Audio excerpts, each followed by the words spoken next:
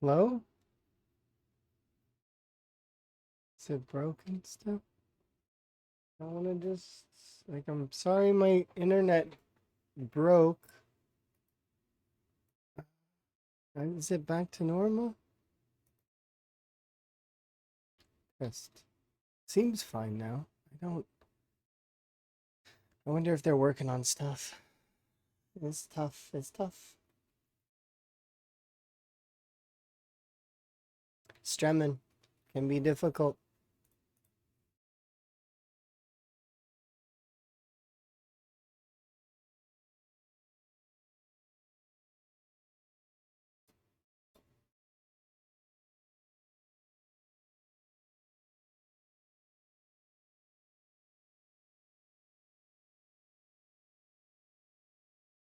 I think I'm back now though. I paused immediately as soon as the stream went down, so I'll get back to it here in just a moment, okay? Sorry, I'm just answering a few things really quickly. Um,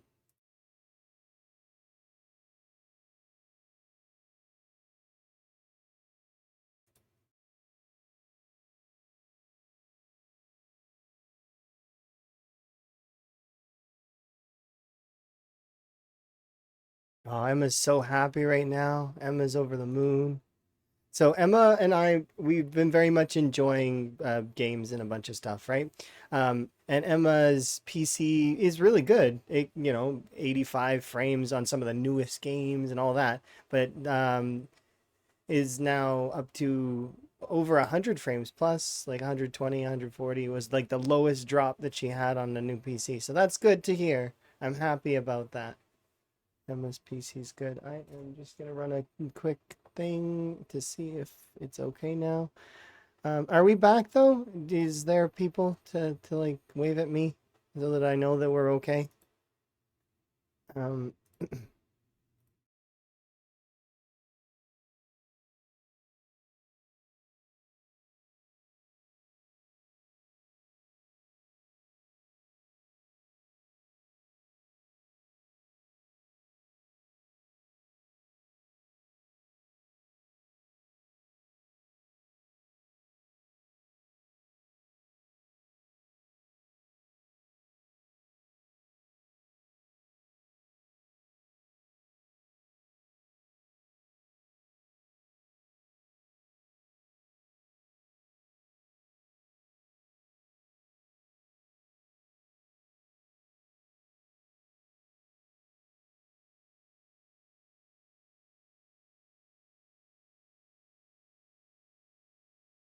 Hi there. Okay, so we're all good now. Sorry, I was just quickly answering some things and then there we go. Let's see.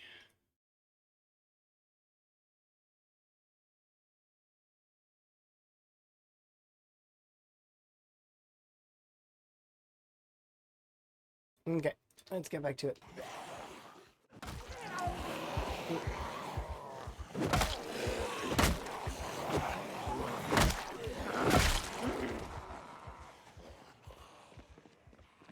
A chest. Thank you for waving. I do very much appreciate you guys letting me know that I'm not like completely lost anymore. Because yeah, my stream, my internet just did cut out randomly, and it does that from time to time.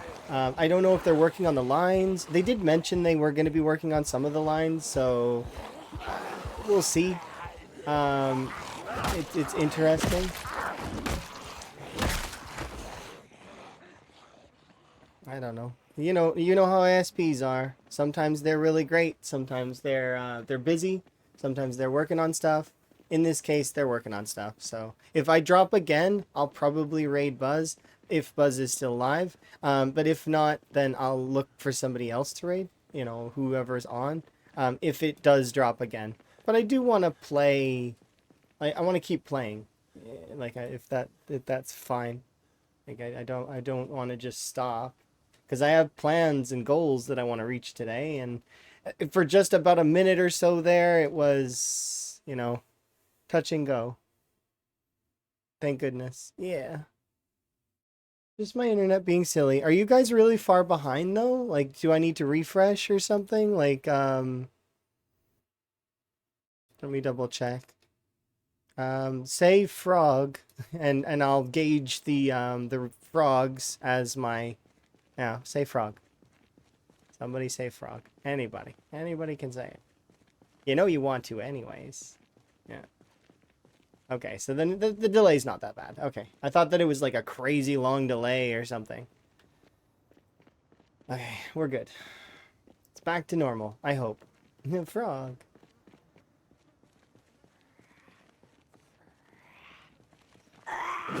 Yeah. The delay is not too bad. So definitely could be worse. Worse delay. But yeah, I don't know what I was saying when my internet dropped. So if anyone wants to reprompt me on stuff, feel free, or re-ask questions if you asked a question and I was answering it. Feel free to just reprompt me and I will return to whatever mode I was in before. But for now, I'm going to return to kill mode because that's my mode that I am in for Zomboid. So I want to, because we're actually not far off of leveling up our long blunts. We should get that up fairly quickly. But yeah, once again, so sorry that my internet's dodgy at the moment. I don't want it to be, but it is. So that's just how it is. That's what I got to work with. So if it drops again, I apologize. I was talking about my favorite flavor of ice cream. I like vanilla ice cream when I eat ice cream. But I am also the type of person that if I see flavors that are different, I'll try them. I'll even mix all the flavors together. I'm not like, I don't mind that kind of thing. It's just, if you give me the choice between a big bunch of flavors, I'll have them. But if you bring me vanilla ice cream, then I'll be happy. There is one type of ice cream, though, that I'm less inclined to take, and that is butterscotch ice cream, actually. The reason why butterscotch ice cream is I'm less inclined is I think it's because I overate butterscotch pudding one time, and it's just I'm less likely to take it. Sometimes I'm nostalgic about it, but I remember one time a coworker friend of mine got me a butterscotch ice cream because he went to the store and he's like, "Oh, I got you an ice cream." And this was a long time ago, years ago. "I got you an ice cream. Here you go. And it's your favorite." And he was very excited to give me my favorite ice cream, and it was butterscotch. And I'm like, "This is not my favorite. This is the opposite of my favorite." But I was still appreciative because they were thinking about me and they did bring me ice cream. But at the same time, it's like, this is not my favorite. I'm sorry. Because apparently they asked the clerk what my favorite ice cream was, and they said that one. And no, quite the opposite. But if anyone wants to chat, I'm here for you. Until then, I'll be a killing machine. Yeah, exactly. Feel free. I am here to chat with and discuss and stuff. And but yeah, I'm not just a killing machine. I do other things too, like pet rats and collect frogs, and I do other things that are not just murder. I am not just a kill machine.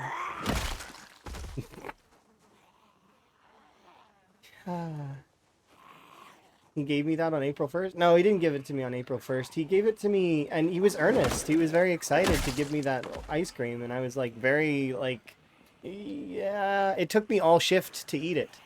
Like I was like the entire day. Like it's like tiny bits of it at a time until it was done. It's like hours of that of it sitting in the freezer. I go and take a bite of it and I come back and go do other stuff, then come back, take another bite of it until it was gone. But yeah, they were really sweet. It's just like when folks get me coffee. I don't mind coffee. Coffee's fine. And most of the time, when I'm going to like let's say that I'm out of town and we're passing through a drive-through and we're deciding to get something, right? I'll just say I just want whatever. I don't really care. I just want us to get out of there as soon as possible so we can move on to the next thing so that we can kind of keep going until our tasks are complete, right?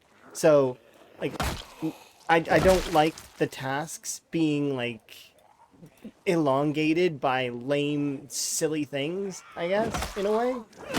Um, like, I don't mind some things being that way, but, like, choose a sandwich. It's like, I don't want to choose a sandwich. I want to go and do the stuff that we're supposed to do. Even if I'm hungry, I'll be like, just give me whatever. I don't care. Same for that. Same for the teas, right? I'd prefer to drink tea, but I just want it to be done. I just want to move on.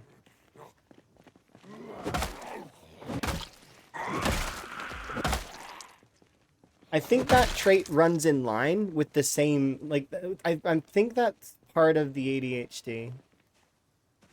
Same for the wait mode. The wait mode is the worst. I hate that so much. I wish I could undo it somehow, but I just can't. If I have an appointment, it doesn't matter what time the appointment is. If I have an appointment that's at like 9 p.m., let's say, 9 p.m., I wait all day for that appointment to happen. I will wait the entire day. My whole day revolves around that 9 p.m. appointment. I'm waiting for it to happen.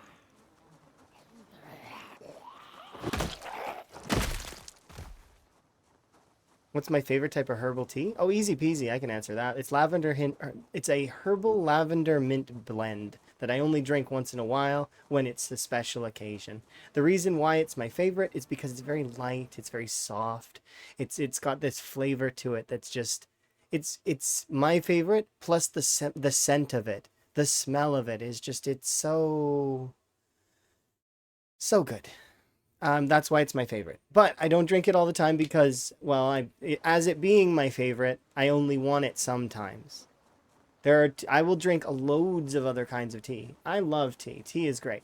But if I had to pick one that's my favorite, I would pick that one. Once again, it's the not the same question as which tea would you drink the most of? Because I wouldn't drink the most of that tea, despite it being my favorite, right? Because it's a very pungent tea at the same time, and it's one of those teas that I know that if you drink a lot of it, you will get sick of it. Same for anything, right? A human palate very much needs variety. Same for games, same for everything. Sounds, all of it. You need variety. Sometimes. Sometimes your brain likes a certain sound and will love it on repeat, and you just enjoy it, right? Same as having a favorite food. Some favorite foods your body just enjoys. But if you keep eating that same favorite food, let's say somebody brings you a big, gigantic, like, serving of it. Like, I'm talking, like, takes up the whole table, and you eat nothing but that for hours. Eventually, your body will be like, it is our favorite, but come on, you gotta stop. This is too much. It's kind of core into the human sort of system. It's built in so that we can stop. We don't overtake certain things. It's an example of that is I did a study on bananas, and the human body will reject the banana before you're poisoned by the potassium. It's not possible to potassium poison yourself with bananas. Like I said just now, your body will start rejecting them before you can poison yourself.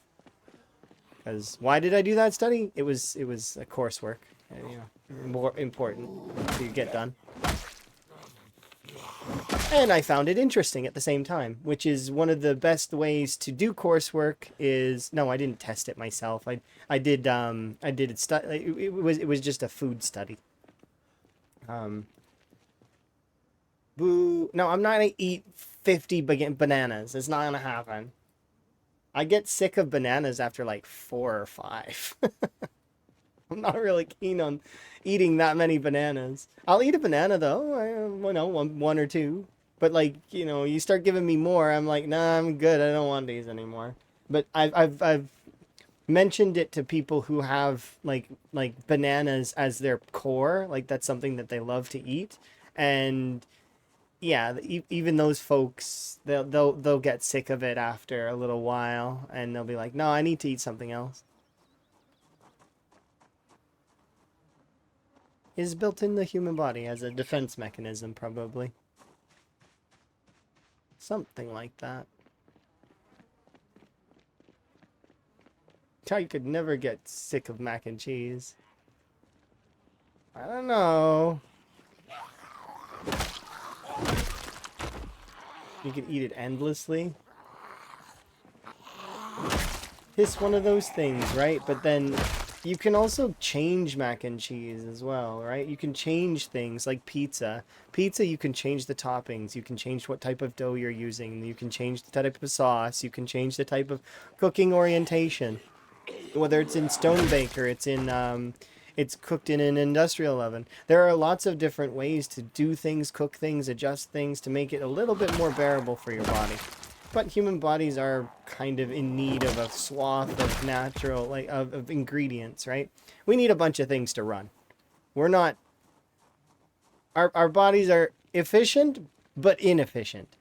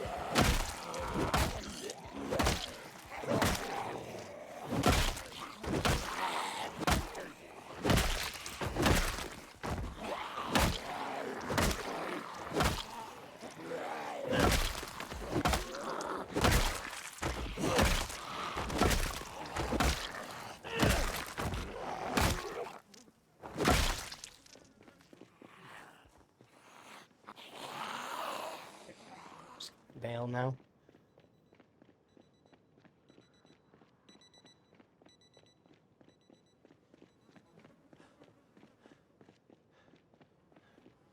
We'll go get some rest.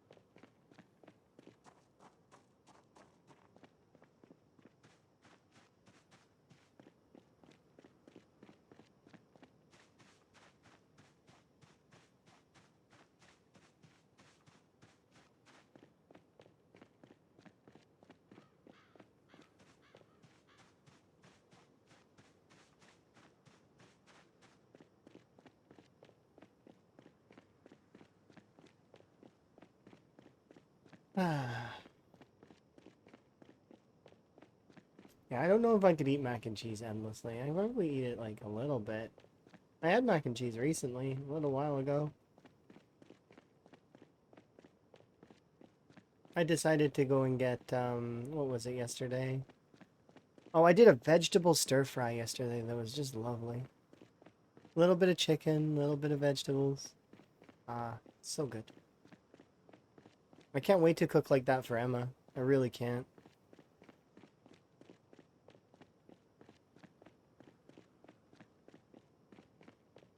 That's one of the things that I really enjoyed when I was there for several weeks is like, I was cooking for Emma and then Emma is learning to cook for me as well.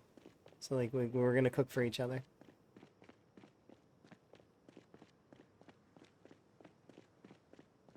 It sounds like a college diet or a university diet. You know, it's the school diet, the student diet.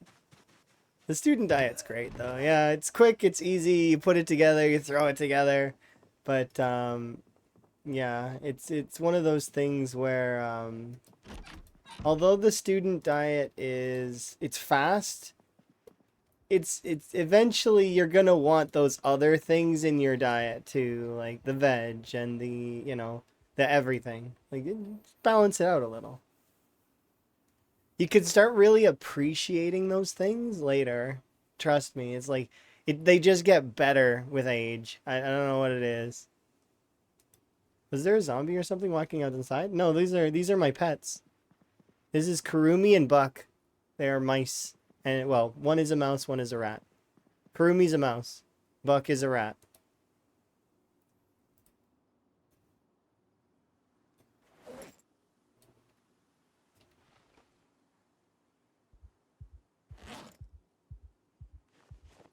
But I've been enjoying having a mouse or a rat named Kurumi for a while. It amuses me that I have a Kurumi in my game, and that you know I would name any animal though Kurumi. Like it could have because it's fun to have a Kurumi periwinkle around. Quirky, fun, efficient. Yeah,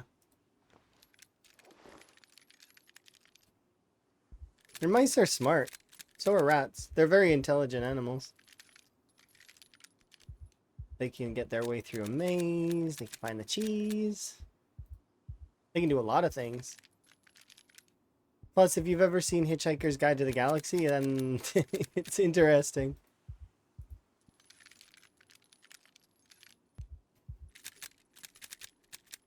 Hmm.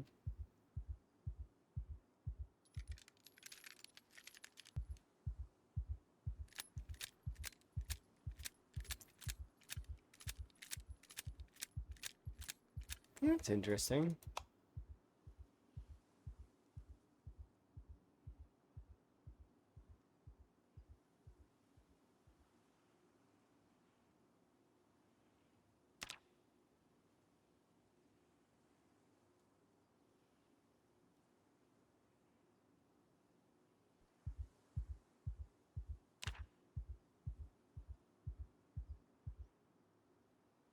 Yeah, rats be like that sometimes.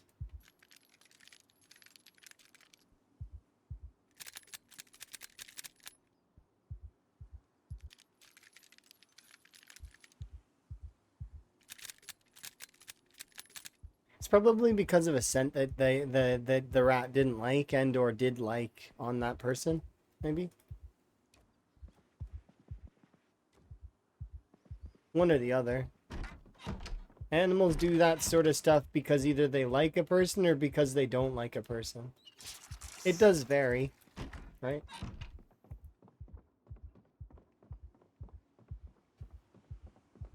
I remember some stories about some animals doing that kind of thing about people they very, very strongly disliked.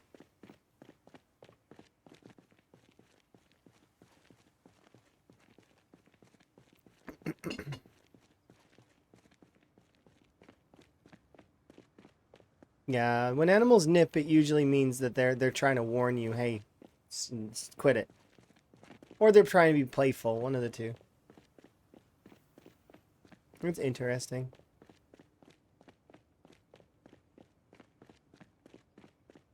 Yeah, that's true. Kind of. Have a good one, Barry. Enjoy your stoof. Whatever it is that you're up to, whether you're doing some kind of other stuff or if you're gonna go stream, have fun.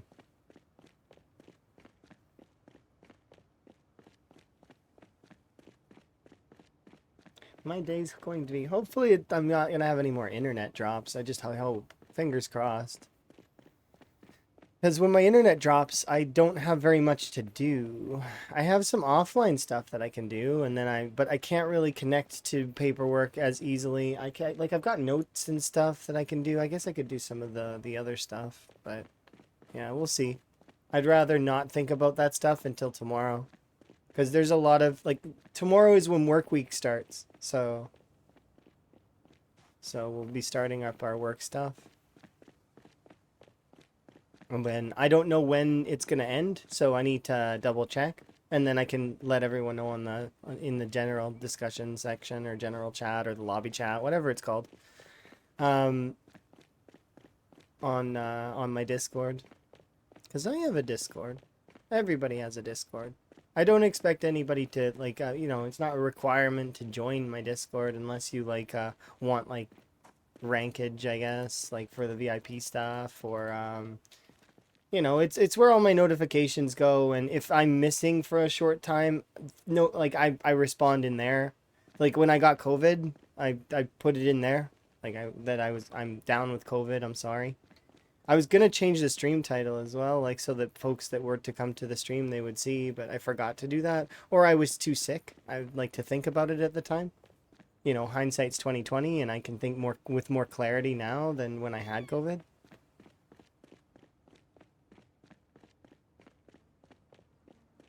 All depends, right?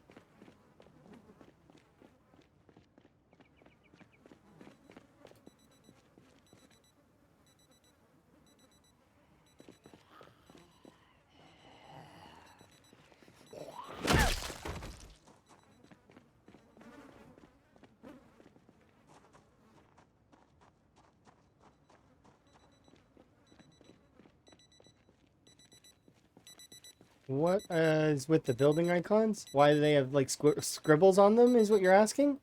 The scribbles are actually part of the game, part of the vanilla game. They're called colorblind mode. So under the accessibility section, there's 3 things that you can tick. Colorblind patterns, which will give the game's buildings some little special patterns so that if you're colorblind, you are able to see them. I enabled that because I feel like if somebody is colorblind, I want them to be able to tell what kind of buildings are each. Although most of us, when you play for a very long time, know what each building will be in every area because the map is the same, right? Um, but yeah, it's to be more accessible for folks that are colorblind, similar to the enable dyslexic font, which is converts the language to be a little bit more, it's better. It converts all the text to open dyslexic and dyslexia. And then finally, there's the light sensitivity mode, which will generate no lightning during thunderstorms, so that if you're sensitive to those kinds of like flashes and stuff like that, that could normally cause seizures, then you'll be okay because you can turn off the lightning. Less flashbangy. Although you get the slow flashbang of fog still. That is still something that exists.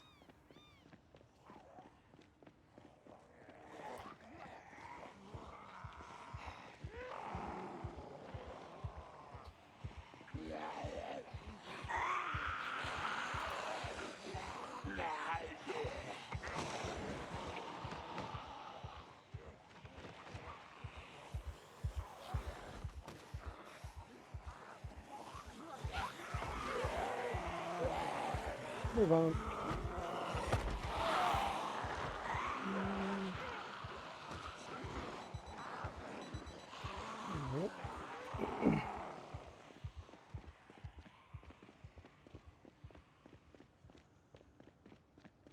Have they fixed every building? I don't know if they fixed every building. That they've adjusted some things. They've been getting better with it because you got to remember that it's a team of individuals working in tandem. So some of them are going to work on this, some of them are going to work on that. Adjusting the map's color scheme is like not crazy high on the priority list, I'm sure.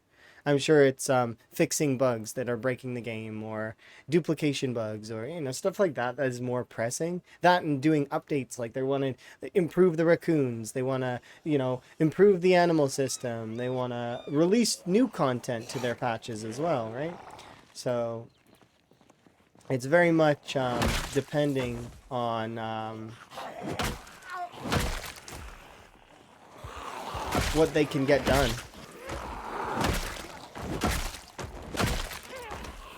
And I understand that there's a handful of folks, though, that are really oh, but this building totally should be classified as this. Why is it still residential? I made the same comment. And, but then I remember that it's not always so simple, right? But I can show Irvington here in a second based on the 42.6, so we can have a look.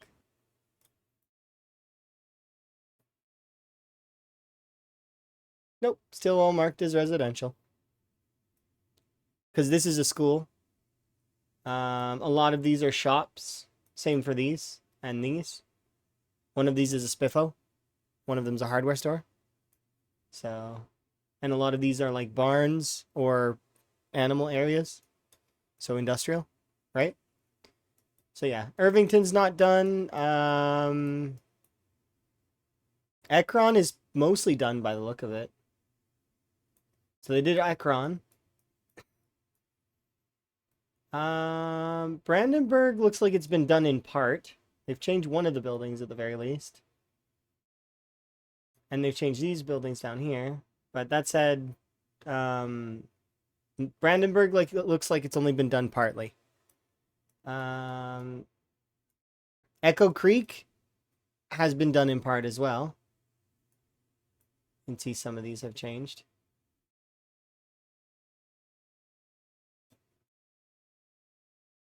But yeah, they're working on it.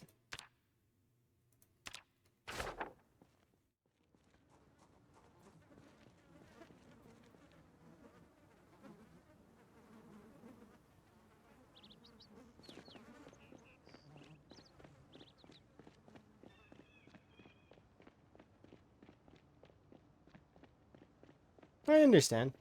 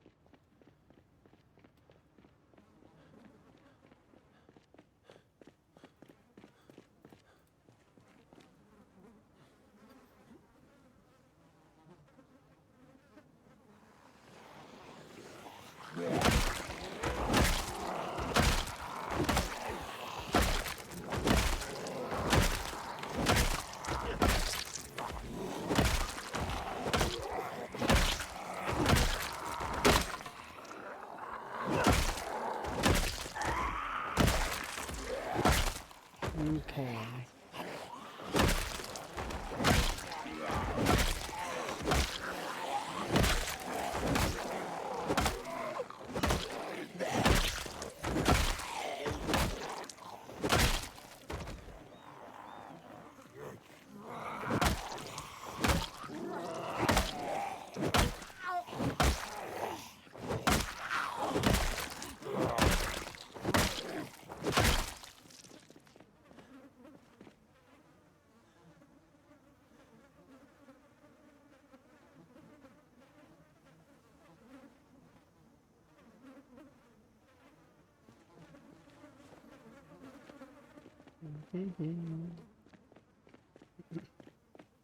So we're making good progress on the long blunts, but we'll be done with long blunts here in just a moment.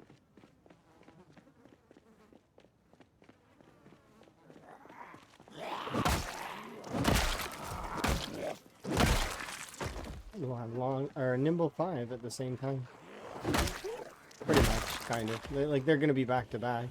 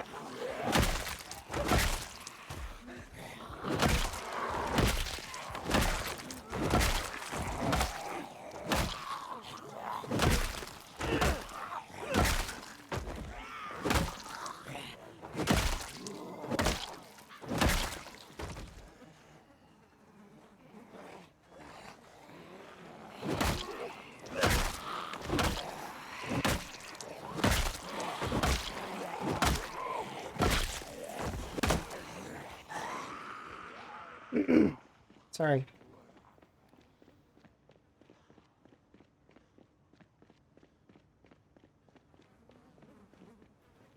Okay. Perfect.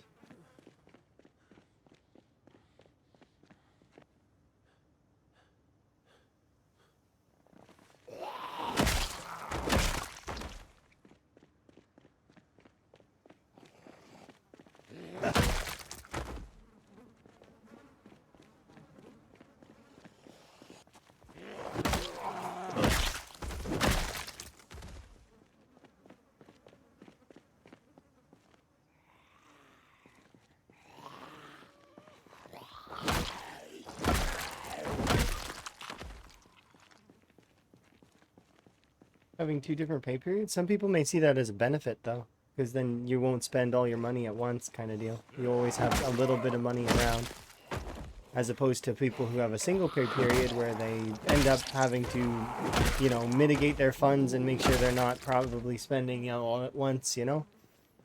Or alternatively, it all depends on the types of income you have and when they stream in, kind of deal.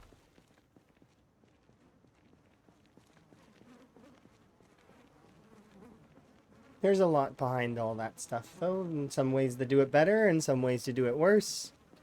It all depends on what you're trying to go for, though, as well. Some folks are content where they are, and some folks want or wish to strive for more. It's all within the bounds to do so. It's possible to make way more. It's possible to make way less. It just depends on how you're structuring yourself.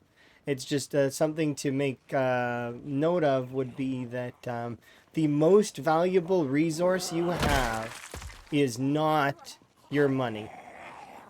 It's the time that you have. Time is the most valuable of the resources. Because it's the money you can't get back. So value your time above all else. But that said, you know, it's just perspective, really.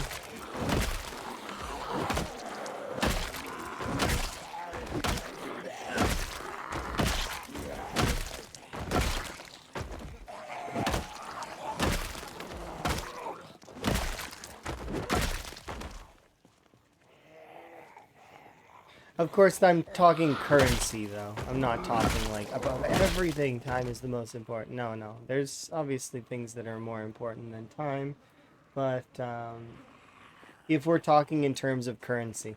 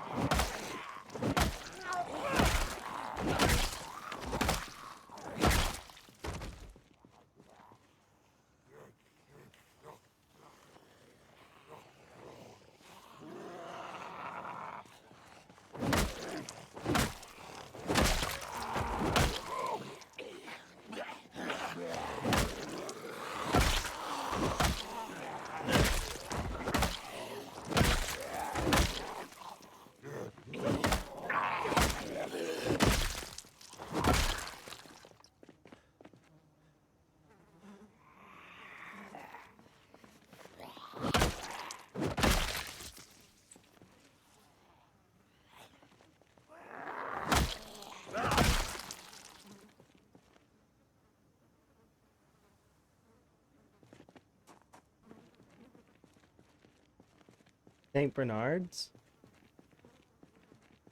There, there are dogs that are just crazy big. Great Dane, Irish Wolfhound crossbreeds are just ludicrous, and they think they're puppies. They really do. You will see them, and they think they're so small.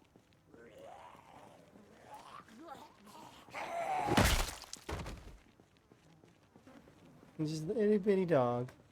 They are not itty bitty at all.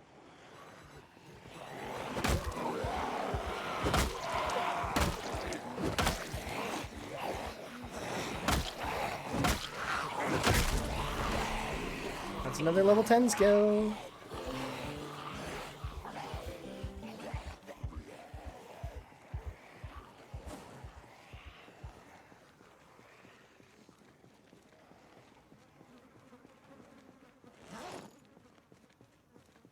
Yeah, I don't know why they think that. They are enormous. Alright, let's start with the crude stone axe.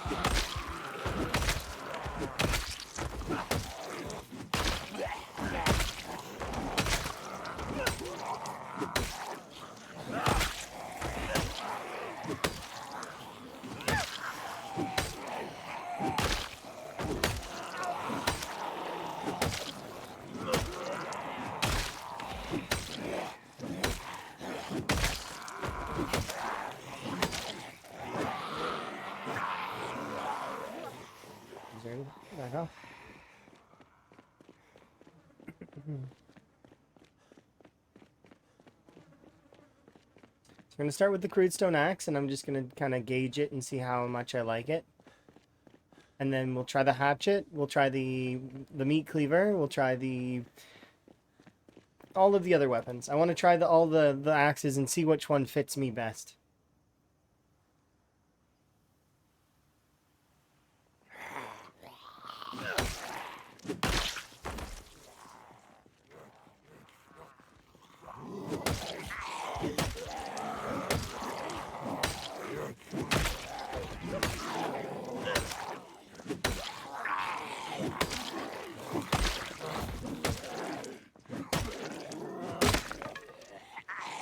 Oh, there goes that.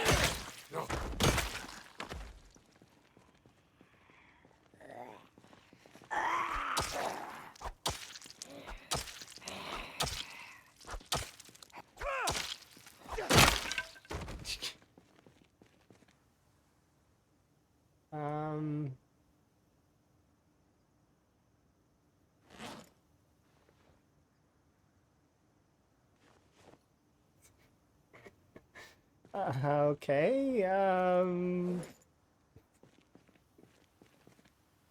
didn't expect it to go this fast. I guess we'll equip you primary, we equip you secondary, and we'll put you in there, and let's try out the flint scythe and see how it fares. So I broke 2 axes back to back on that small group.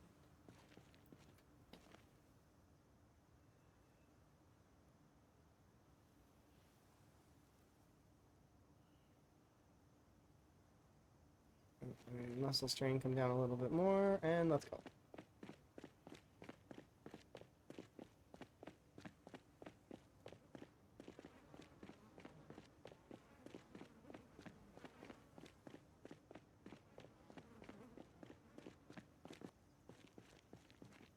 That's a big mouse.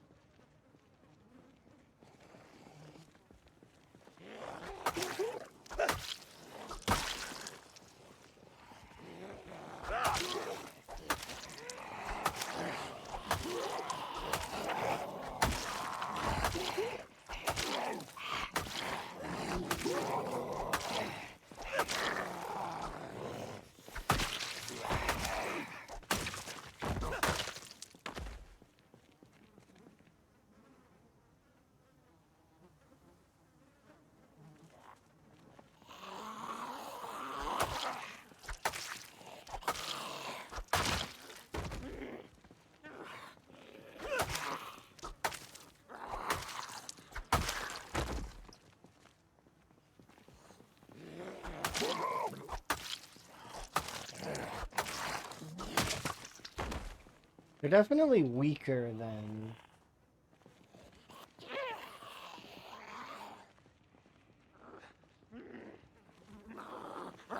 the two-hander was.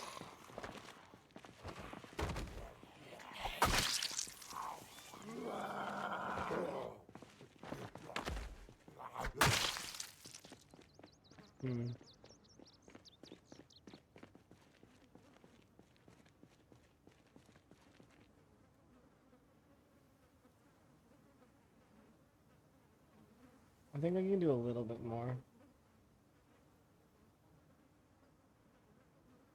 Because we're going to want to be putting in as much as we can so that we can level the axes faster. And then we can start moving on to being a lot more efficient. We're going to be a lot weaker because we're not using a primary weapon anymore.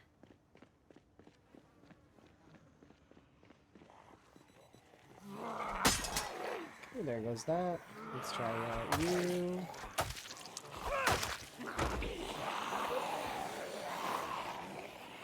I don't want too many. I'm definitely not in a stage where I can comfortably fight lots of them. So let's just a bit more. This group ought to be enough.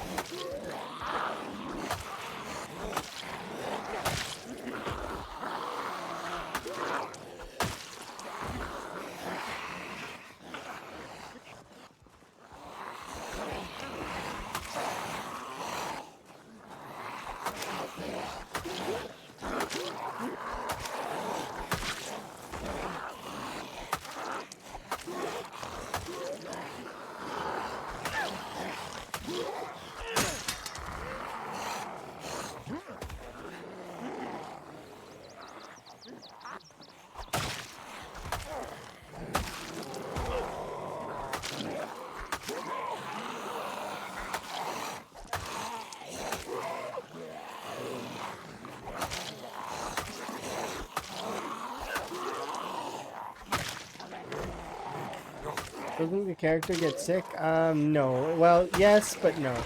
So yes, they normally do. The reason why my character isn't getting sick right now is because I'm wearing a medical mask and I have the resilient trait. So we get sick a little bit slower, essentially. And then, like, it's almost not, like, you almost don't get queasy at all. Like, it's so reduced that it is basically non-existent. But you're not dead.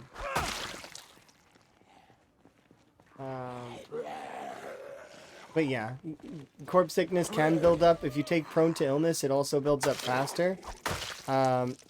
If you don't have like a medical mask or a bandana or a what's the other thing called? Gas mask. Gas masks reduce corpse sickness by 100%. But yeah, if you don't have any of those things, then it becomes a lot harder because your character will heat up and then get queasy and so on and so forth, and you're gonna have to eventually leave the area because you can't just stay around the corpses forever with high corpse sickness. If it builds up too much, you know, you'll get a fever and it'll kill you. So it's good to bear that in mind when you're running around doing your stuff if there's a big old corpse river in the middle. But usually when we go home at the end of the day, we're good. So like we go home, we rest, and there's nothing to worry about because of that. Because our corpse sickness right now, for instance, is going down because we're not near corpses. But yeah, if you're playing on really, really high corpse sickness as well, like if you're playing on then it can start becoming a problem. Some people set the corpse sickness all the way up to max just so that they can, but it's more of an annoying thing to have to constantly get away from the corpse river, kind of. So like that's one of the reasons why for the rat race we didn't worry about that so much. Like we upped it by a little bit, so it's a little bit harder, but that said, it's not like we didn't up it by that much comparatively. Like, we could have upped it a bit more, and it would just hamper the runs, to be quite honest. And people are finding the settings that are good enough as is, so we're not going to be changing anything, at least not for a while. If the devs end up bricking our saves, though, in the near future, then that's when we would consider it, kind of. But we'll see. Just one of those things where we don't really need to think about it until it happens, kind of thing. Because we don't know when that would happen, right? It could happen now. It could happen a while from now.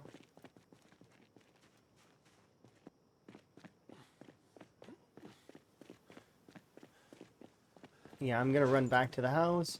We're gonna have ourselves a rest. Also, I would like to try and keep a hold of some of these weapons, but I'm gonna just throw away some of them as well.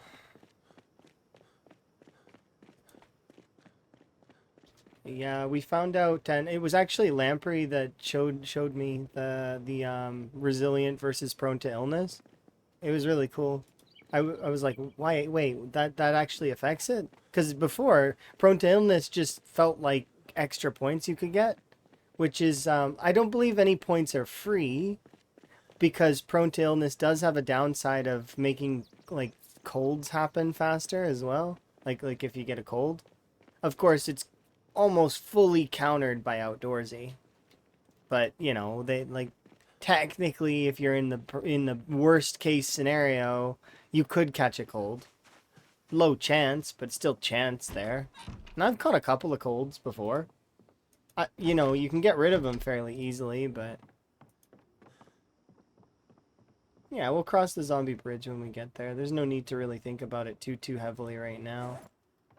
Because if we were thinking about it too heavily, I mean, we may get, it's not needed.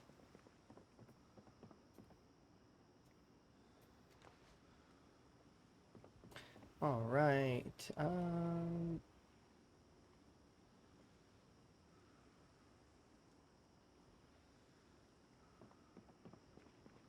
Suppose I should grab one of these bags and just make it a tool bag.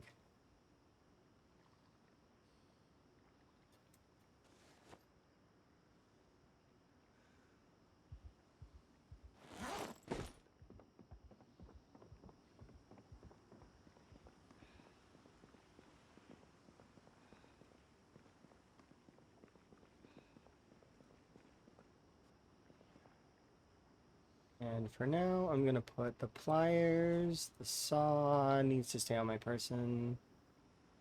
I don't need the hammer right now. Lighter.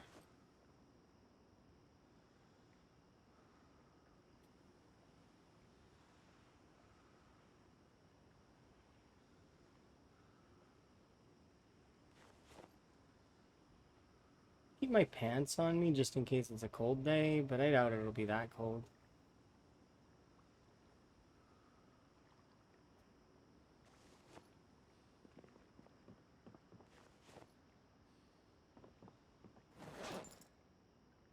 I want to try out one of these bone axes as well. Let's try out bone axes. And some ice axes as well.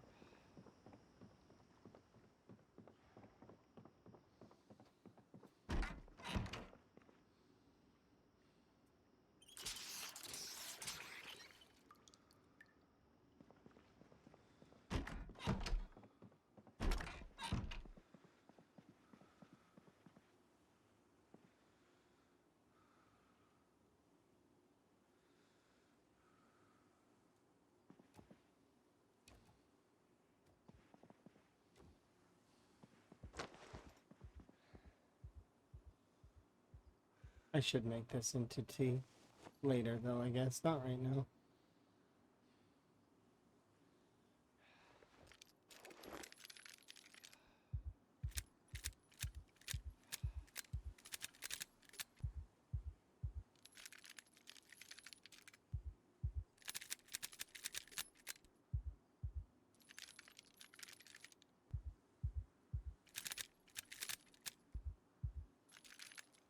There we go.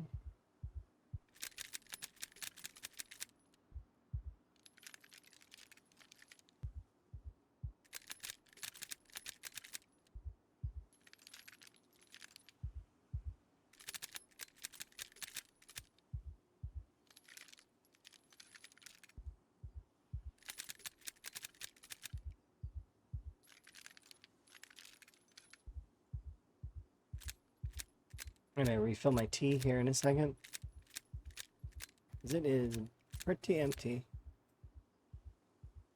It's the worst kind of tea, is when it's empty.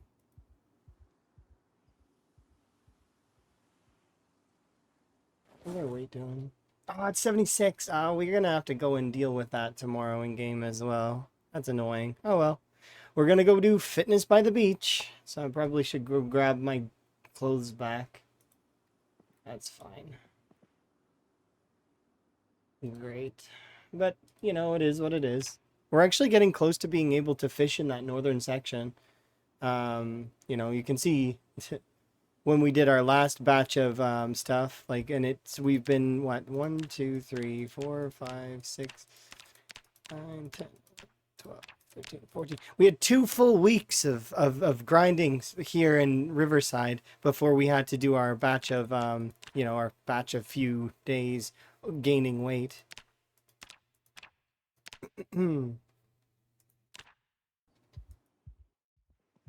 Yeah, MT. That's what they do. They very much like to set us up for you know, emptying the stocks. Anyways, I am going to BRB. So that's the plan right now. So I'll be right back. And I'm gonna refill my tea.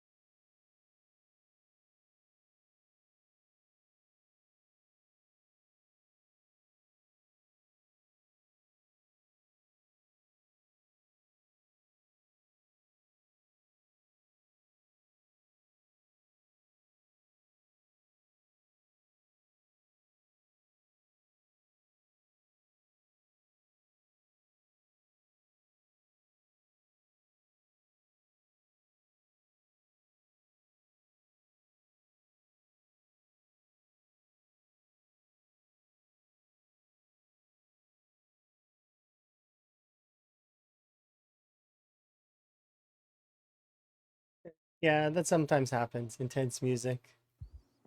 My playlist is funny like that, though.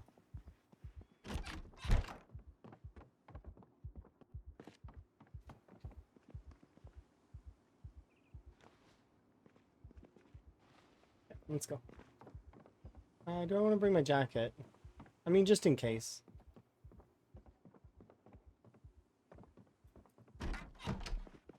My playlist is meant to have variance to it so that it's a little bit more, uh,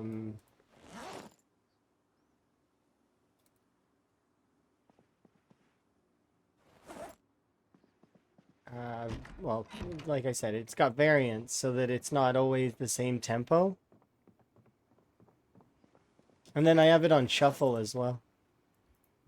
Because it's not meant to be the same, the same tempo. Meant to be kind of swathed. There we go. It always keeps you on your toes. You can use my playlist if you want. It's under exclamation point playlist. It's pairs with the exclamation point music command in case folks that don't like the music, if you're not fond of my playlist, which is fine, there's nothing wrong with that. My VODs don't have music at all. So you can just enjoy the sound of my voice in Zomboid if you prefer. It's on a split audio track. So there is no playlist for that.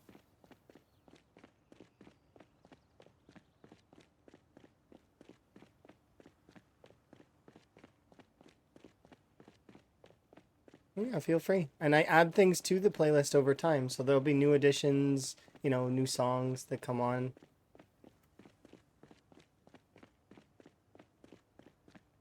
Basically, it's a playlist of songs that make me happy.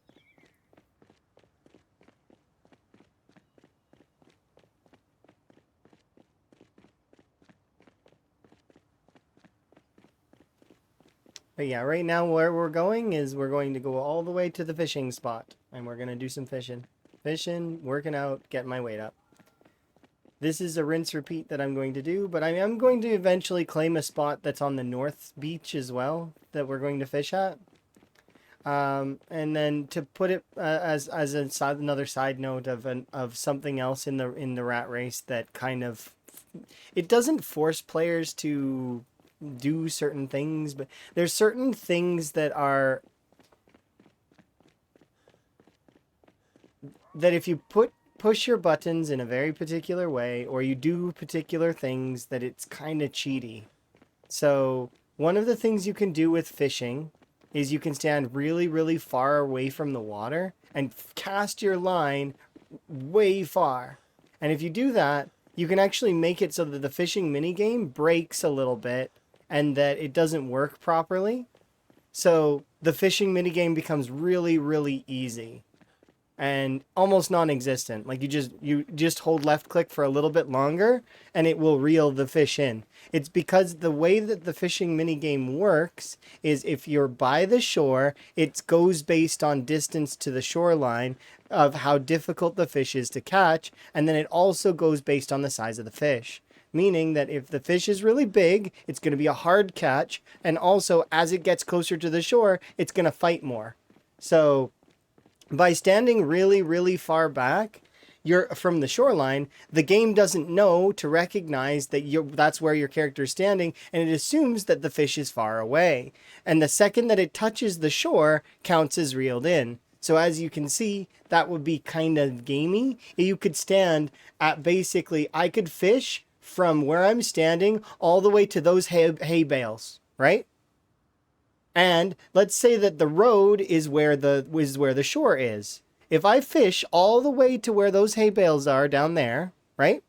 The fishing mini game is going to be super duper easy, and I'm going to insta catch fish from there. And it doesn't matter if I'm in a building or if I'm like, because I could be in my house, in my living room, standing next to my fire, and then cast from there. See, that's an exploit. That is considered essentially like a cheat code to fishing. So because it's an exploit, it's not intended. In Rat Race, we've banned that one, right? We have to ban certain ways of pressing your keys, certain ways of doing certain things, because the game is broken in certain ways. It's basically, like I said, it's like cheat codes. You know how cheat codes are an intended feature in video games, right? They're an intended feature. If a player is struggling, then they can cheat to give themselves items, they can cheat to give themselves a better player experience, despite it not being something that is considered honorable, or and people often frowning upon cheats. In my opinion, cheat codes are a way to find a game more enjoyable sometimes. I have a friend who plays a lot of real-time strategy games, but they play exclusively with cheats because they find it more enjoyable. So they play with extra money or extra wood or extra resources just because they find that more enjoyable for them, right? That's what cheat codes are for. They're for making it easier for you to have fun and making the game overall easier. That's the same as exploits, kind of. When exploits are discovered, they make the game easier overall. So one of the things that we determined is that you don't have to be exact. It doesn't need to be exactly 3 or 2 tiles, but generally speaking, from the shoreline to wherever you're fishing, even if I'm fishing all the way out here, you just need to be standing within 2 to 3 tiles of the shore. So, I frequently will stand here. This is 3 tiles away from the shoreline. You can stand a little closer if you want, or you can stand a little farther back. Nobody's gonna really, if you're 4 tiles away, oh dear, we're not gonna, but you can't be back here fishing. So that's one of the exploits that we went over, that just because it makes the fishing game not fun, really. There's aspects of the fishing game that are pretty entertaining. Like when you're fighting a big fish, that can be pretty fun. You're like, oh, my rod, it almost broke. But when you're way back there, that never happens. So once again, these things are useful for folks that want to break the game. Specifically for Rat Race, though, those kinds of things aren't allowed. However, for example, there is a mechanic within fishing that is a temperature mechanic that they've added in. I don't know why they decided to do temperature instead of just leaving it on the winter, like on the calendar. I recommend they turn it back to the calendar so that when winter actually happens, that it's on the calendar, right? So it's not in the temperature system, because the temperature system can be messed with directly by the player.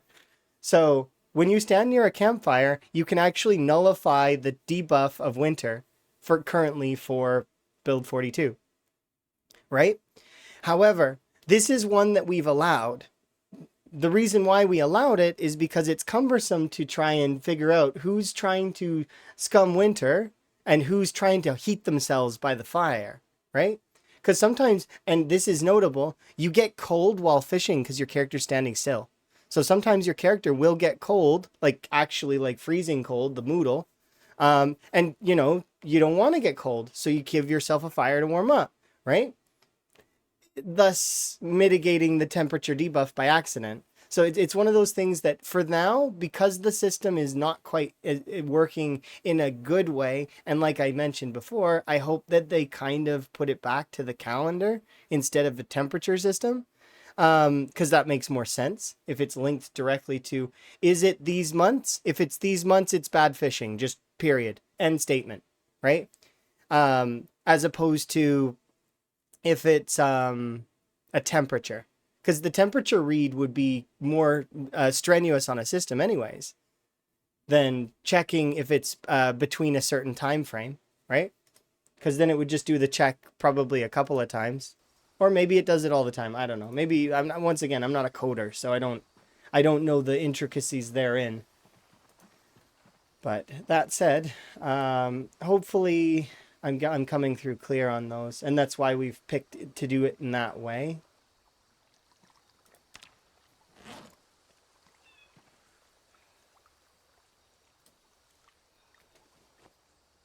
Yeah, I'm looking forward to consensus on the yays or nays of certain things.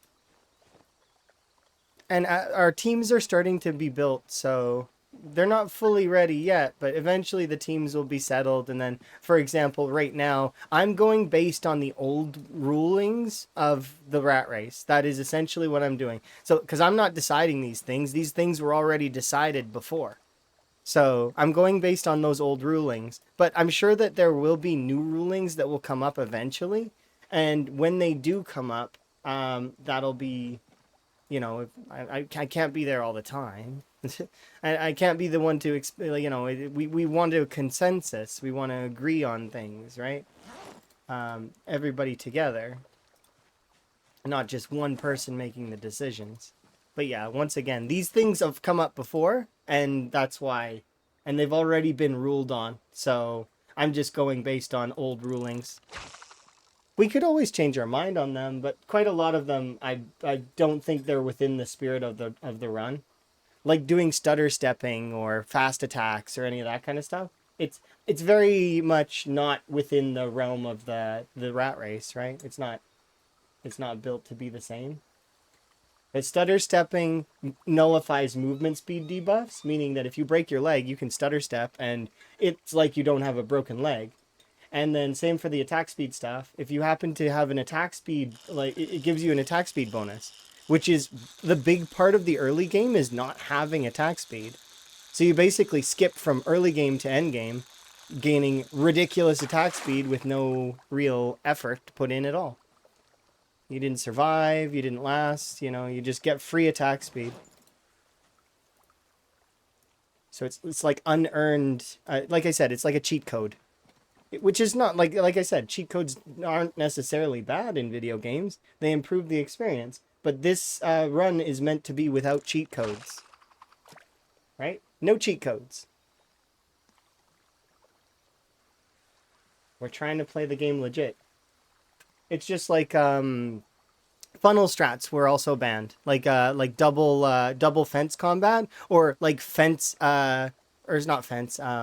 You can park a car next to a window, and if the window is the best path to get inside, the zombies will try and get through that window, but they'll crawl under the car and they'll get stuck trying to get to that window, and you can still down attack them on the other side of the window. They can't get you back though. So there are ways to cheat the game and rack up ridiculous kills really quickly. But if somebody were to go back and watch that, it would be kind of cheesy, right? You would see somebody in a house, car parked in front of the house, and zombies just being killed on repeat through the wall. Or same for double strat.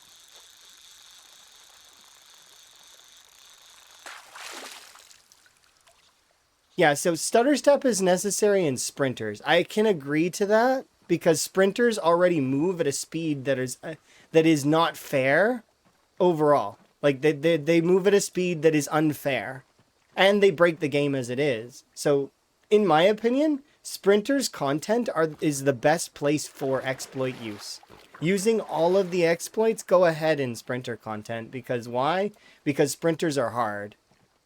In saying that, though, you don't need any of that in these, and the spirit of this challenge was built on no exploit use, Iron Man, marathon style. They're fast shamblers with good hearing, but they're not going to be like sprinters. You can get away from them. So that's the thing, right?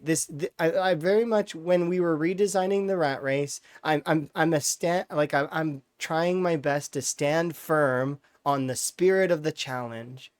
It's meant to be a challenge, meaning that if you don't want to participate in the challenge portion, you can go play sandbox on your own. You don't have to do the rat race if you don't want to. But the whole point of the challenge is that, we were following these parameters, these settings, these, rules. And if you break the rules, you'll probably there'll probably be warnings issued. But at the end of the day, if you break the rules too many times, your run will just get DQ'd. Disqualified, and it will be moved from the active board, and it would be then put onto the inactive board, right? Or the historical board, which means that we'll remember your run, that it happened, but it'll be or it might be stricken from the record completely if your run is like too many cheat codes, right? To which then the same thing would happen if somebody breaks the rules a ridiculous amount of times. If they get DQ'd several times, for example, we would just ban them from the rat race, and we wouldn't record their scores if they were to send them in. And if they were to try and send them in mass and bother us, we would block them and create walls so that they wouldn't be able to get through. Move documents, adjust things, make things a little bit more strict. We don't want to do that, though, obviously. We're all adults. Let's be mature about this in that sense, and let's just play and have fun.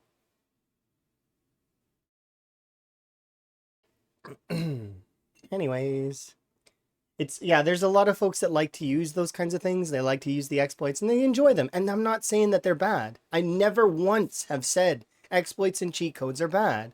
They're not. They're an enjoyable part of video games that are part of the game, but they do make the game easier.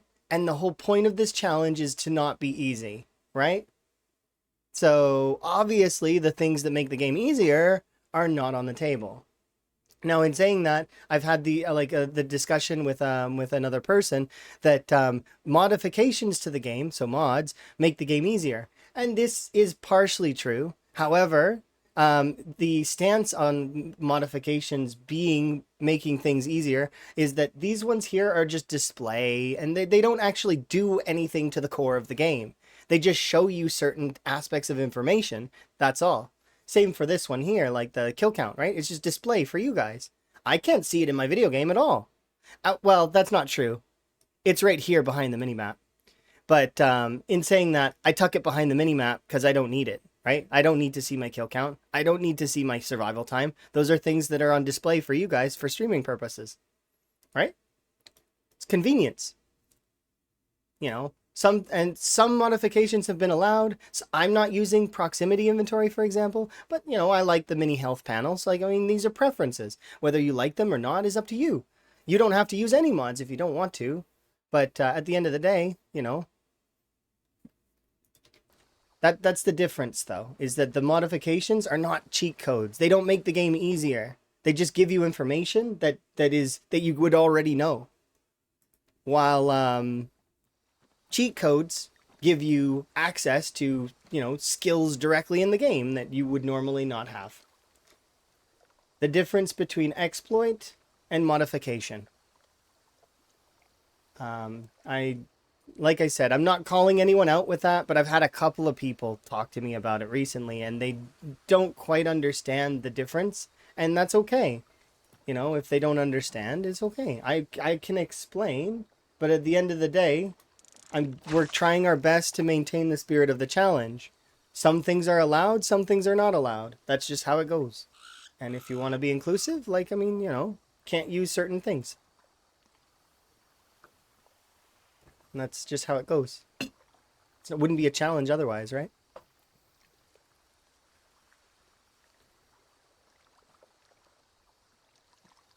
Yeah, no, I can't see this stuff. So that's part of OBS. So I can't see anything that is uh up there. You see up there? I can't see anything that's up there.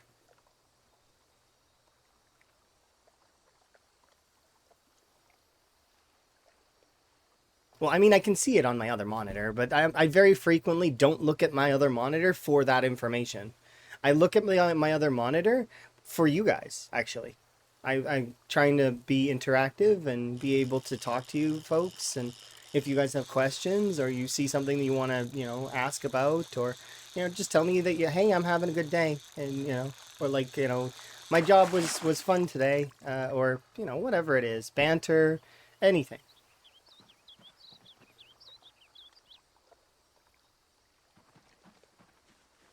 That's the thing.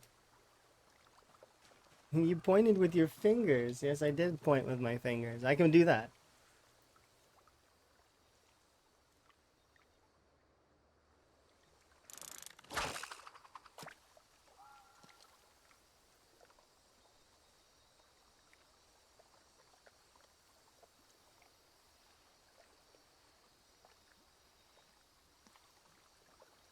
I need to be more mindful that I can use my hands.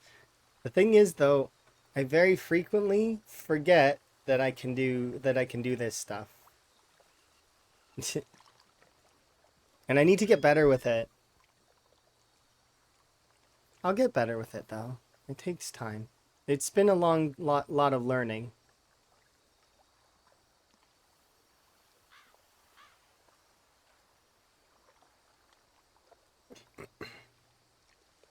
Delicious.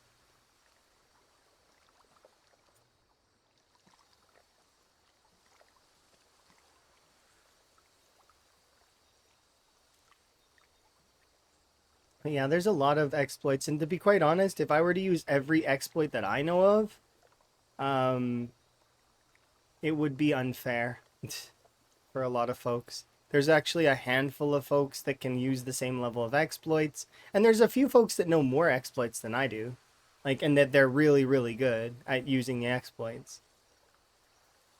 But it's not. It like I said, it takes away from the spirit of the challenge, so it's not worth it. And I'll reiterate that I'm not targeting anyone with any of my words. They're not. It's just like I said, I've had a few people chat with me about it, and some folks they get quite heated, and but that is what it is, and I'm not going to be swayed one way or the other. I like both sides of the argument, to be quite honest. And we can, so you can have a civil debate with someone and still like them afterwards. I like people. Like, I like individuals. I guess I don't like people. Sorry, my bad. I like individuals. I don't like people. Does that make sense? People suck. Individuals are great. And I'm sure I'm not the only one with that mentality. I'm pretty certain. I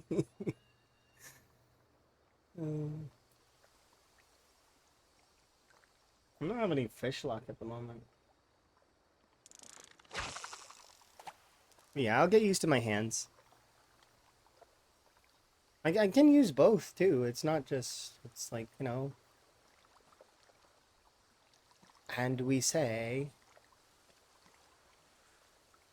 No. That's when I just realized that I could do just a little while ago. I realized I can do quotation marks now. It's like, okay, that's cool. I can do quotes.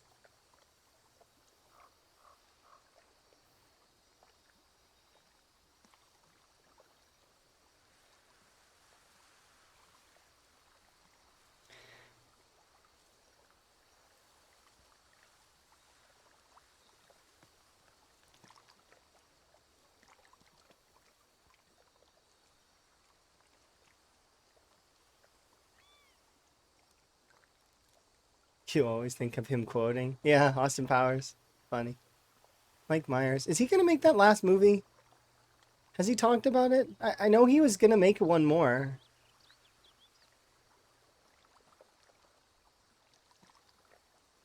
Did he end up deciding that he was gonna do that or not?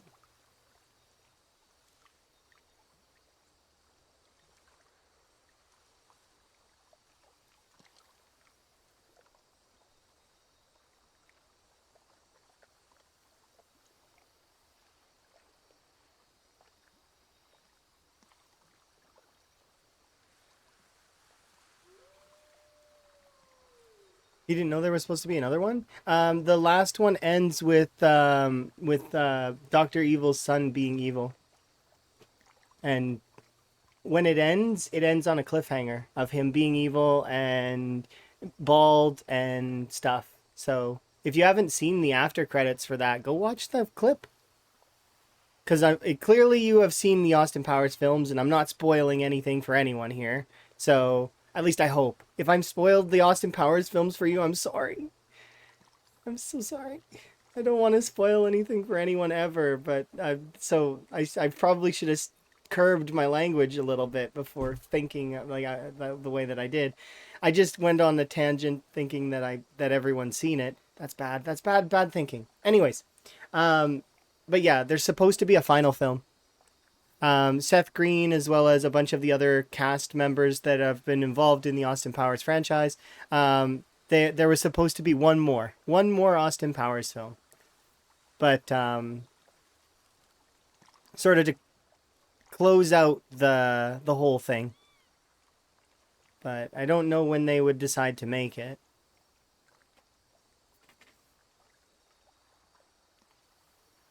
Plus, I don't know if Austin Powers would be something that the current, like, because I'll put it like this: the first three, like the Matrix films, they were pretty good. They released a new Matrix to kind of summarize and to kind of see, I don't want to say cash in on the nostalgia, but I mean pretty much of folks. And the new Matrix film was a bit rushed, and that they didn't get the right actors. Like they got good actors, but the thing is if they're trying to play up the nostalgia, they really should have tried a little bit harder to get both Hugo Weaving and Lawrence Fishburne to get to participate. They didn't even ask Lawrence Fishburne, which is pretty bad in my opinion. They asked Hugo Weaving, but Hugo Weaving was busy at the time. In my opinion, they should have delayed because it would have been fine to have those other actors in roles that were similar, but not quite where they were. Right? Like it's like they I don't know. It's tough. They made some odd decisions, and if they were to do the same thing for for an Austin Powers film, well, I mean, they would want to make similar-ish decisions to the other like to the old ones. But the thing is it really time for another one of those yet? Like it'd be nice to close it out, but it also could be fine to just leave it as is in the nostalgia, right? Yeah, it's a weird thing with reboots. And then they really went in on Trinity being powerful too, which I appreciate, but at the same time, um, I don't know. It was a little strange in its orientation and its presentation. I think it could have been done better. Like she could have still had those powers, but also like I mean, it could have just been more of a balance thing and not felt so forced in the way that some films do it. Like it felt forced. I didn't like that aspect of it. I would have preferred it feel more natural. Like, yeah, okay. But that's just my opinion, of course. Once again, perspective. It's my thoughts. Of course, there are people that can argue it. There's critics out there that have probably praised it, and there's probably critics that are against it. You know, the world is an interesting place. And should I really be caring this much about the fictional stuff? Maybe, maybe not. I don't know. Um, this is not a good node.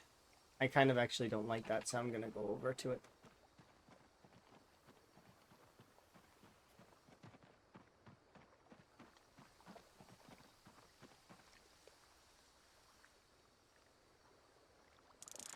Because the angle would hit the shoreline, and I don't like it. I'm not gonna get to play the fishing mini game, which is kind of the whole point of fishing is kind of to play the mini game and have fun,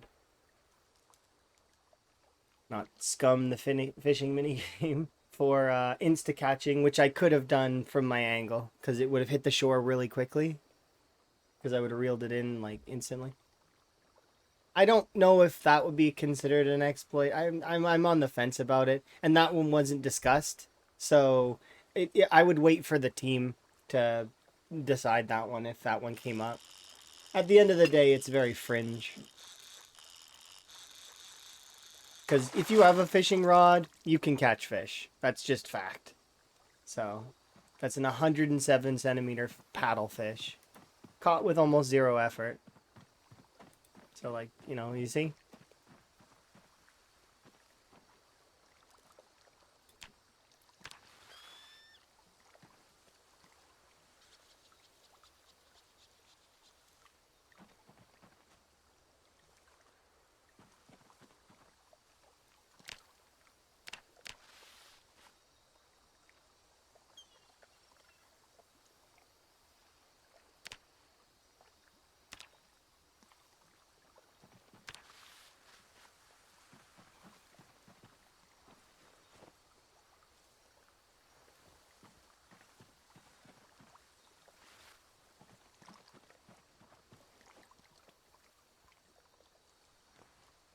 Yeah, I don't know. I would have liked that movie a lot more if things were like, because I get where they were going for with the new actors. They was supposed to be like a reboot of the like, and from a lore standpoint, it kind of makes sense a little bit, but from an aspect of just how the like it things should be, I don't think that it was well done in that way.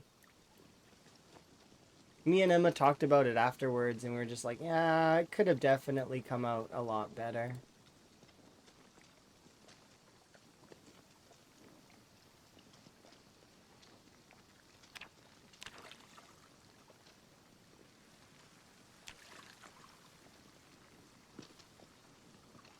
Once again, I'm not valuing my opinion above that of the critics or anything. It's just it's just one of those things, right? I've seen those films multiple times, same as a lot of other movies, right? And I like them.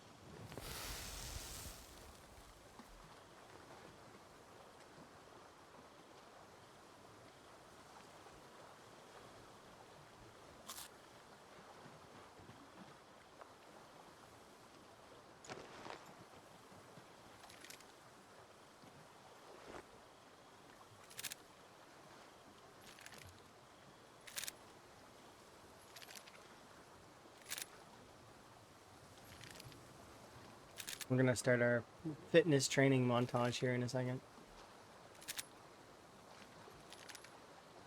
The reason why I don't want to start right now is because we still got a few in-game hours of this sort of, and I don't want to just do it until midnight. I want to do it after.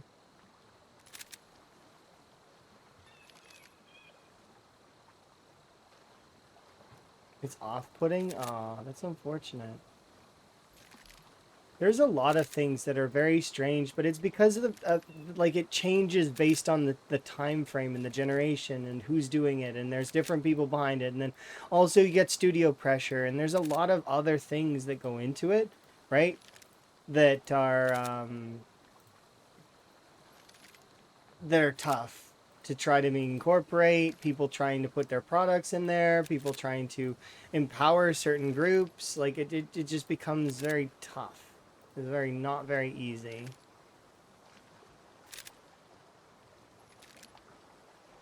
Yeah, it's one of those things where it's tough. It very much is tough.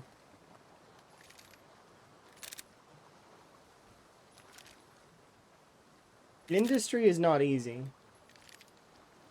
Movies, games, media, all of that stuff. It's difficult. Even streaming and YouTube can be like the videos or like content creation in general can be quite similar in that way, but it's a lot less. It's a lot less directly because it's more like a like it's like kind of like a podcast almost, right? Or something like that. Live streaming is like a lesser extent of those industries interacting directly until you get into the upper percentages and the and or you're if it's your job. If live streaming is your job, then that's different because obviously there's a lot that goes into making it your job, right? It's not so simple as just going live. There's a lot more into it than that, right? You go into a lot more depth over time. And I'm planning to start doing that sort of stuff here in the near future. Like I'm gearing up for it. Because when I move in with Emma, that's the plan, is that I'm going to try live streaming as a profession for a short time to see if it works out. And if it does, I'm hyped for it. And if it doesn't, then I've got backup plans in place. so that I don't just like, so we don't just flop. But like, I want to be able to enjoy my life with Emma. I don't just want to, you know, be at the mercy of if something does or does not work out. I want to have contingency.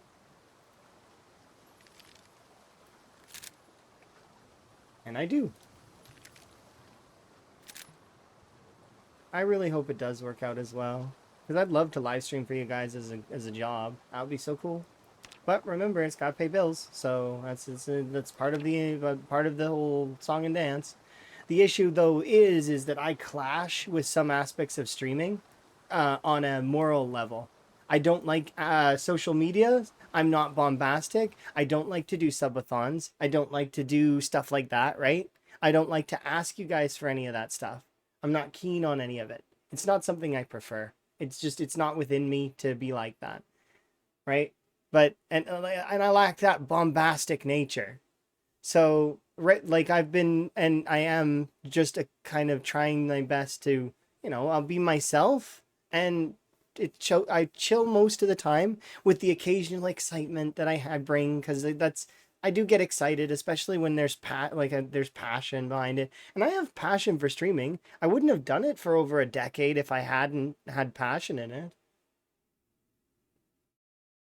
That's the thing, right? And that's something that people don't really realize, is that I have been streaming for over 12 years. So it's like, when you think about it, it's like, it's not instant. I didn't instantly get to the point where I have a bunch of viewers and stuff like that or anything like that. It's something that has been gradual, right? And then also meeting some absolutely phenomenal, amazing people that are cool, and that I love the fact that I know them. They are 5-star individuals. I can't even begin to describe them, because my vocabulary is so limited, and that even like I would have to hire an artist to paint an image of how great they are. That's how I feel. Because the whole picture's worth 1,000 words. Well, it's definitely be worth more than 1,000 if I were to describe these individuals. They are just that amazing. Why can't I put you on the ground? Why is I'm not allowed to interact with anything? Wait, oh. Uh-oh. I broke my animations there briefly.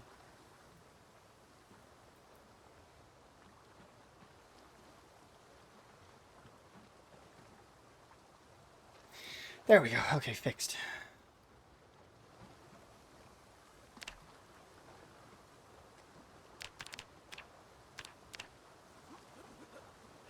But yeah, hopefully I'm coming through clear. And I know talking about that kind of stuff is bad. Like when you do get into that conversation, it's good to drop it right away, because it's not good to talk about that stuff. People don't like hearing about the back ends of things. They really don't. Um, they just want you to kind of do your own thing, right? And some folks do like hearing about the back ends of stuff. But there's a lot of pushback on hearing about that stuff. But it is stuff that's on my mind, and I do want to kind of be clear on as many things as I can, right? Transparency. And tell you guys about my life, tell you guys about my things that are going on. Some things I leave vague because they either don't involve me directly, or I've been asked to leave them vague. Or, you know, it's smart too in some cases. It depends. Don't dox yourself and stuff, right?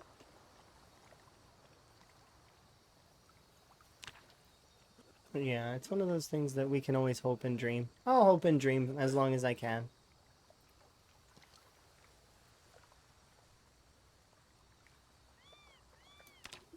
There we go. My regularity is almost all maxed again.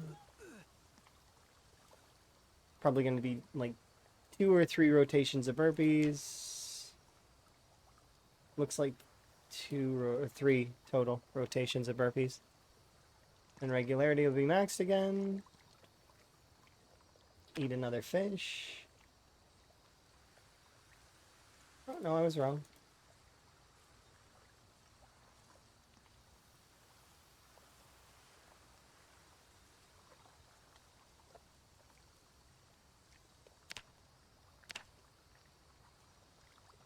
And shut off long blunt because long blunt is done.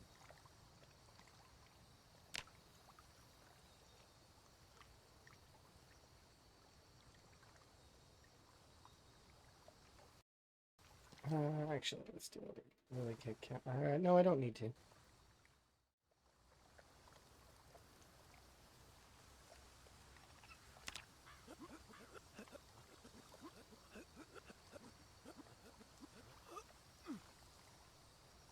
Did I eat? I don't know if I did. Let's go eat a fillet.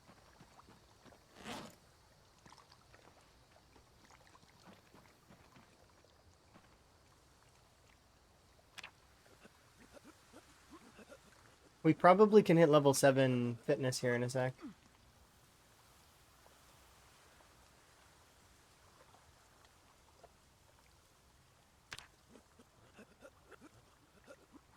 About another 2 rotations.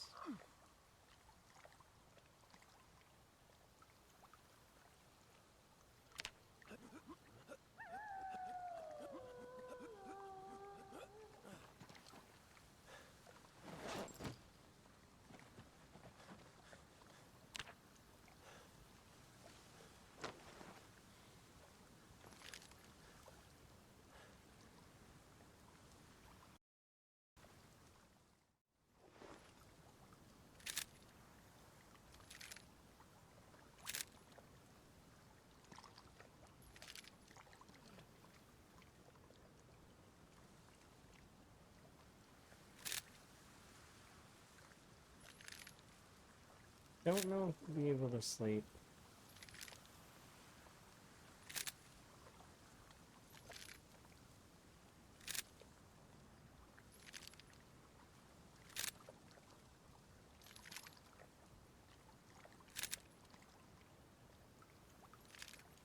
Because we have tier 3 pain, so sleeping's doesn't seem like an option at the moment.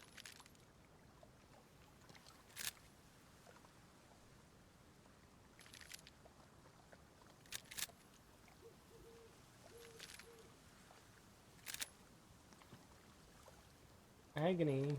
I'm surprised we went up to agony. I guess we did the entire workout rotation, though, to max regularity. We'll see what happens here in a moment.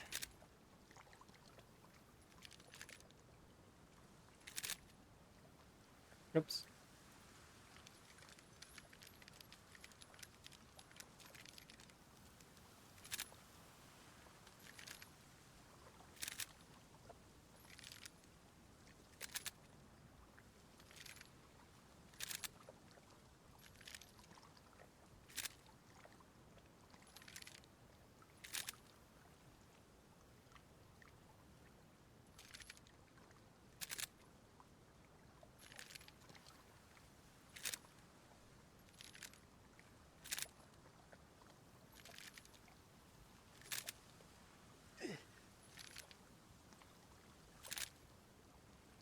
Alright, sit up muscle strain is going away.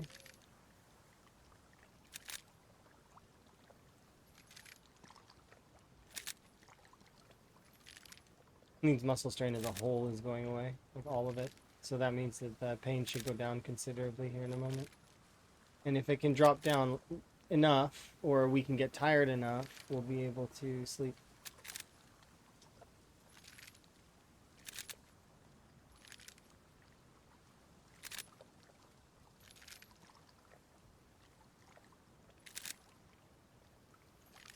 There goes our upper level pains.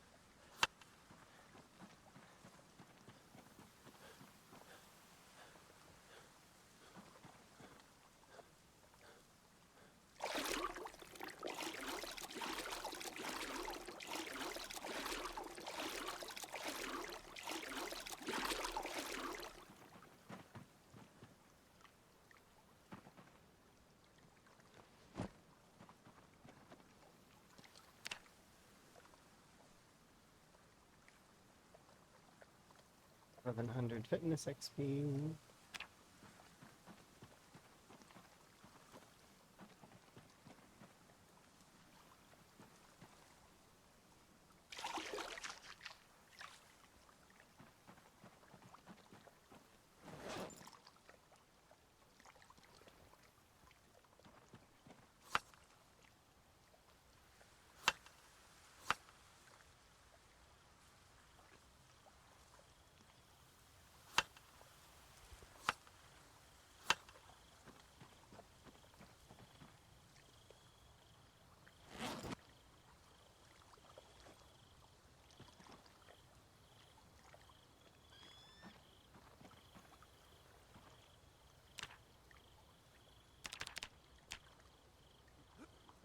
All right.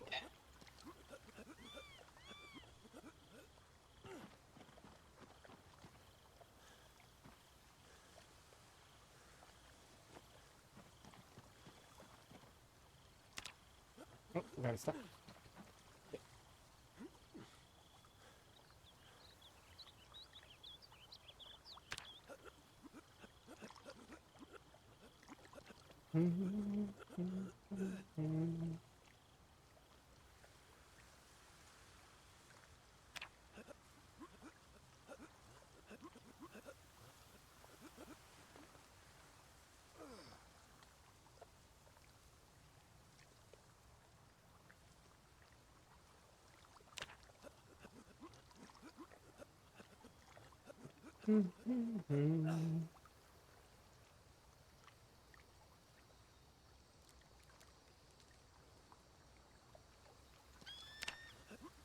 We're so close. 2K off, and then we get level 7 fitness. We're also 78, so we're gonna need a little, about 5 weight units. We're gonna need to catch another fish here in a second.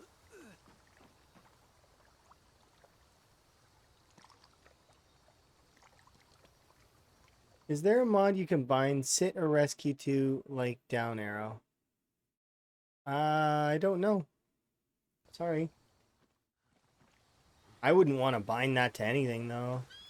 But that's my own preference.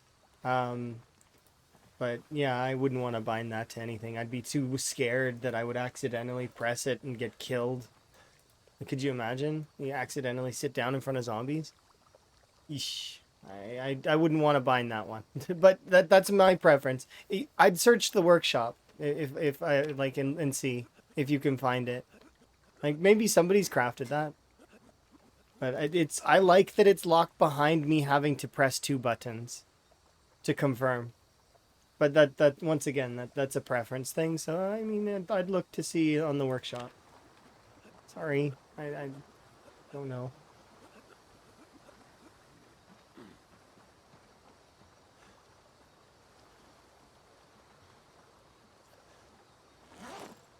Ah, it rotted before I could eat it. Darn. Oh well.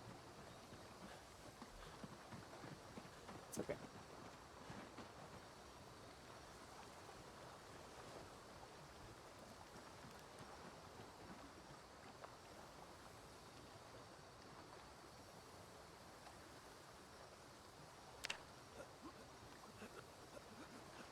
We'll be doing push-ups soon.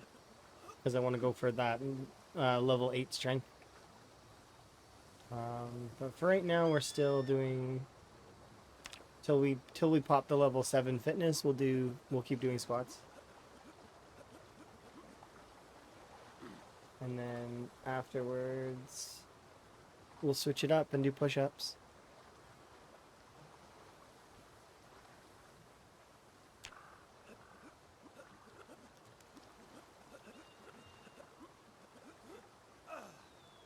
One more day of squats, how to do it.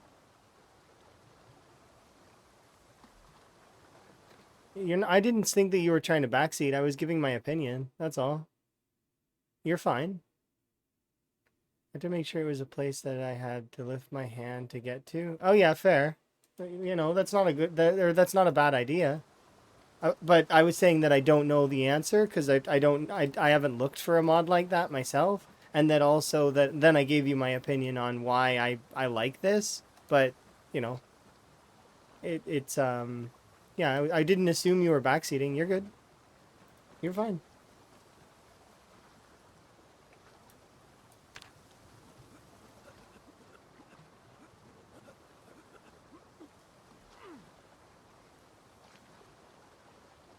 But I'd be scared even if I put it on another key that I accidentally would push it and in a time where there like maybe I get panicked, right? Because you can never predict when you're gonna get panicked. So you get panicked and for some reason you jump, your hand flies across the keyboard and hits that button. And then you're stuck in a down sitting down animation in front of zombies. I'd be scared to do that. Because I hit keys that sometimes that are like where I have to turn my hand. But I admit it when it happens because it's one of those things where I can't get better at the game if I don't admit my mistakes. And I'm human. I'm going to make mistakes. That's how it's going to go. So you just need to be able to accept that.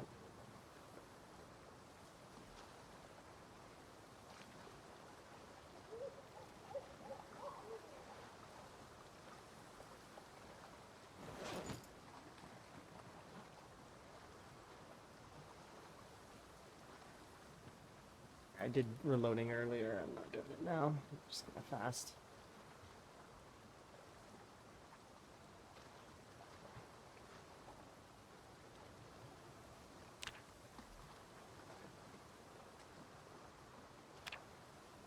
Nice. 1500 XP for fitness this time.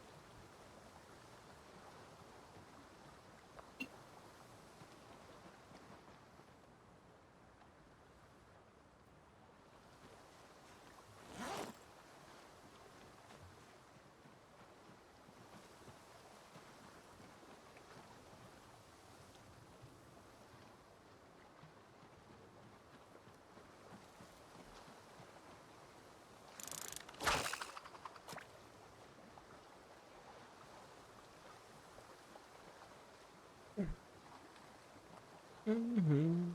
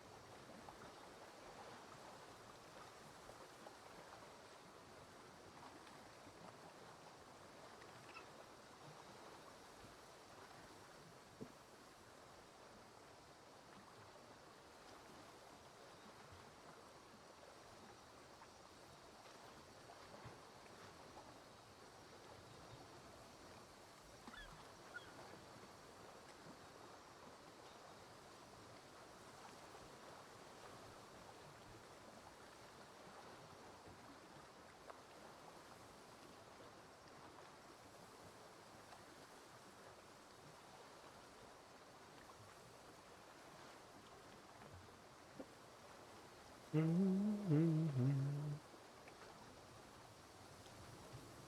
give up on this pool.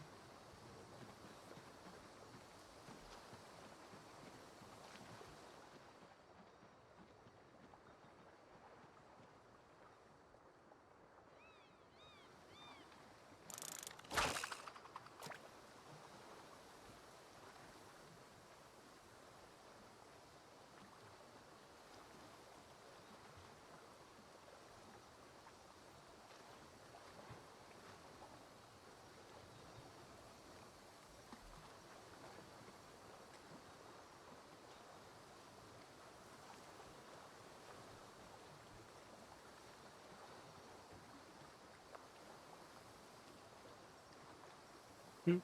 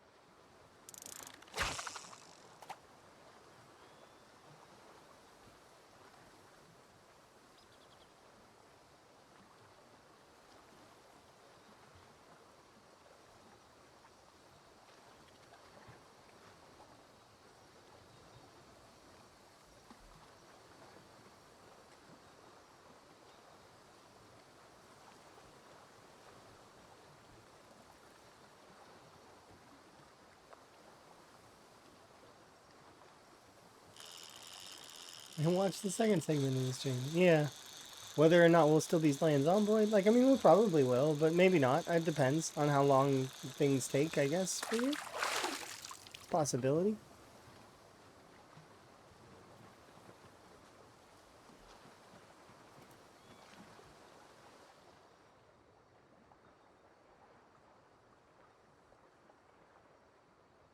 So much water, so few bubbles that are close by. They're like all the way across the stream. Like, look how far away that is.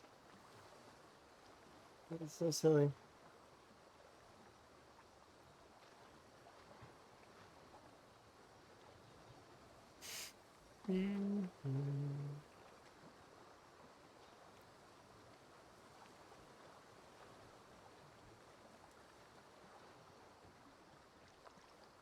We'll get some good fish, though. We'll get some good fish, eat, keep working out a little bit.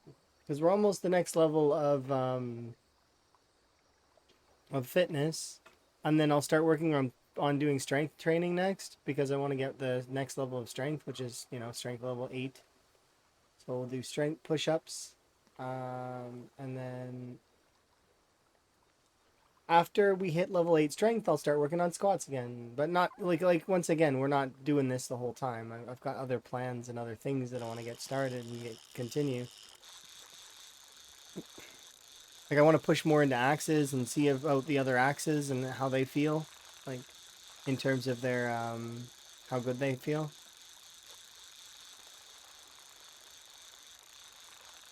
This takes way too long.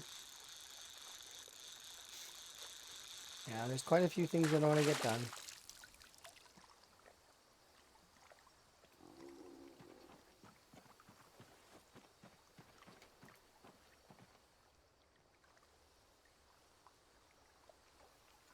Okay, so I'm gonna make sure.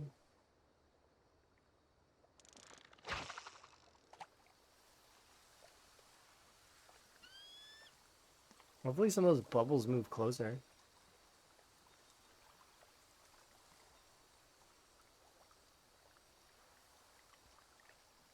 And I'd love it if the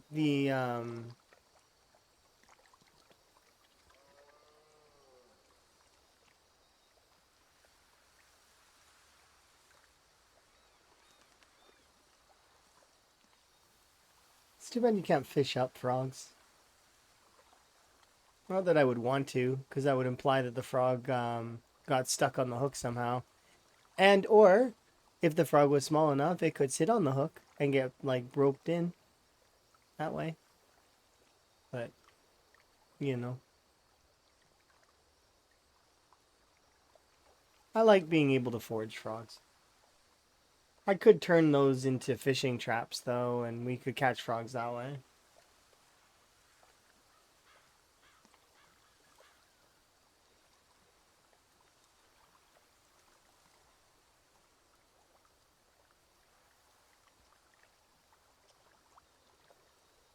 Or just have not.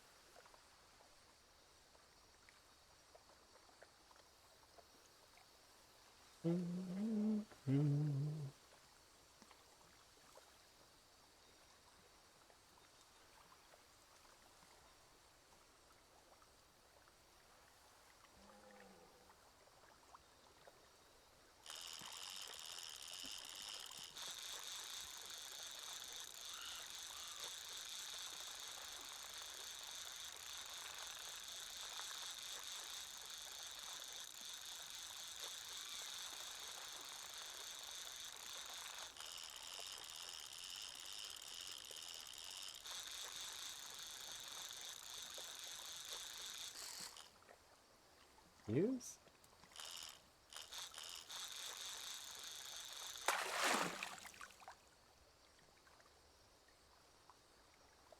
139 centimeter big catfish. Okay, I was wondering why it just slammed into the far end for no reason. Like, I guess it wasn't no reason.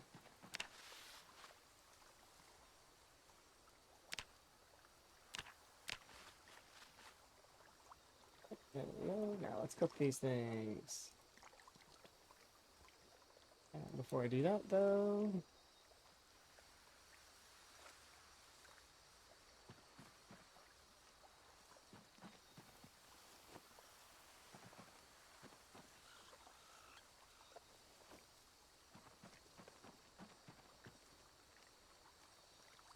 what? Oh, because I threw them on the ground.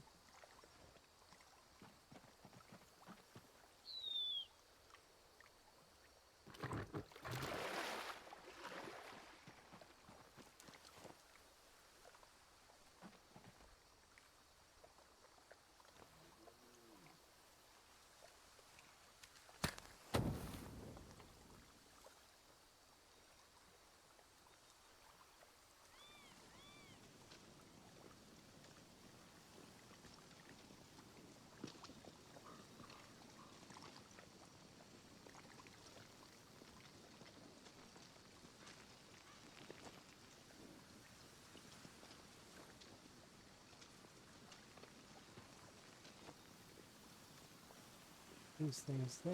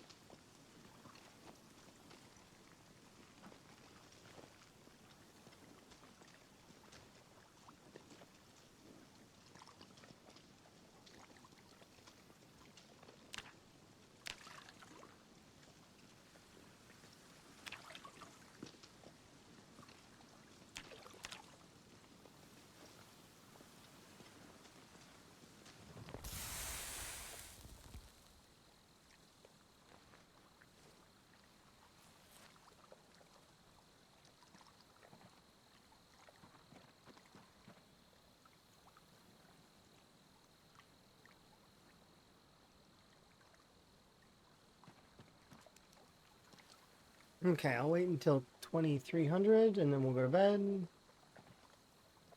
Which is 11 o'clock. It was just mostly a day of fishing.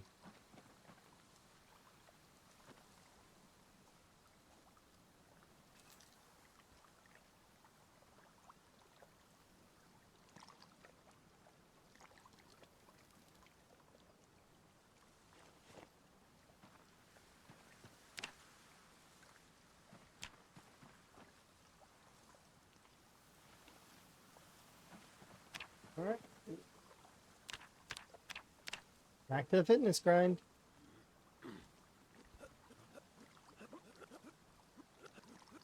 Should be able to get to all the way to where we need.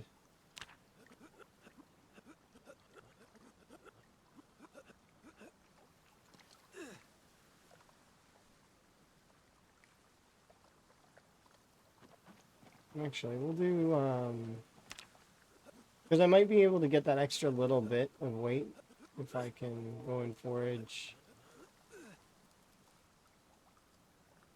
Well, actually, here, let's focus on fitness first, because we're actually really, really close.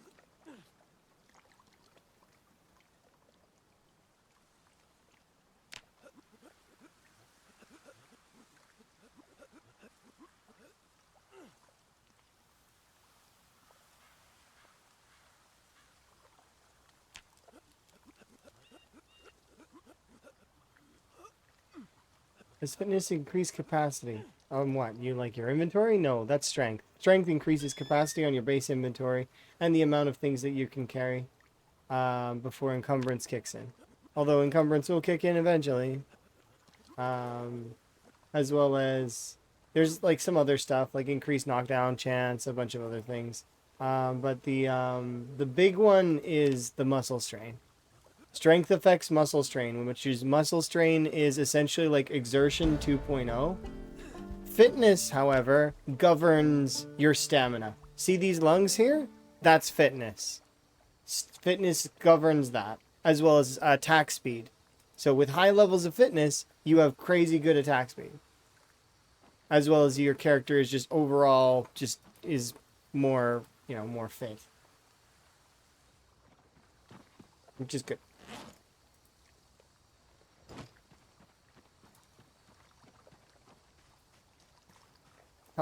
Helps out a lot. There is a mod that's called More Descriptions or something like that, that tells you more about the Moodles when you hover over them and gives you the exact information about each Moodle. Same one exists for your traits and for like these, but it says right here if you hover over. So see, like, where is it? See right here. Increase melee attack speed and speed of successful of climbing. Decrease exhaustion rate. And that happens all the way until you get to level. So level the ones that you need to know of if you're wanting to think about these is when you're a 0 to hero character, you're 0-0, right? Level 5 level 3 is one that's really good, but you want to get at least, I think it's one level gets you a little bit out of the rut. So you're given, I think, is it 1 level or 2 levels? I can't remember because it doesn't matter because in my brain 3 levels is the best for the early game. But that's once again, that's an opinion. But anyways, it'll take you from being unfit to out of shape, and it'll take you from being puny to being I don't know what's above puny. Is it weak? Is it's feeble? It's not puny anymore. But after that, you want to get to level 5 because level 5 is when you have no trait. There is no debuffs anymore for you being caused by the traits. Then level 6 is when you get a bonus. You get fit and you get stout. My character has those right now. Fit and stout, right? Those give you a bonus to each of the stats that make you better in those stats. And then finally, the next bonus happens at level 9 for both. Level 9 strength, level 9 fitness is when you gain strong and athletic. Strong and athletic apply huge bonuses to your character, making you able to do a lot more things. Your character, and then at 10, you're at your peak. That is the character's peak of strength and fitness. After that, the only way you can get more is if you actually are full to bursting, because full to bursting gives you more strength. So you get more strength. You don't get more fitness, but you get more strength. So you can kind of give yourself 11 strength for a short time. But it's not, it doesn't stay forever, because obviously hunger, when you're full to bursting, comes down really quickly, right? But yeah.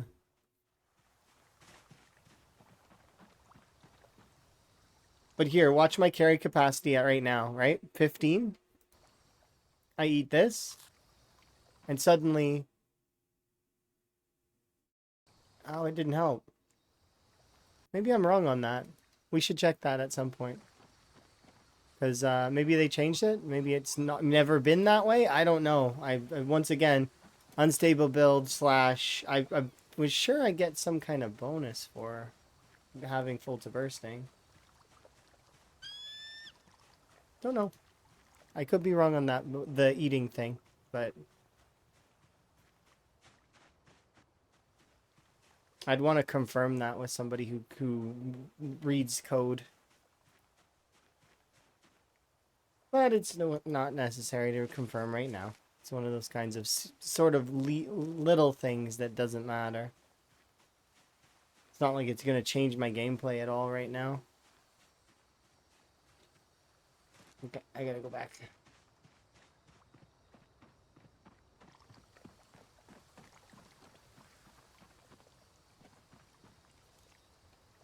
Because I'm still going to do exactly what I was doing. Just now we're doing strength. Instead of fitness.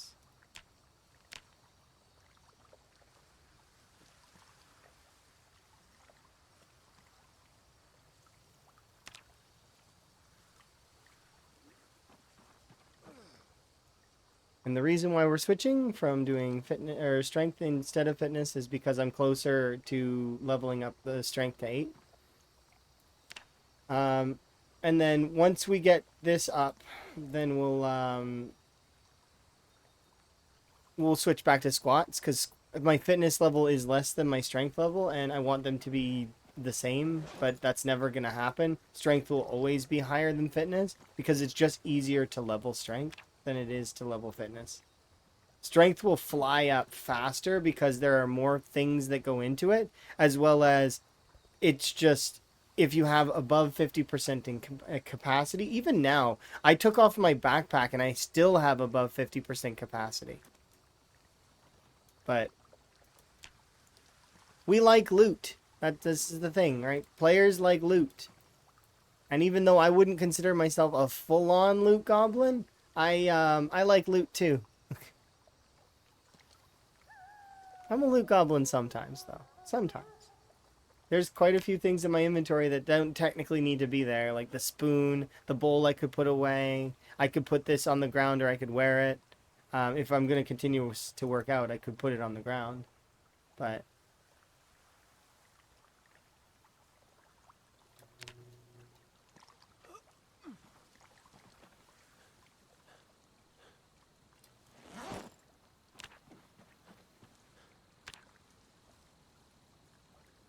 there we go. But yeah, strength increases carry capacity. I really can't wait to get these up to 10. Because then they'll be at their peak for muscle strain.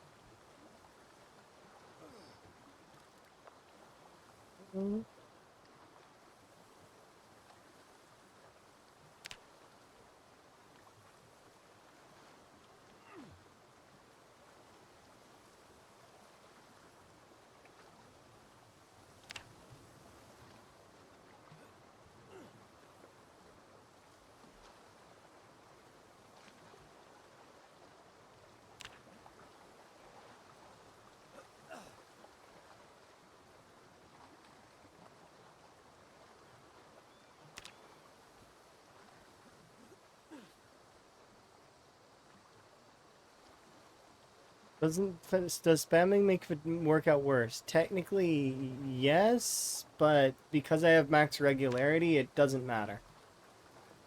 Because the workout being worse, and like the pain lasting longer, it's still not gonna last long enough to really hamper my character anymore because the regularity's maxed.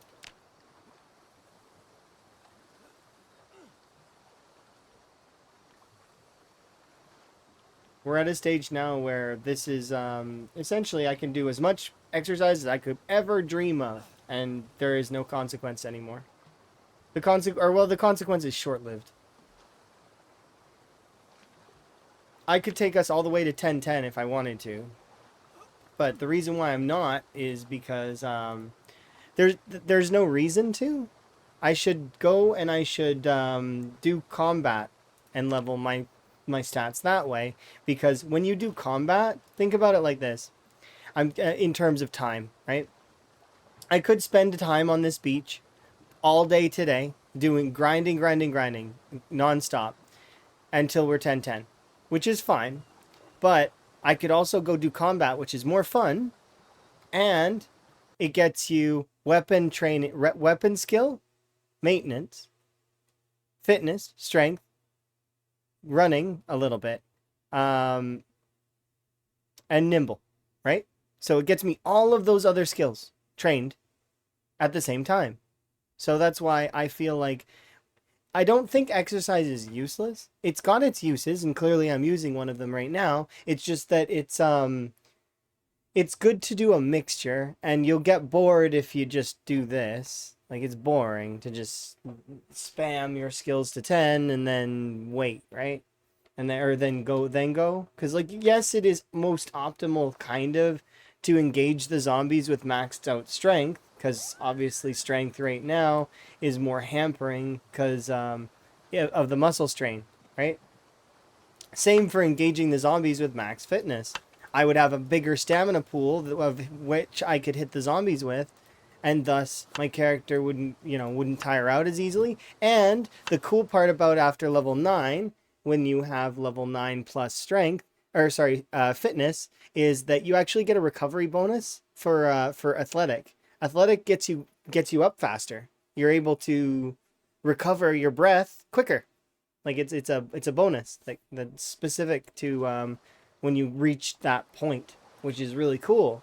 It's trust me, when we get to level 9, we will love every second of it, because I do love having level 9 fitness. Because doing a 9-0 character is it's so good. Because you could just run everywhere. You can fight for like tons of time. You rest for only half the time. It's so good. It's so good.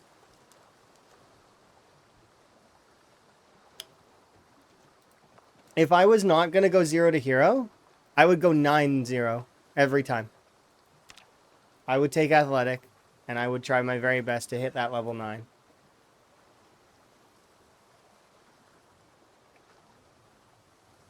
But I don't mind being weak, despite the muscle strain, because it doesn't last. That's the thing with strength. Strength is one of those skills that you can very easily level it up. It'll come up naturally on its own. So you don't have to worry too much about that one. If you want to go really crazy, you could do a 9-9 character. But having the extra passive benefits is great, but it's going to cost you in terms of the other benefits of having like the crafting benefits. And that's why 0 to hero is considered so strong, is because I get an extra 20 points, but if you really think about it, I also get the points that those advanced skills cost. So it's another 10 points. So it's actually the value of those negative skills doubles and is worth 20 points each. So that's 40 additional points, right? Because I can get those skills.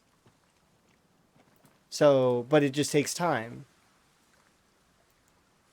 Which is funny that I mentioned earlier that time is one of those valuable resources that you can't get back, and then in the opposite way am enjoying marathon gameplay that takes a really long time. It's just it's it's one of those things.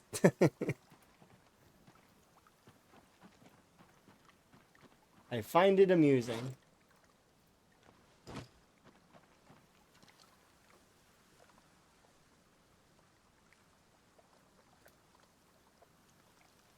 Now we're tired. You're 3 tired.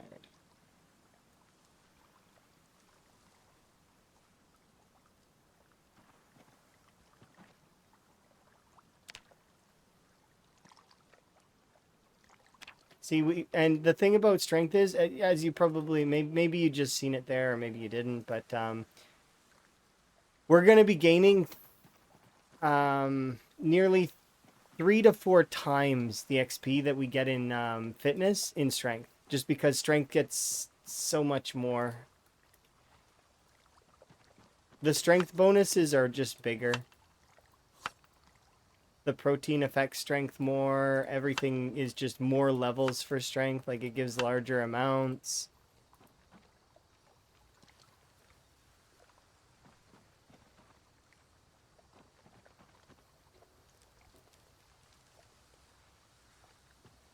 Okay, now I want to catch one more fish and bring it with us. It doesn't have to be a gargantuan fish. It just needs to be a fish to bring with us. And then this one can go on my back. This one can go on my side.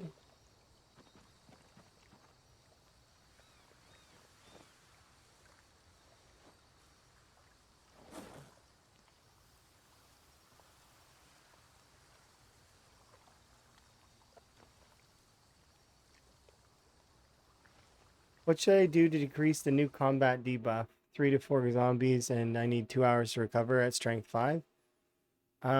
Get your weapon skill up. So you're at strength 5, which means you have a 1 times multiplier to your muscle strain. I don't know what level of muscle strain you're playing on. Is it default, or are you playing on higher levels of muscle strain?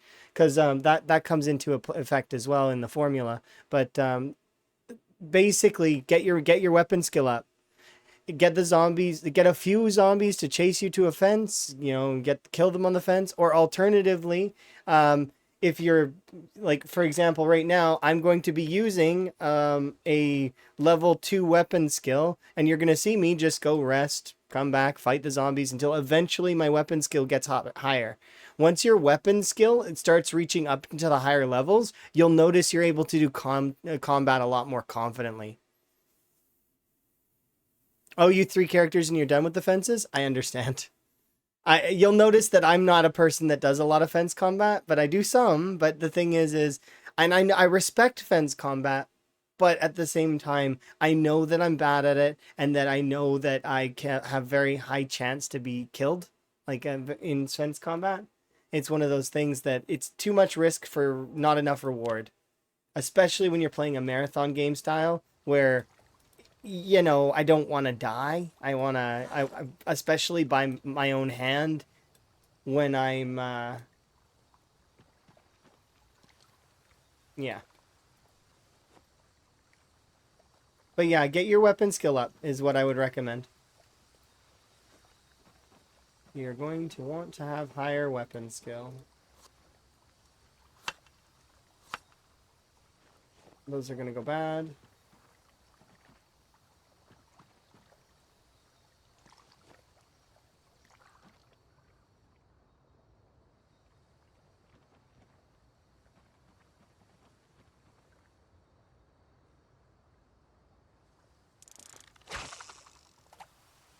Does exercise matter and strength? Yes. Strength does play into the formula. When you get to level 6 strength, you will acquire stout, which gives you a bonus. and will reduce your muscle strain as well because of your level 6 strength, which means that in the formula it is now a decimal number. It drops all the way up down to 0.5 when you are level 10 strength for the formula. Currently, if you're at level 5, it's 1 times. So in the strength value is times 1. If you're any less than that, it's actually more. It goes up to a 1.5 times value for muscle strain. That's every time you hit a zombie, and then it's also based on a bunch of other things. So getting your strength up, getting your weapon skill up, and fitness up. Sorry, I was trying to get that out before I thank you for the raid. Thank you very much for your tiny swords. Do very much appreciated. In an old lady's pantry. Hopefully you've been having fun with Inzoi, which I have seen you've been playing a little bit of. Um, maybe I might have seen. I'll do my little intro thing.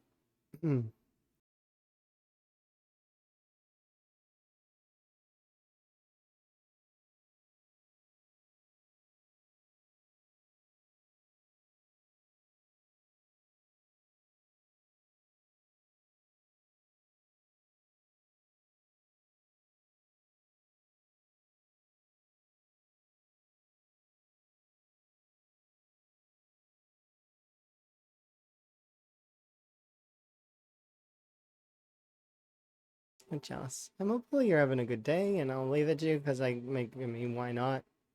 And hi. Hello, tiny sword people. Yes. Yeah, that Inzoi game looks interesting. It kind of looks like The Sims. It's a kind of, we'll see how it goes with its progression.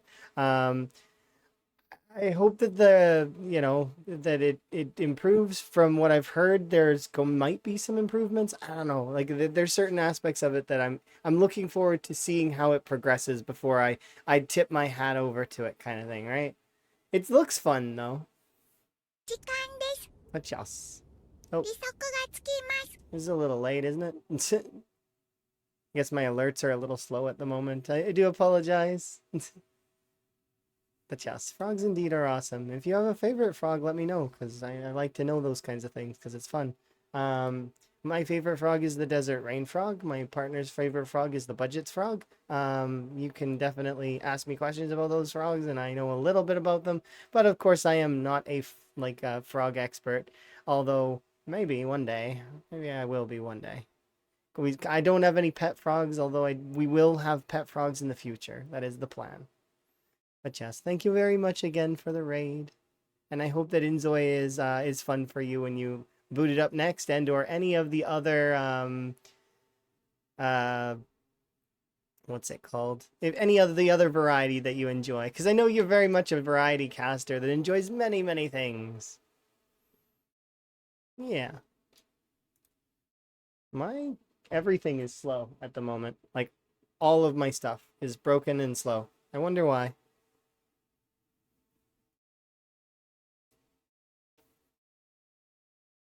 Still,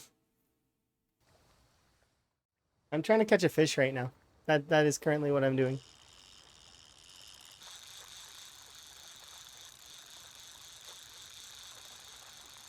I just hope it's not super big. Okay, but not super small. Be medium. I mean, 23 is not bad. Ah, it rotted before I could put it on here as bait. That's okay.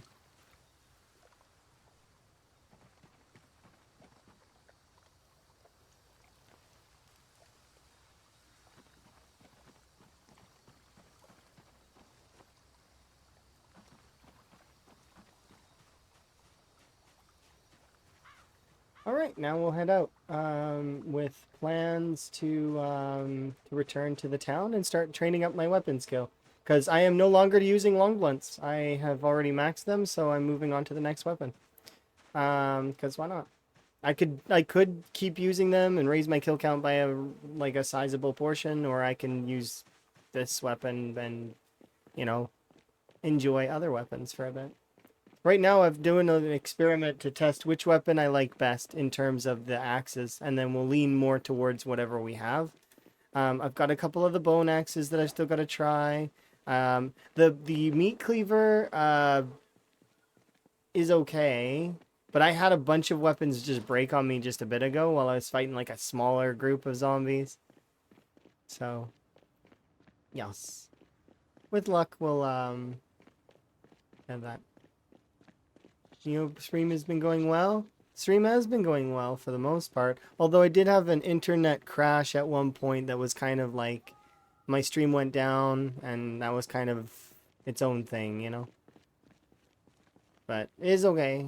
Like, I mean, it happens. ISP's working on stuff. It just dropped for like, I don't know if it was like 5 minutes or 10 minutes or something, but it was a short time. So I was able to pick back up right quick. And did you do that? No, I just sat there smiling, waiting for it to come back. And then it did come back. Although I was going to raid out to Buzz, but I didn't get the opportunity because my Twitch app on my phone was breaking.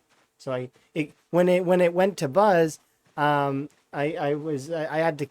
pressed the button and it canceled it right away. So I was like, okay, well, and then my internet looked like it came back. So I was like, I'll give it a try. And if it goes down again, then I'll raid out to whoever's on.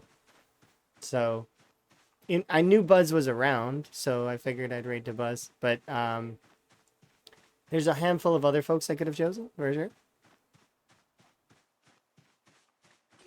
I gotta turn off my strength.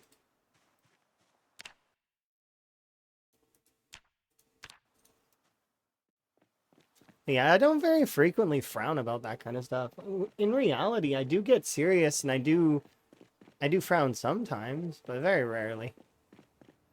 Like I mentioned before, I had to turn down the blushing on my model because I smile too frequently. And even now, like, I mean, there's still times where it's like, I'm barely smiling, but my face is very red.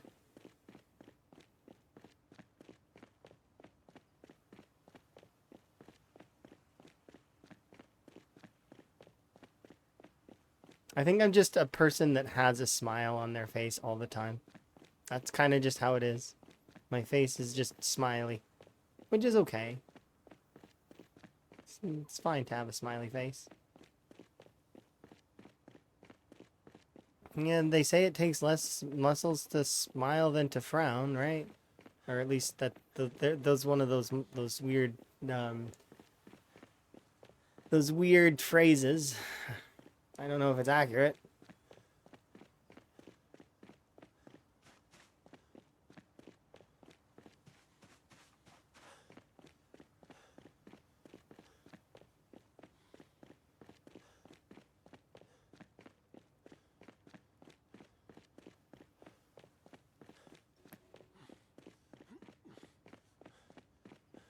My goal for Rat Race today wasn't a kill goal, though. My goal for Rat Race today, there was a kill goal, but I don't know if I can hit it.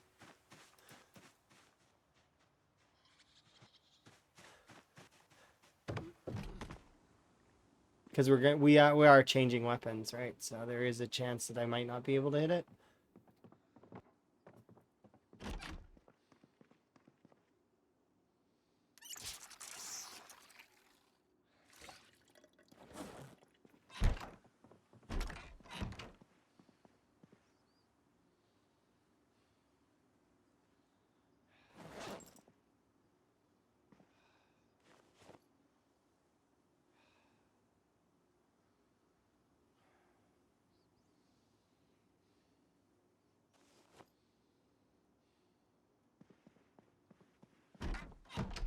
Still no sledgehammer. I'll be able to forge one eventually.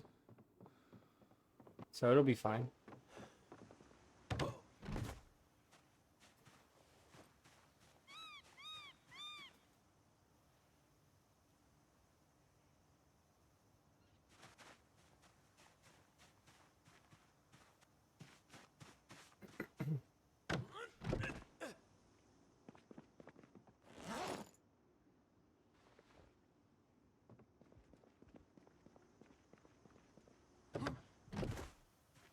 I want to go fight, but at the same time, I know there's no point to do that right now. The best option for me is to go to bed right away, but obviously we can't go to sleep right now, so the best option actually is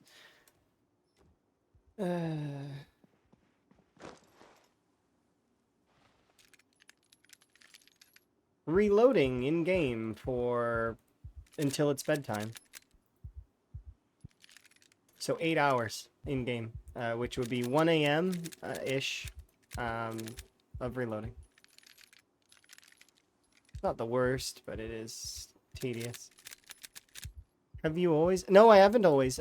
We got this like a couple of days ago off of it was a military zombie event or a survivor zombie event. So what happened was is I passed through a garage, or there was a garage that had a bunch of dead zombies in it, and 2 survivor zombies came out, and they were kitted like from head to toe in military outfit, chest rig, fancy backpack, the whole nine, right? So I was like, okay, well, that's pretty sweet. There's one extra backpack actually goes over at the house that I found them in. Yeah, it's really nice. But I was really surprised to see it. But because I seen the garage full of dead zombies, I was like, what's going on there? And then the fancy zombie walked out in like, it looked like it was ready to fight kind of deal. If the zombies ever get some special abilities, like they can not can run at you, but like they gain the ability to be like smarter, like I'd expect that to be one of the zombies that's smarter, like it trying to tactically flank you or something, you know? Because it was definitely donned in the garb. What is a chest rig? A chest rig is a chest piece of equipment that holds 3, even with disorganized. It has fairly decent carrying capacity and encumbrance capacity at 85% reduction, and it reduces the firearm reload time, which is cool. So if I'm wanting to load like magazines like I am now, takes less time. Also, in finality, it takes both back and front fanny pack slots. So normally you'd wear fanny packs, right? These take fanny pack slots. Am I doing the reload grind? No, that today is not a reload stream. I'm just doing little bits of it at a time, so when I finally do the reloading stream, that it's not as painful as when Lamprey had to do it. Because I know how painful that is, because I was there for 20 out of 22 hours of that reloading stream. I watched him reload bullets for 20 hours. It wasn't exactly 20 hours, but because I fell asleep, like I fell asleep at like the 19, 30 to 20 hour mark. And then I woke up and he was done. But,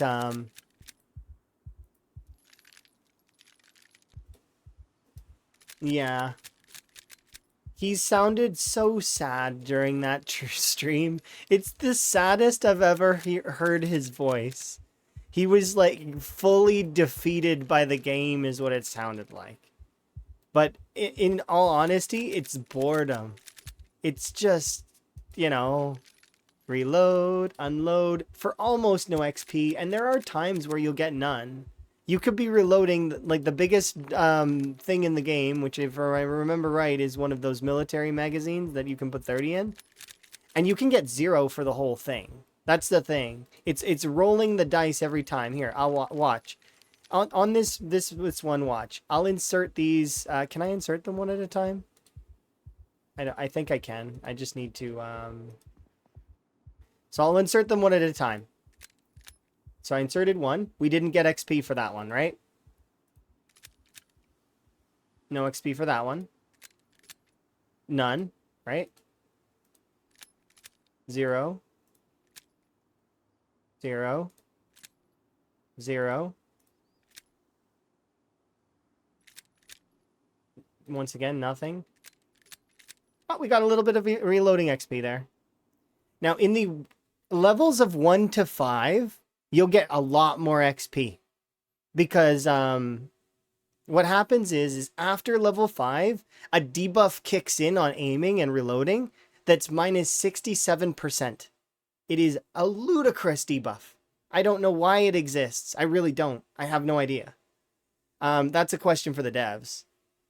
But it's a crazy debuff that it affects your character and causes you to gain almost no XP. However, there are books now, so it might lighten the load a little, but still minus 67%. Why? Guns themselves aren't that great, so it's like unless we can craft our own ammo, and even if we could craft our own ammo, like would they still be any good? Like you'd be crafting ammo for a while just to blow it all in a day or two, or three, depending on how much you craft. I suppose it would give more value to guns, but the thing is unless you make like you add mods in or adjust things, it is weird, right? Yeah, even if you grab all the guns from everywhere on you could even set it beyond a default. If you set the game to abundant, even, it's still not that much ammo comparatively. Some of the basements though have cartons, and cartons are huge, by the way. If you get a carton of ammo, it's awesome. But yeah, guns, they're good in PvP until someone gets into melee range and then kicks your ass. That's what happens. Because you can't. What are you gonna do?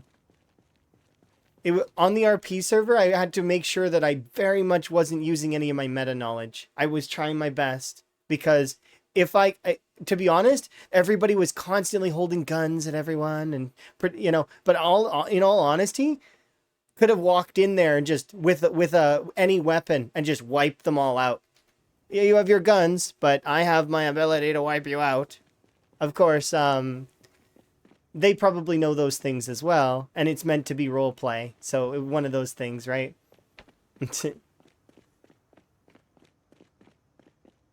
I had fun on the roleplay server. I hope we are able to do something similar again in the future, because it was a blast.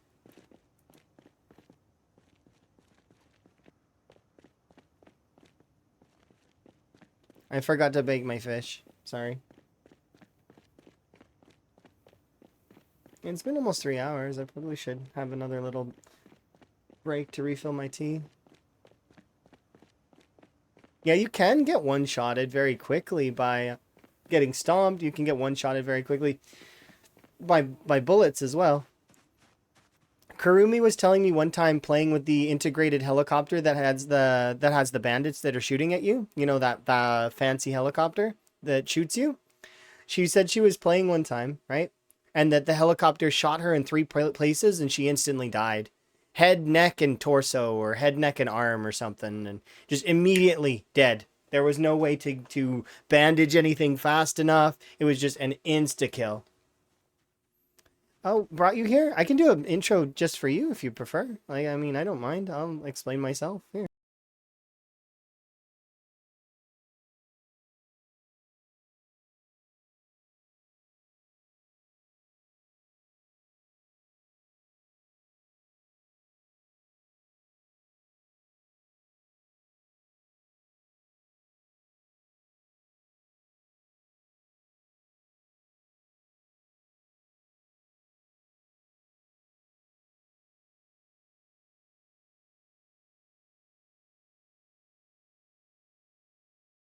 Hopefully that, hopefully that gives you You're amazing. an understanding. I also do anonymous follows so folks can just enjoy their lurk. If they want to just chill, like a frog on a lily pad.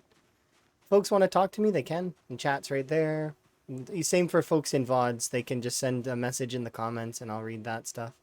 I also, for those that are curious, if ever anybody ever watches the VODs, my alerts and my music and my intro, that little intro thing that I do, are all not on the VOD. They're all on the separate audio track. So those things the VOD doesn't get to catch. And the reason why I have it like that is because it would get very repetitive hearing me say that stuff over and over and over again. And the alerts could be annoying for some folks. So I make sure that there's some balance in that. So, at least I think I turned off the alerts. I don't know for sure. It's been a little while since I've watched one of my own VODs. But yeah. Do I like Ninja Gaiden? I have played and enjoyed Ninja Gaiden in the past. Liking Ninja Gaiden, I like the art style, I like the gameplay, I like a lot about it. I don't know though. It was hard. I remember that game being tough. Hmm. I'll say yes. Let's say yes. I like the Ninja Gaiden. It was pretty good.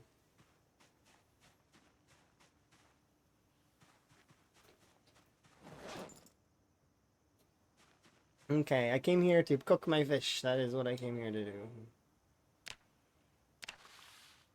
Let's cook the fish. Oh, yeah, my friend with the tiny swords is a great friend to have. Battletoads on the NES. Indeed. I would play those old games for you guys. I really would. They are so fun.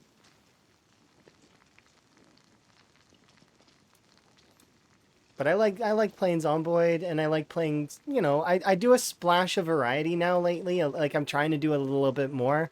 Like especially when I get like accomplish my goals or stuff like that. So I lean towards trying to incorporate a little bit more of it in, because I did say for the longest time that I would do a splash of variety so that we could play some other stuff like RimWorld or Valheim or Schedule One's been pretty fun. I've been enjoying that one. I expect it's going to be one of those games though that I play for a short time, I enjoy it, and then maybe I play it again like later on once they've updated it a few times, because they're still in early access, right? So I could see myself being like that. Okay, I'm just gonna swap out my water bottle.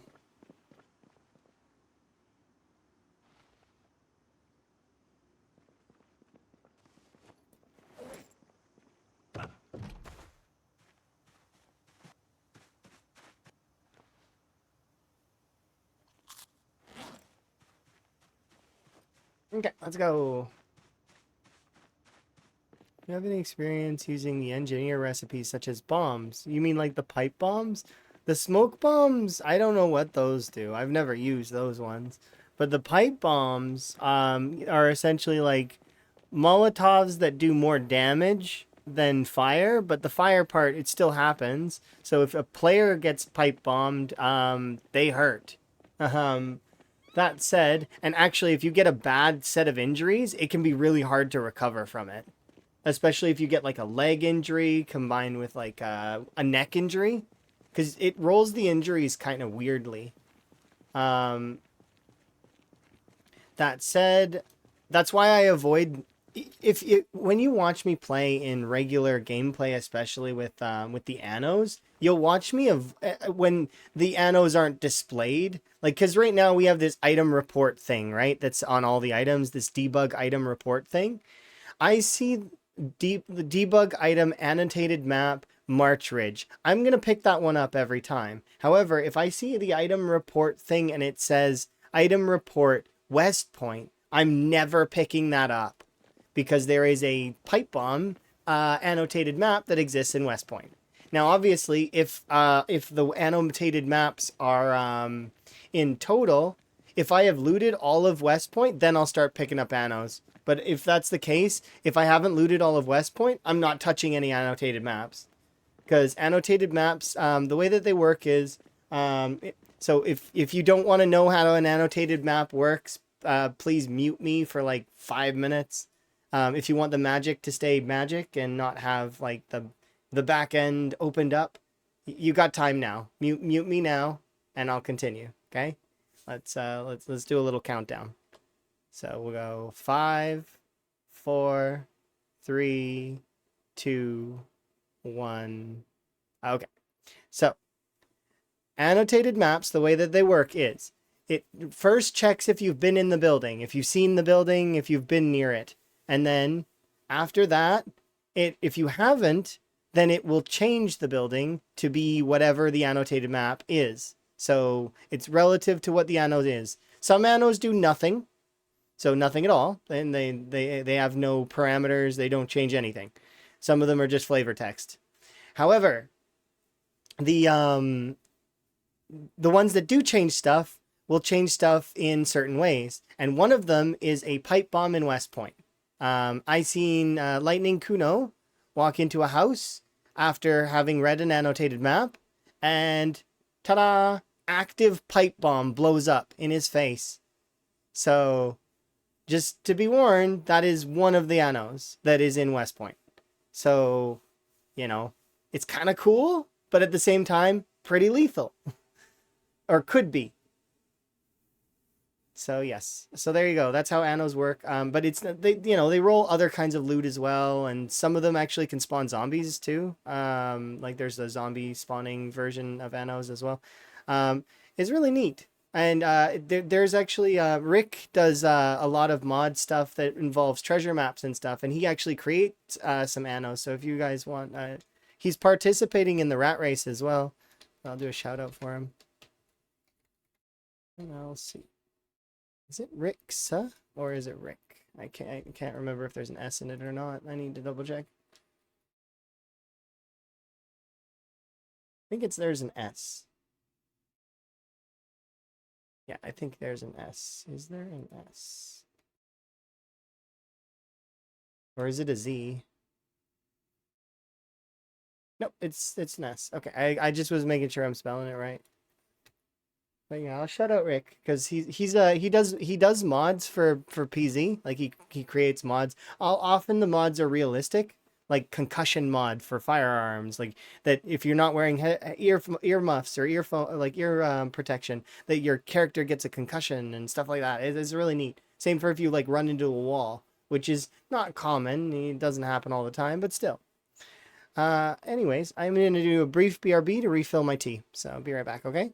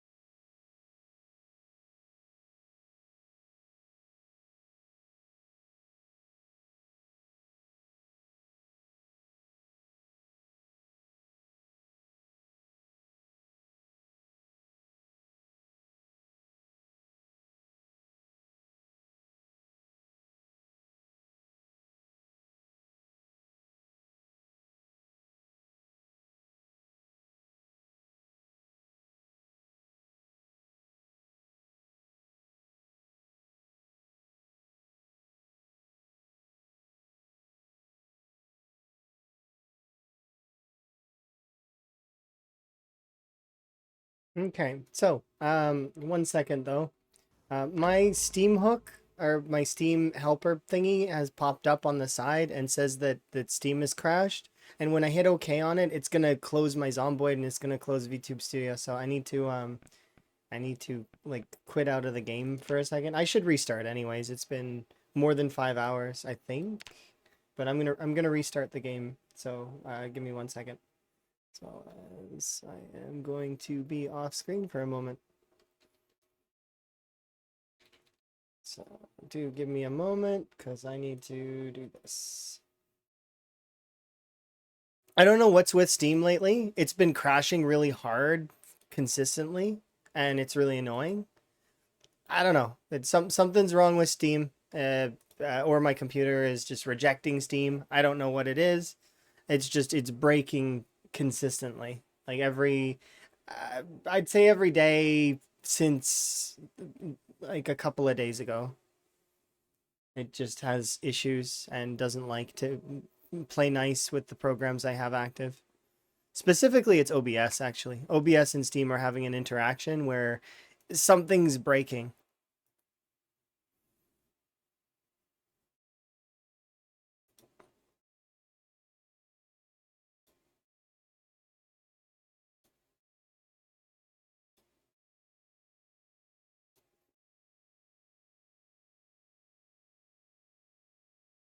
Game should be loading up here in just a moment. I do apologize for this, but when programs don't play nice.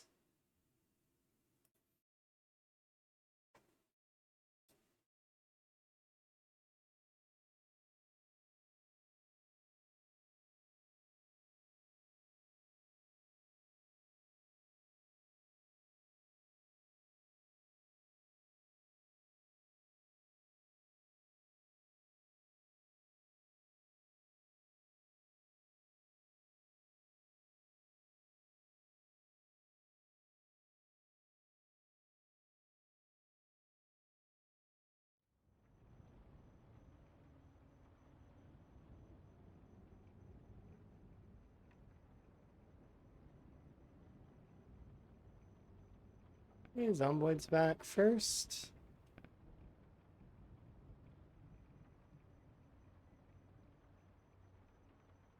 There we go. And I should be back too. Yes. Yeah, I don't know what's up with that. It just keeps breaking.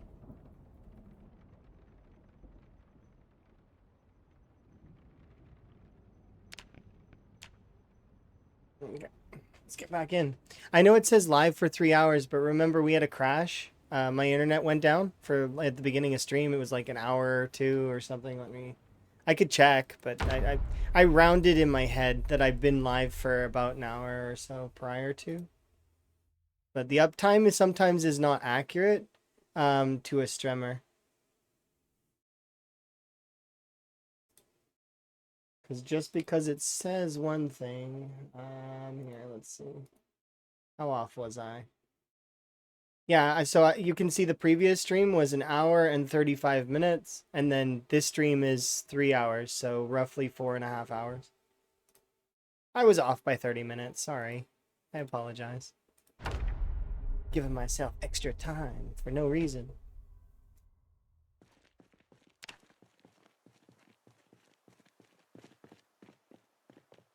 But yeah, it happens sometimes. It's just how it is. Don't know why. It could be because Steam had some games that wanted to update, and perhaps that's starting to cause some kind of clash with OBS. I don't know. I don't know the issues with OBS. When I switched initially from XSplit to OBS, because I have a lifetime subscription with with XSplit, so it's for life. I don't have to pay for it anymore. It's mine. I got it for really cheap at one time, and it's been mine ever since.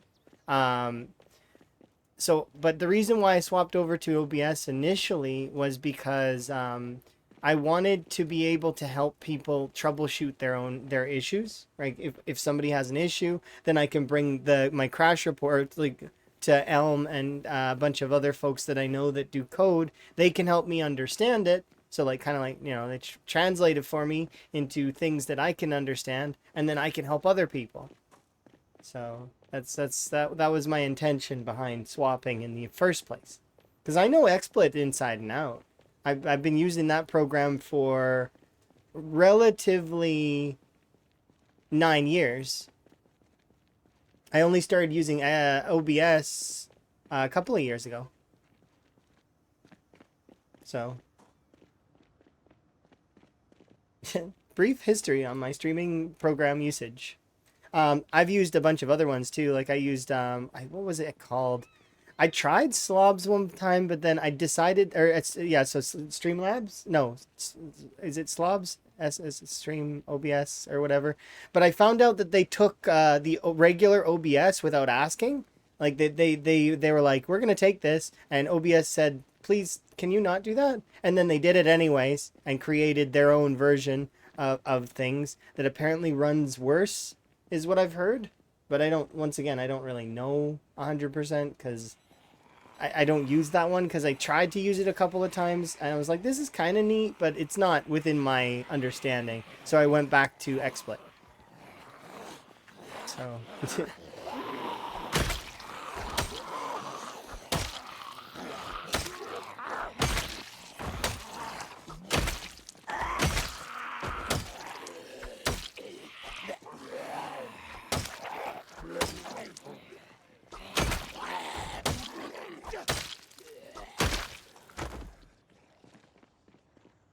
yeah, look at that. That's high tier muscle strain right there, which is also displayed right here. Like, and now it's lower tier. So you see, I can't. It's too much screen space given up. It bothers me. I don't even care if it were to show me, just show me the first two, like the orange and the red. That's the only two I care about. Yellow I don't care about, because yellow doesn't mean anything. Orange doesn't mean anything either, technically. Orange doesn't affect your characters, has no effect. And neither does yellow. Yellow is actually a hidden value, but I know it's there. I've seen it in debug menu, so it's not like I don't know that it exists. But the ones that matter are the red, and then your tiers of red, because it gets worse.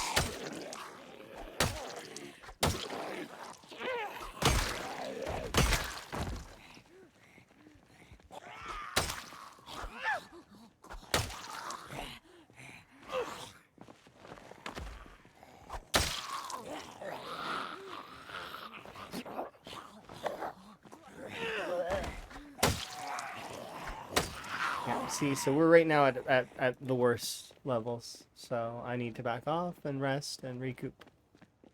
But see, this is what you're gonna be forced to do when you have low weapon skill, because you have no choice. You gotta just back off and let your weapon skill build. And actually, the worst part is to fight like this. If you fight when your arms are hurting, or when you have muscle strain, you're going to do reduced damage, and it's going to be pointless. The best way to do it is to fight until your orange goes red, and then at that point, then stop fighting, go rest, recoup,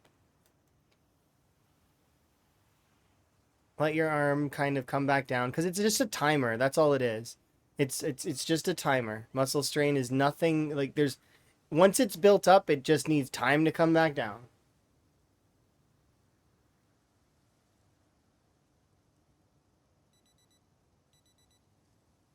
So see, took a couple of hours. We only killed like a handful of zombies, but it's gonna get better over time as we start to level our skill up. So currently,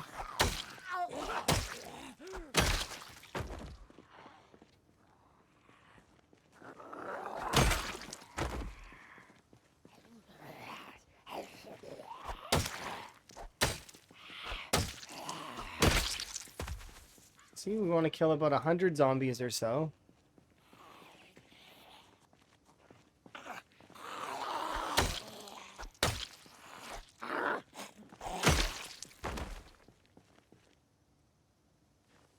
It also depends, though. Like, get our rest in, finish resting, let our arm come back down. Railroad tracks are a lootable item? Probably because they'll be allowed to be smelted down. Like, and maybe we'll be able to lay our own tracks. And maybe they'll finally bring us trains. I would be so hyped if we could make trains happen.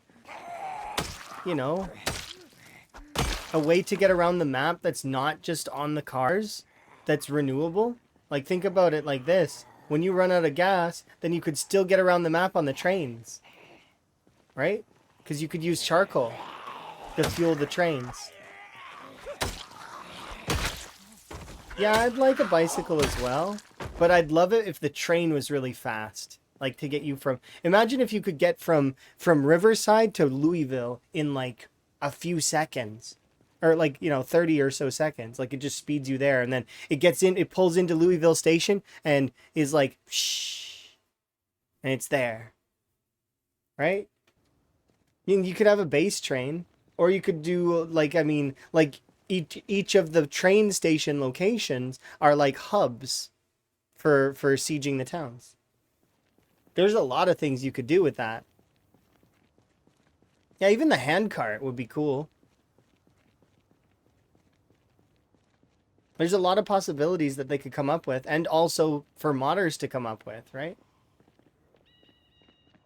Lots of room for modders to kind of do put their mods out there.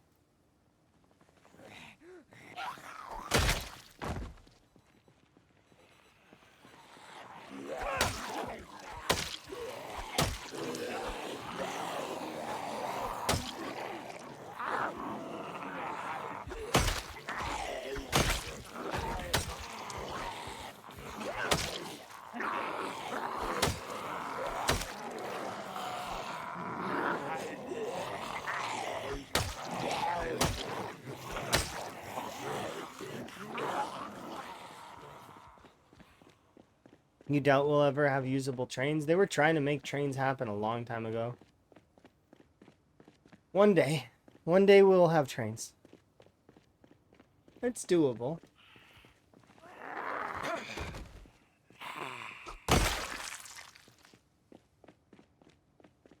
I honestly, so I'm curious question, and I'm gonna take a poll on this because I am curious, and I'm like really curious. So we'll do a poll, or not a poll. Is it a poll? Yeah, it's a poll. What do you want to see first? So here are the options, and I'm gonna lay them out a couple of times. What do you guys want to see first? We'll put trains on there. Right? Trains, that includes hand carts, all of that kind of stuff. Like, so faster transport that's more reliable, right? I'm going to put dogs, I'm going to put household pets.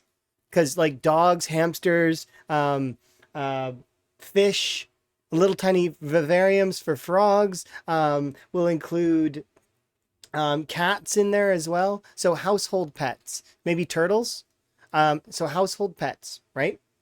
We'll put NPCs, so like the so you know, like other survivors, right? But I'll call it's just like yeah, so NPCs, like other survivors, bandits, stuff like that. So like you know, other people. I know the cows can be a household pet, but in my opinion, like, I mean more conventional household pets. And actually, you can't have a cow as your household, like in your household, without like some kind of farming license, if I remember correctly. But I could be wrong, and I don't know that stuff because that stuff's outside my jurisdiction and understanding. So I don't know.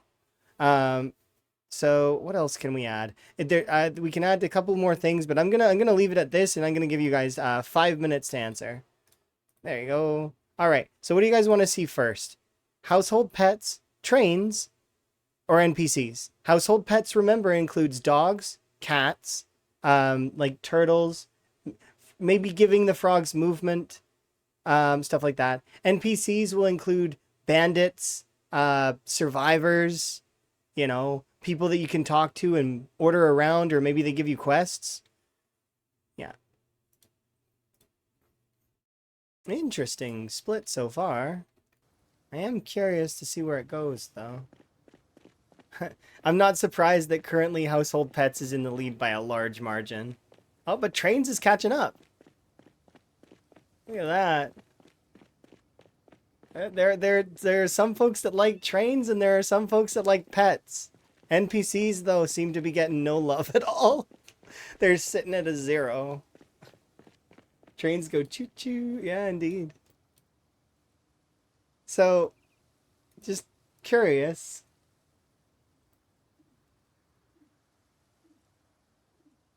Trains indeed go choo-choo. You couldn't do household pets because you'd be upset if they died. But the thing is they would have they would have longevity to their lives, right? So you could keep a pet for like years in game and it should be fine, right? Technically, the animals in this can die, like the cows and all that. They have a life cycle. I think it's a several year life cycle, though, if I recall correctly. Last time I was looking at it in the code, because somebody was showing me. Yeah, see, you can't survive years, but then you feel like bad afterwards, right? Because it's like your character's walking around as a zombie and not taking care of the pet like they should.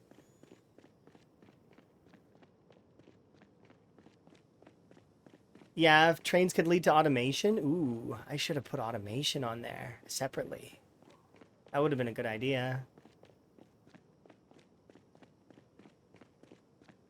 Like conveyor belt systems in factories. Could you imagine if we could start a factory? They've already said that they want to make it so that we can do power and water, like systems, like the hydro plant and the power plant. And then they've been dotting around the map these little power grids that I'm thinking are probably going to activate, like have an activator and turn on the power for a city or something like that. That would be cool, right? That would be exciting to turn back on not just the house with a generator, but go turn on the power for like a city block or something, you know? But then have it have chances to like injure your character and stuff like that. Oh, it'd be so hype to be able to have power in a proper format. Yeah, I should have added those things. I forgot about them, but they've been mentioned before as well. And well, I mean, the devs are kind of they are putting little powery things around the map, so it's like, it's just like ladders. They've been putting lots of ladders around the map. I guarantee that they're probably gonna give us the ability to climb up and down the ladders at some point. Some point, probably. Right? Because currently we can't. But yet the functionality exists in the rope system. They're probably just working on a different animation for it, maybe. Maybe. But I don't know. Once again, that's something that would be up to the devs to figure out, and if they can figure it out when they feel like it's time. Nobody should rush them to doing anything. This poll is more of a curiosity than anything. I'm curious what you guys are interested in terms of these, at least these 3 things for now. I forgot about those other things, and I'm sorry that I forgot about them. But yeah. Letting an electrician be the only one who powers the grid. Or somebody with high electrical. They got to get like level 9 or level 8 electrical to be able to power the grid. Give you a reason to train it.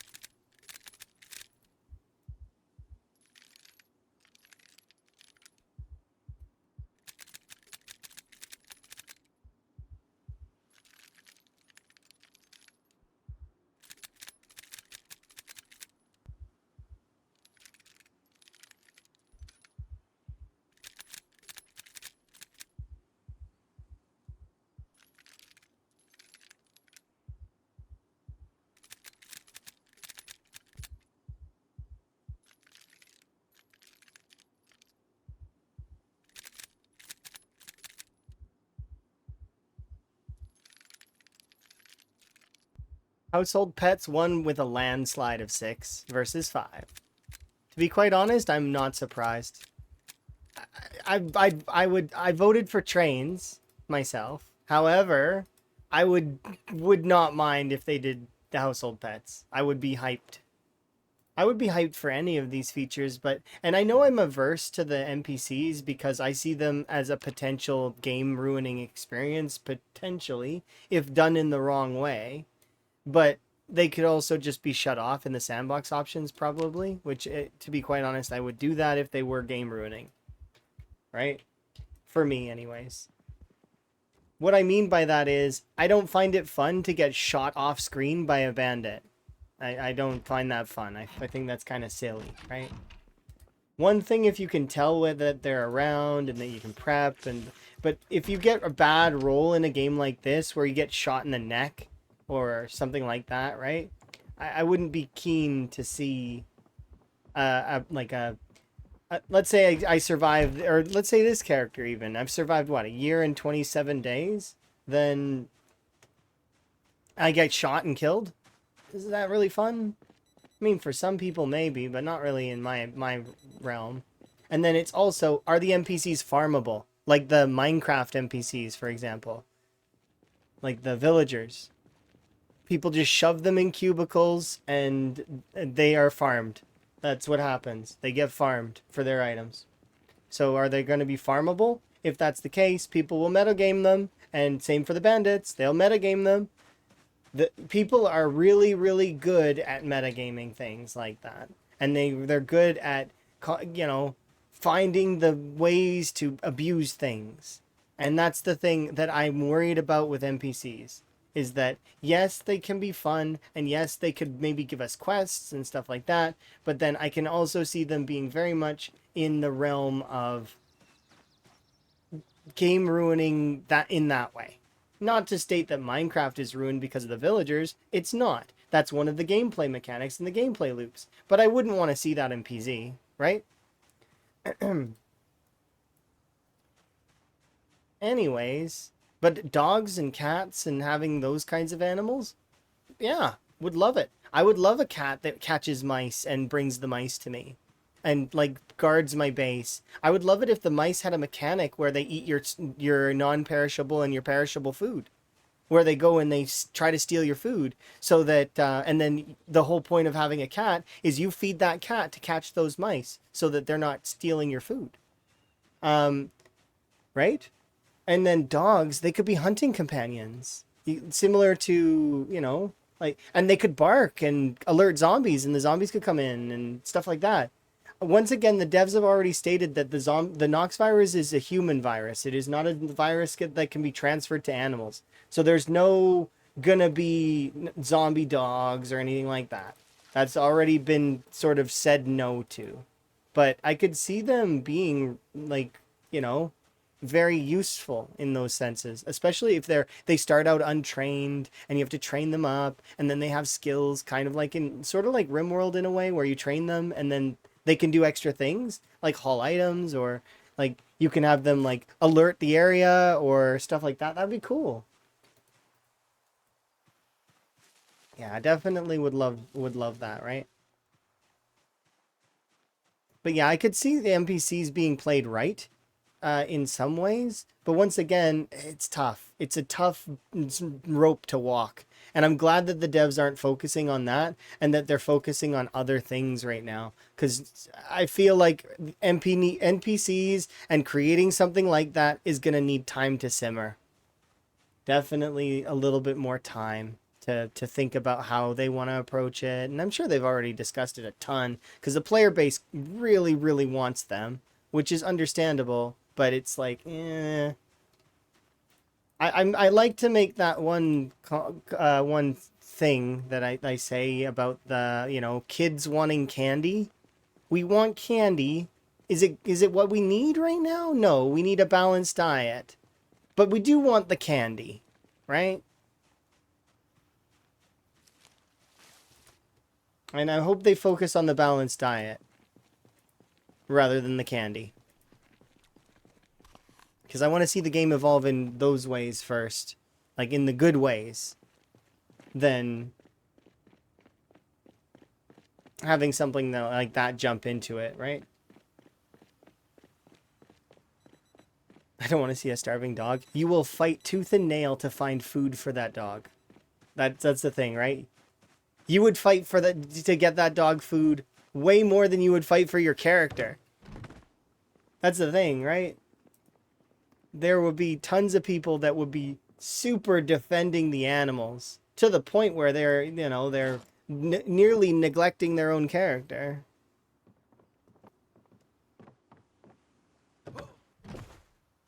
They would be the most taken care of animals ever. And that's kind of what I want to see.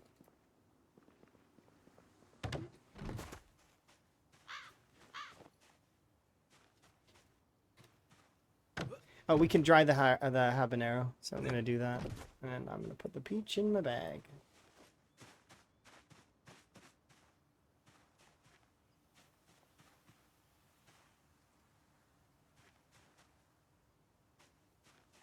Where is your crafting button? There it is.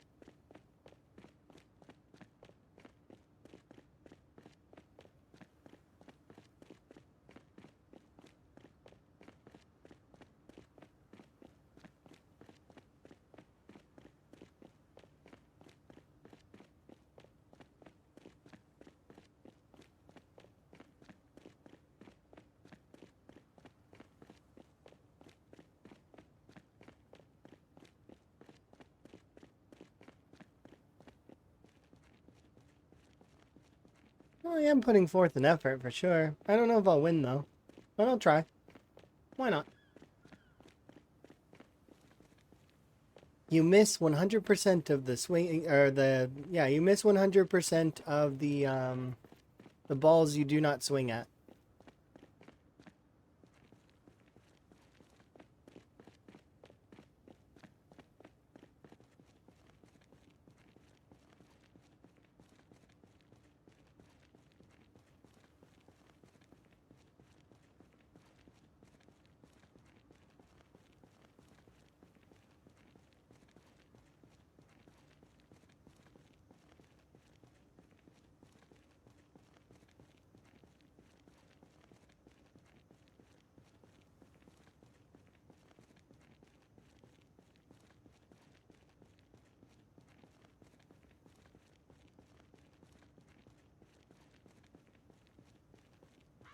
That was a tasty, tasty granola bar.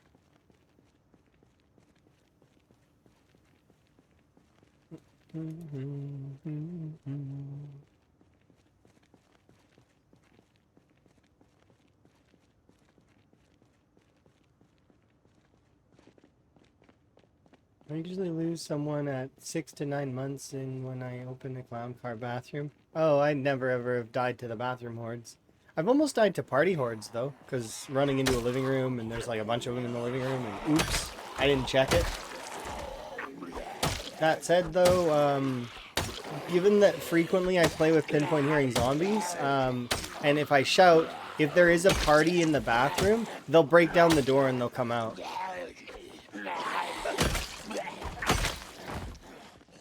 So I don't ever die to those kinds of scenarios.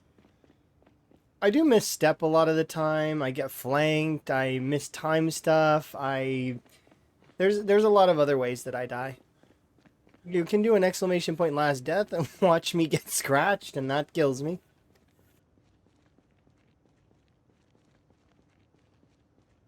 But yeah, I have commands in the chat that are for some of my better ones though. Like for example, what's it called?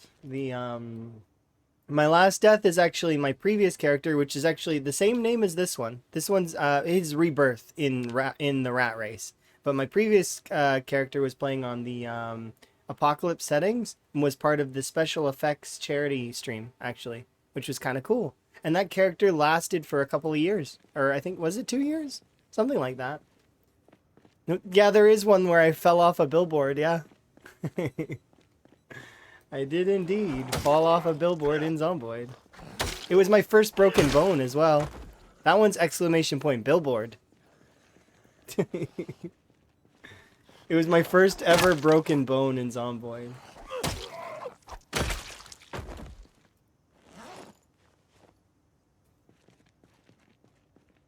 Whoops, I fell off a billboard.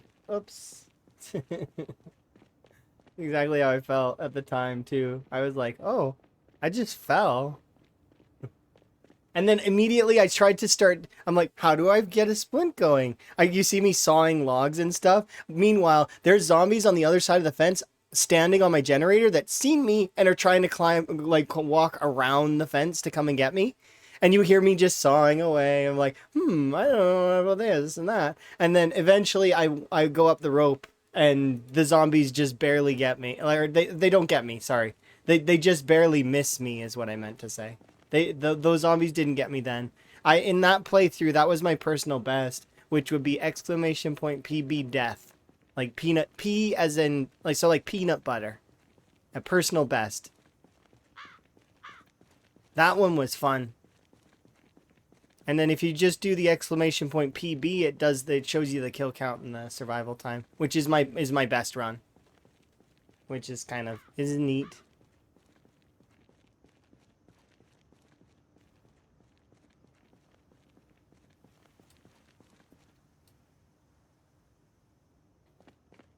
It's cool to have a PB, right? And then try to beat yourself, which is kind of what I want to do with this run, at least. I want to at least beat myself. I'm better at the game than I used to be. Even back then, I can beat myself. I totally can. I haven't been able to do it, though, in a long time. Usually I make a mistake before I'm able to.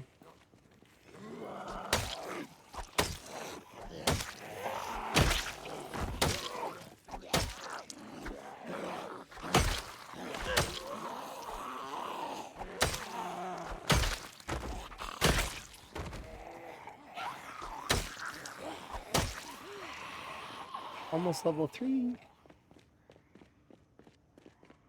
Once we get up to like level 5, it'll get a lot easier, and then it just gets easier and easier the more levels you get on your weapon skill. And that's just how it goes in general for the whole game. As you build up your weapons, as we build up your skills in general, things just become easier.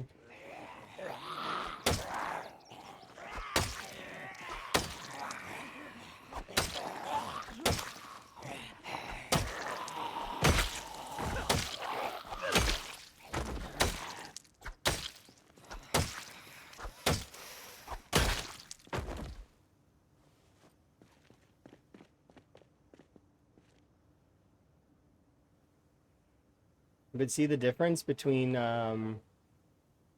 my level 10 skill and my level like 3 skill?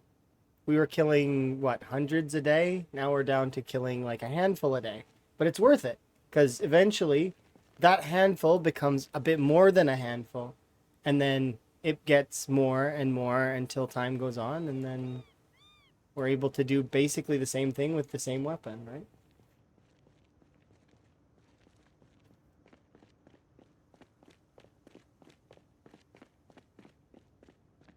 Just painful those first few levels.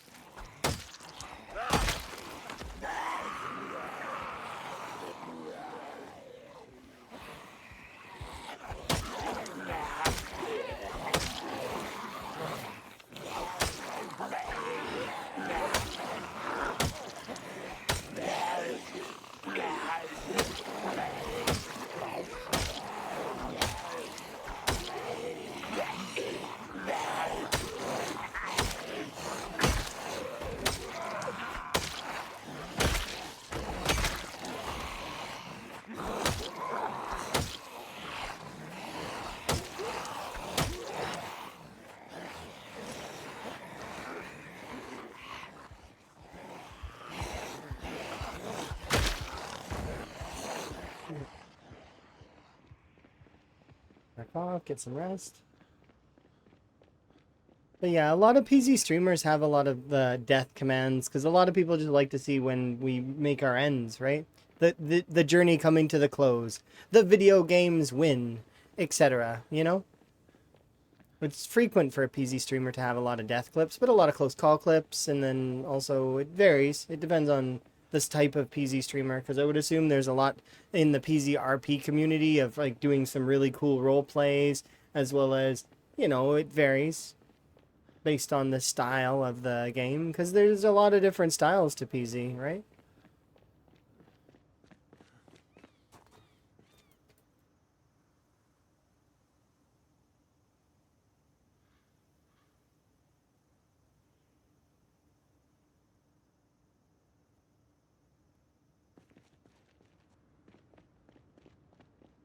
I should be able to get another chunk of XP off of the zombies, and then we're getting closer and closer to being able to fight properly with axes, which is good.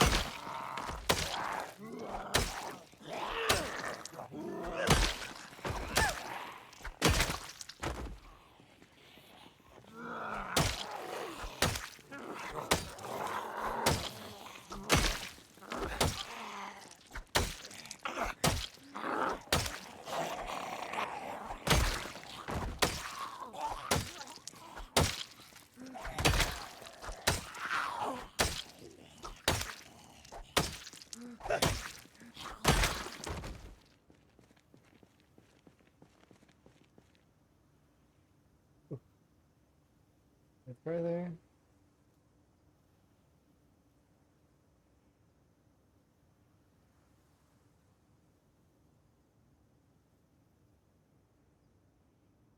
How much of Riverside have I killed? I think about 50%.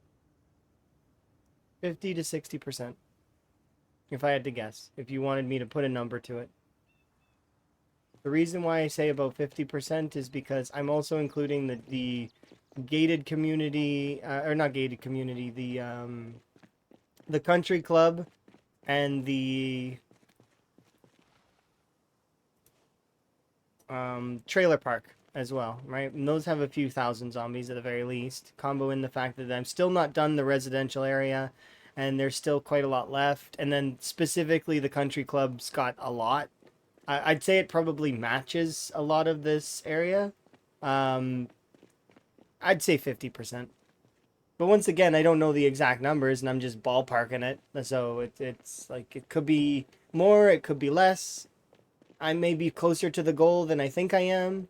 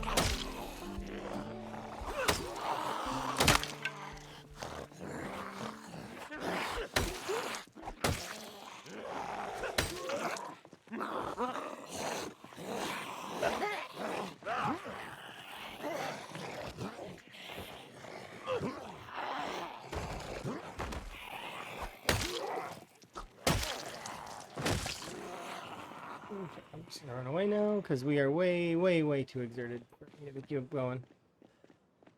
I should go back now anyways. Can get rid of this though. Don't need this. I heard a rumor that maybe broken items would be able to be blacksmithed, but I haven't tried it yet. And I don't really care to. A lot of the broken items are very, like, cumbersome to carry. And it's not like I can't get metal from other places, so, Could be worth extra metal, might not be, don't know.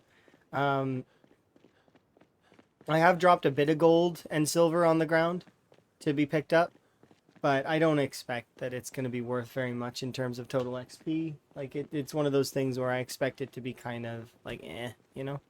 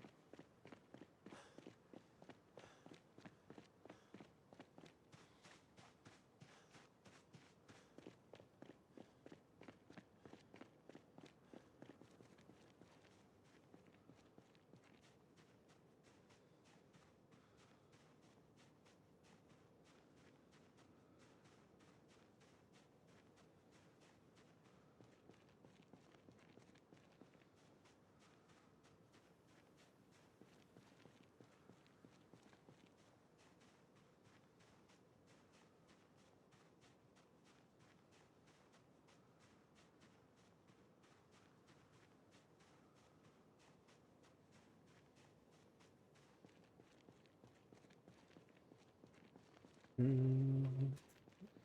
You like the Echo Creek Church? I like the Riverside Church so far. It looks nice. But I'm looking forward to seeing some of the other outposts because I haven't really ever paid attention to the churches. What's funny is that only one out of the two West Point churches was used. So if you were looking at the point of interest map, which is in the Discord, um, it only one out of two of the West Point churches is necessary, and it's the bottom one. It's not the top one. The top one was snubbed. That one is not as popular a choice, apparently. Even though it is the first church you see when you go from the mansions towards the town.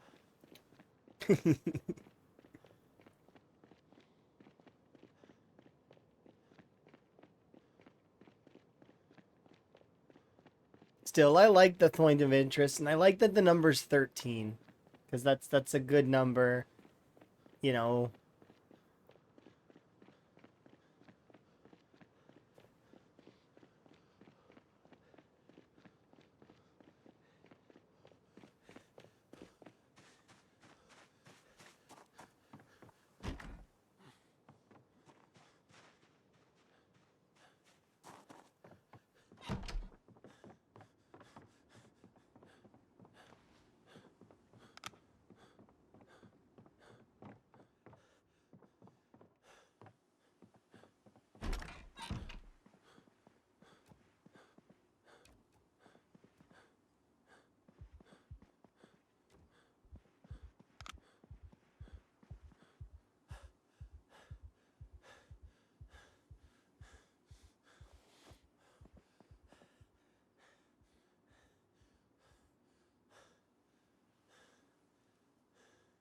You're still mad about not being able to sleep on chairs? Understandable, I guess.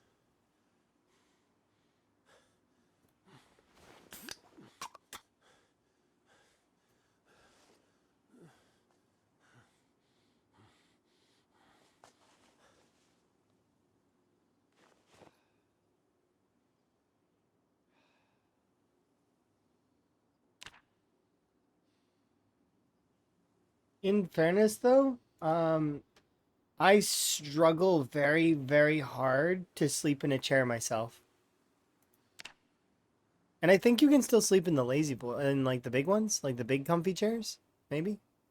But I know that I've tried to sleep in a chair before and I can't do it unless there has been a handful of times that I can get to that level of tired, but eventually I wake myself up because it's an odd angle for my being to be I need to be laying down and sleep. I can't sleep in the chair. It's weird. Even comfortable chairs, I would still struggle. But that's just me personally. Once again, I don't have any influence over anything. So, in the sense of, it makes sense to me that you can't sleep in a chair.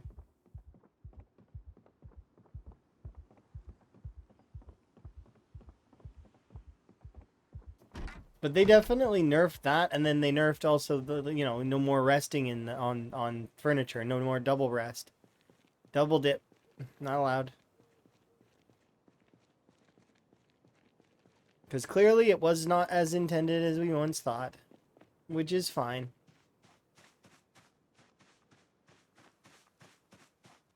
I like when they clarify on some stuff like that, because people sometimes are silly and they say, "Oh, well, this is how the devs intended it," but really, you know that it's not. You know that it's not what they intended. They probably didn't expect that things would break in that way, but that's the honest truth. Is that they didn't intend it. You broke the game in a different way, and you know. Same as us though, with the sitting. Or a handful of the other stuff. It all exists for everybody, right? Oh, I was gonna chop this up. I hope it doesn't stay.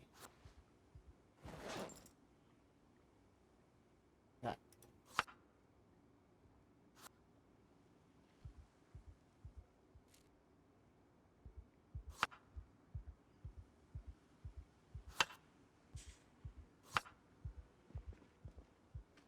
There we go. I want to bring other axes.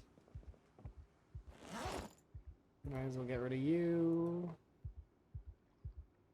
And bring you on me. Can't fit any more axes. Nope.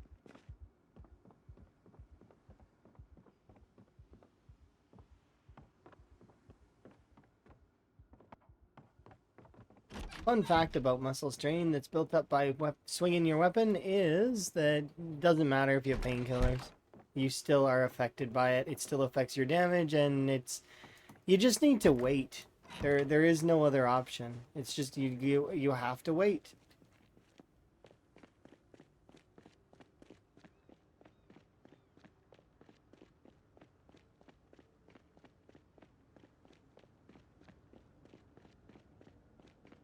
Hopefully the fog goes away.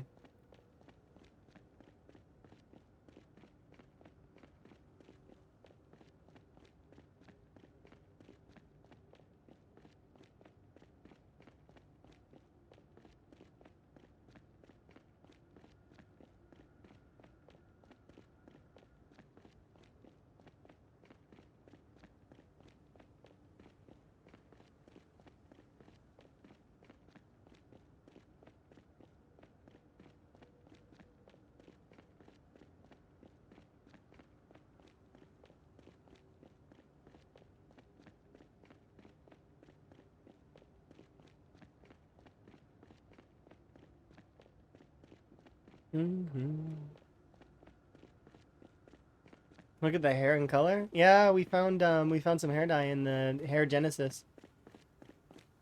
And chat voted on this hat. We are the captain. We are looking for a ship.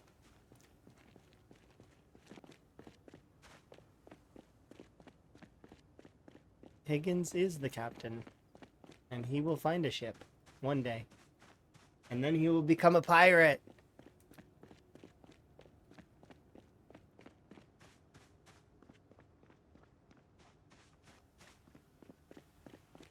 He'd make a great pirate, I think. Yeah, and he'd turn his ship into the main base, and it would sail up and down just the river. Like, it doesn't even make it out to, like, sea or anything. No, this river over here, he goes up and down it. I would have so much fun with that. If I could have a ship, it'd be hype. Could you imagine? Are you still having fun with the rat race? I hope that you're having a good time. And I hope your run's going well.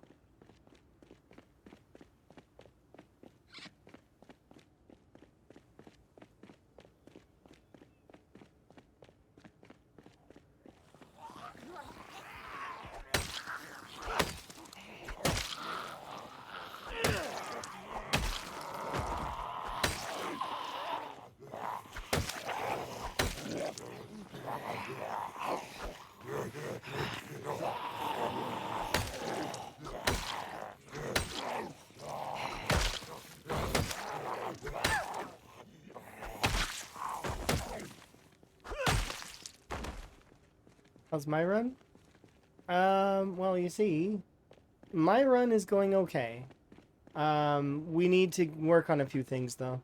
So some of the things that we're working on currently are we are working on um, getting we're doing axes now, as you can probably already tell by the my fact that I killed 3 zombies, backed off, and I'm resting.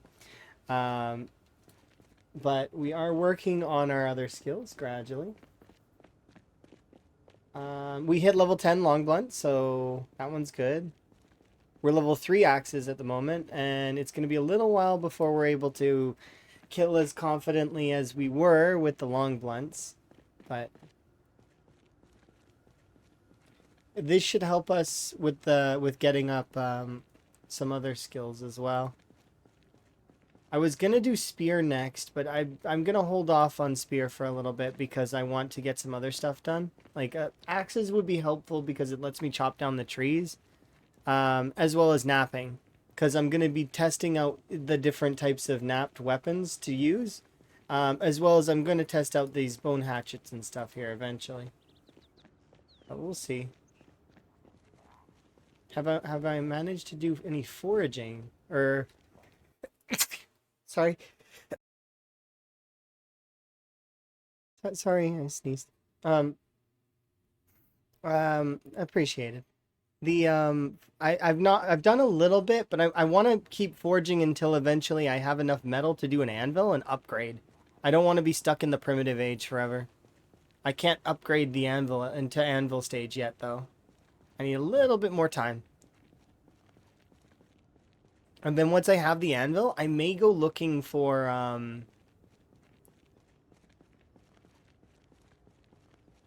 what's it called? The, an animal. Because if I can get a large bellows, I can probably skip directly to the advanced forge and the advanced furnace.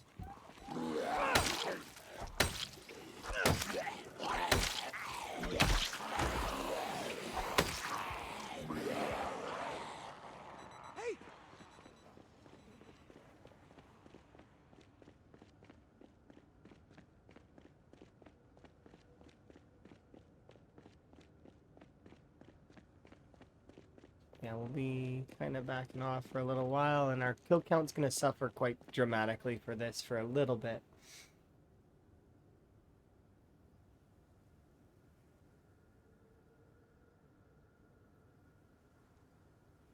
But that's fine. These are the growing pains that you have to kind of push through in the first little bit for these. Once you get through the growing pains, then you can start getting your kill count goes back up. And it's fine.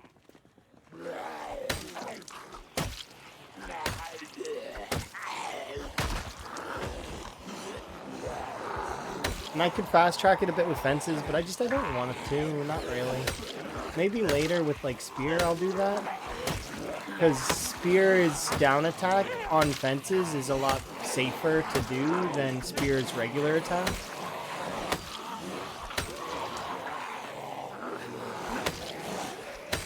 Alright, back off. I had 17 XP. And now I need to keep doing that until we have 700 XP. And then we'll be level 4, and level 4 is decent, and then ish, we'll be able to kill like maybe a small handful.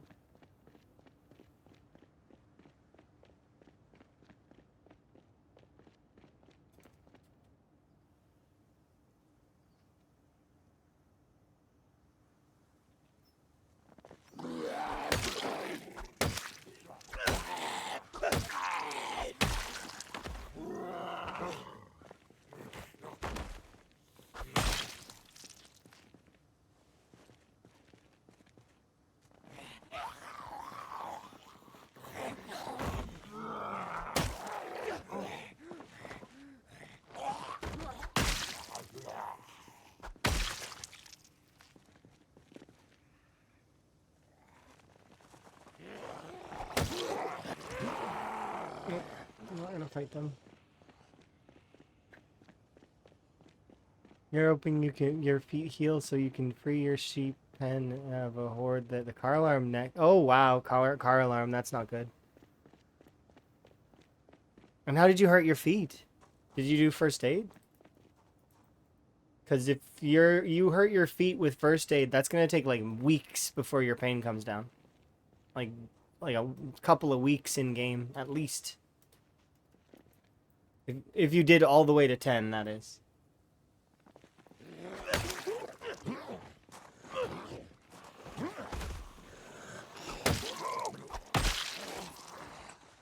Can't fight you right now. My arm hurts.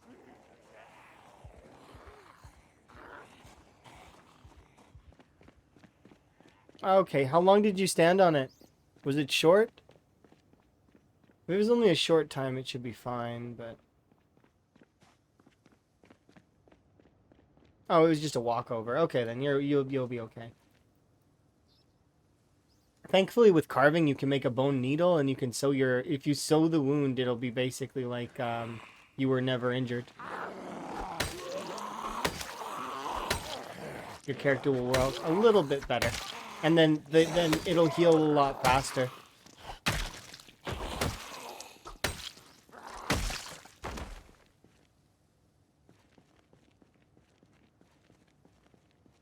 Oh, you have no thread. Oh. It's unfortunate.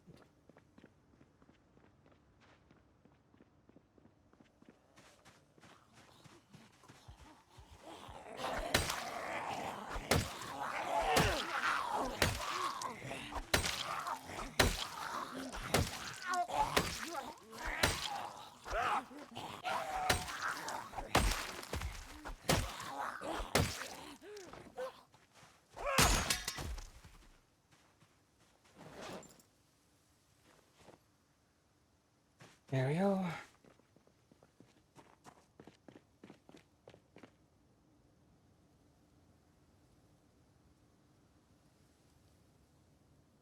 My arm pain come down.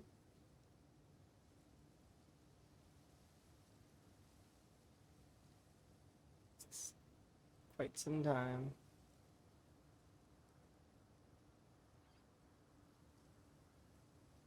Okay, we're good.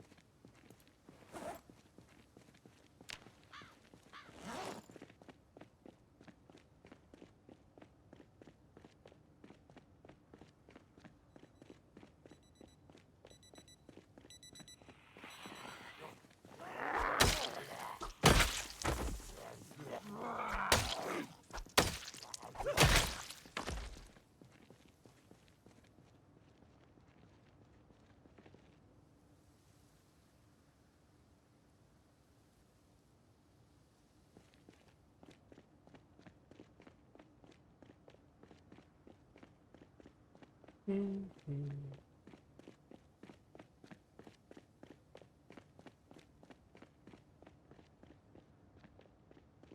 don't know if carpet will give you some, but I definitely hope you find some.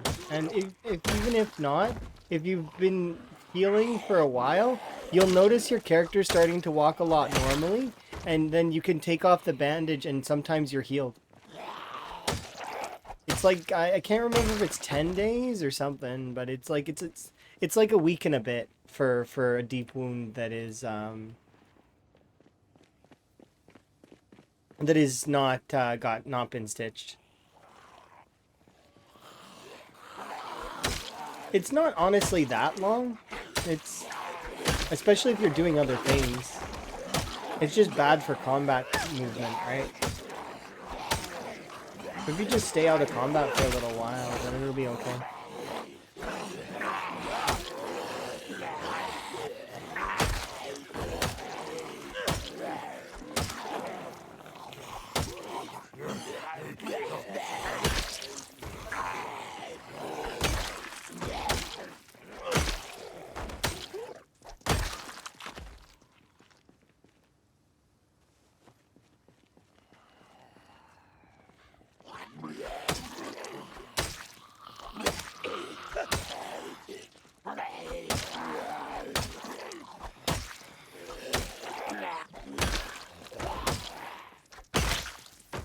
Okay.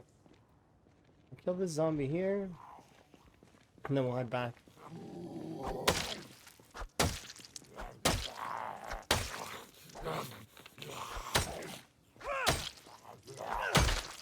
See the difference in XP as you get higher and higher levels of muscle strain. It just gets terrible.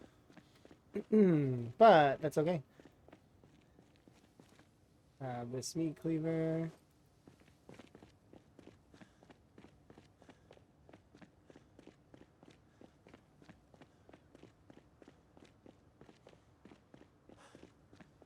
Okay, that's cool. Yeah, it should be. If the limp is small, then yeah, you'll be recovered very quickly. And that'll be good. And then you'll be back in the full swing. Just be careful with your shoes. I very frequently, you can see them here actually. Whenever I see a fresh pair of good shoes, it doesn't like I try to make sure I have some extra always. So like my current pair of shoes is, where are they? They're perfectly in good condition, but I have broken probably, I want to say 6 or 7 pairs of shoes on this run or something like that. I don't know. I'm guessing, but I especially when you stomp on zombies a lot, your condition on your shoes is gonna go down, and then you're gonna have to kind of get new shoes. So it's good to bear that in mind, that you have like a bunch of extra shoes around, just to grab and put on if in the event that your current shoes have holes. You were so getting into the flow. I'm glad that you're still having a good run though, and that you're still alive. So even though you got your feet injured, you're still good. And you can recover. And it's not all about the speeding past people on the leaderboard or anything like that. This is your run that's going to be your PB, right? So keep rising it and keep raising the bar for your future self, so that future you has something they have to go for. Wow, I gotta go far, catch up with my past self. I'm better than past me has ever been. It'll be fun. That's what I'm currently doing right now, is I'm racing my past self, and eventually I'm slower this time, but then build 42 is harder in that way, right? It's a lot slower. With luck, though, I'll be able to catch my PB.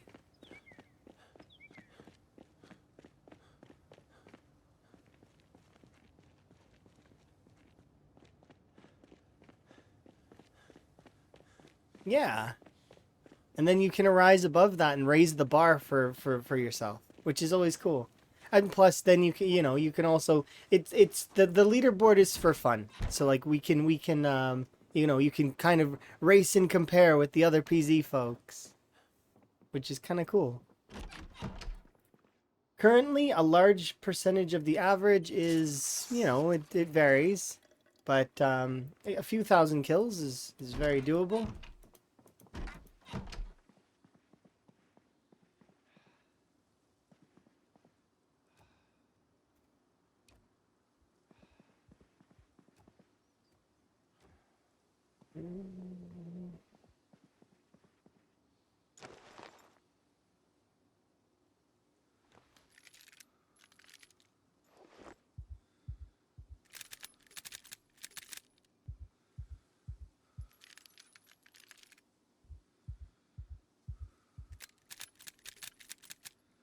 Yeah, exactly.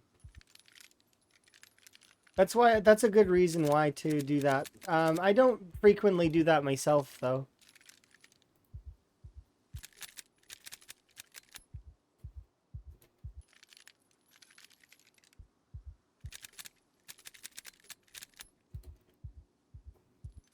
I will do, what's it called? I usually will try and wrap my character up so that I can move on to the next run. And then it depends on if I'm going to do a similar run or if I'm doing something brand new. There's a handful of characters I have thrown away, though. Partly because they got bricked, but also because, well, it's time to move on. There's a couple of saves, though, that I have that are trophy saves. Like, my PB save It is a trophy save. I went and killed my zombie and brought her to the renovated church slash general store, right? And I buried her there in her full outfit and everything. And then so that's a trophy save. And then in the other one, what is my other trophy save? I have one other trophy save. Can't remember what it is right now. But it was one of the ones. Oh, Z-Bay. Sorry. Z-Bay was my very first. I crafted this, but with the inspiration from other people kind of thing. Z-Bay was my first actual playthrough that I made myself. I made it with the inspiration of a lot of the other folks, but it was my own lore and it was my own story that I'd crafted. So I was really hyped to do Z-Bay. And I did burn out on Z-Bay when I was doing it. And we did play some other stuff for a while. We played 7 Days. We played a handful of other things like RimWorld, as well as, you know, some more PZ. But, yeah.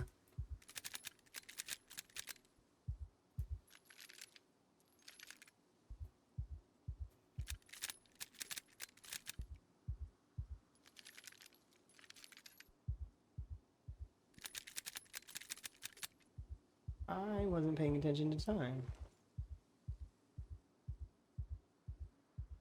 I can't fast forward right now. I have to wait for panic to go away, and then I'll sleep, and then it's going to be a little late going to bed. Oh well. At least we'll only sleep for a couple hours.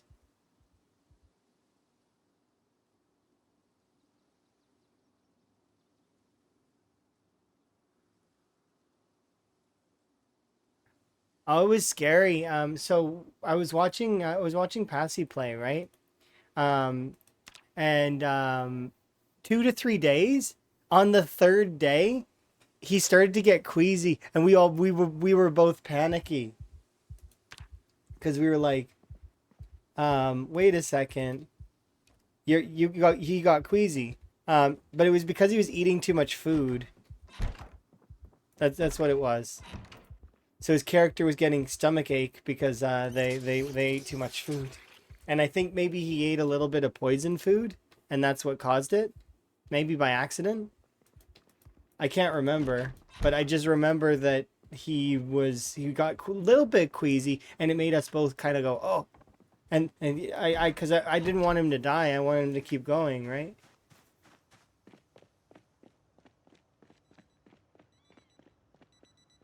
Yeah. So we both panicked a bit, and then he was fine. He just kept because we were like, it could be this, but it could be that, and he was okay.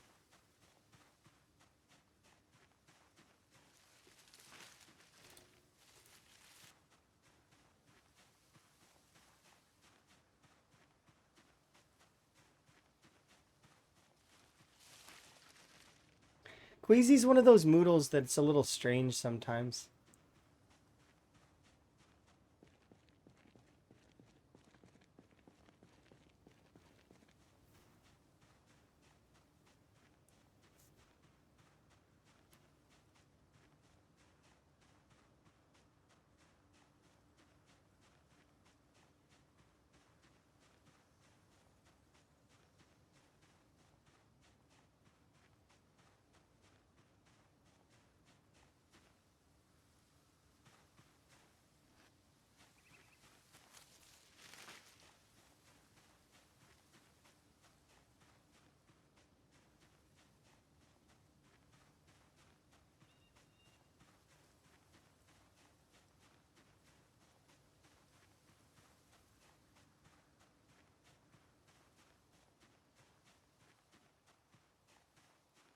What is that? Poppy pods.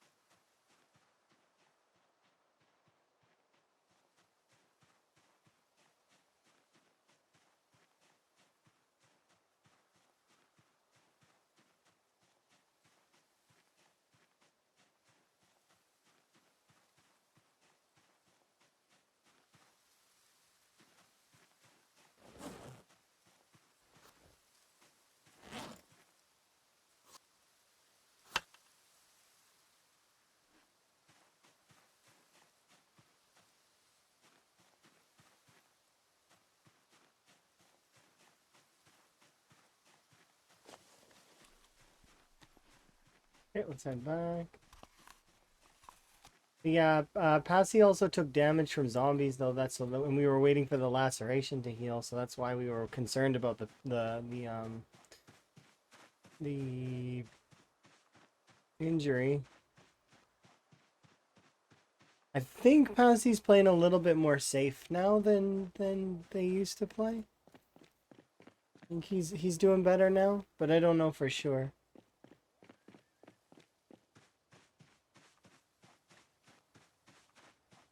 I'd hope he's playing safer.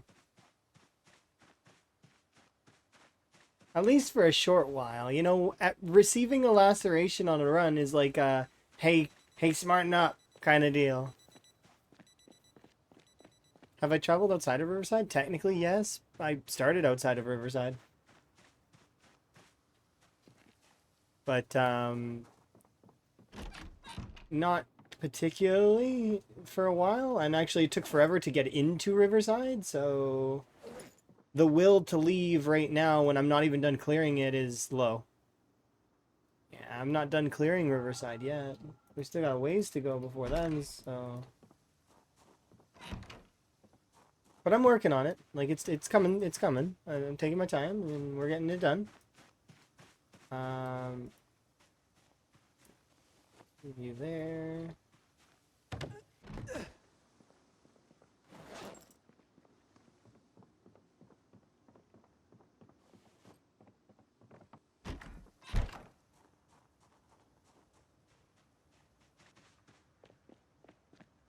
No car? I mean, if I had a car, it's times 10 vehicle engine loudness. I would really, really want to be careful when using a vehicle. I would be checking the engine. I would be checking the muffler. I would be very, very cautious the second I get in a car.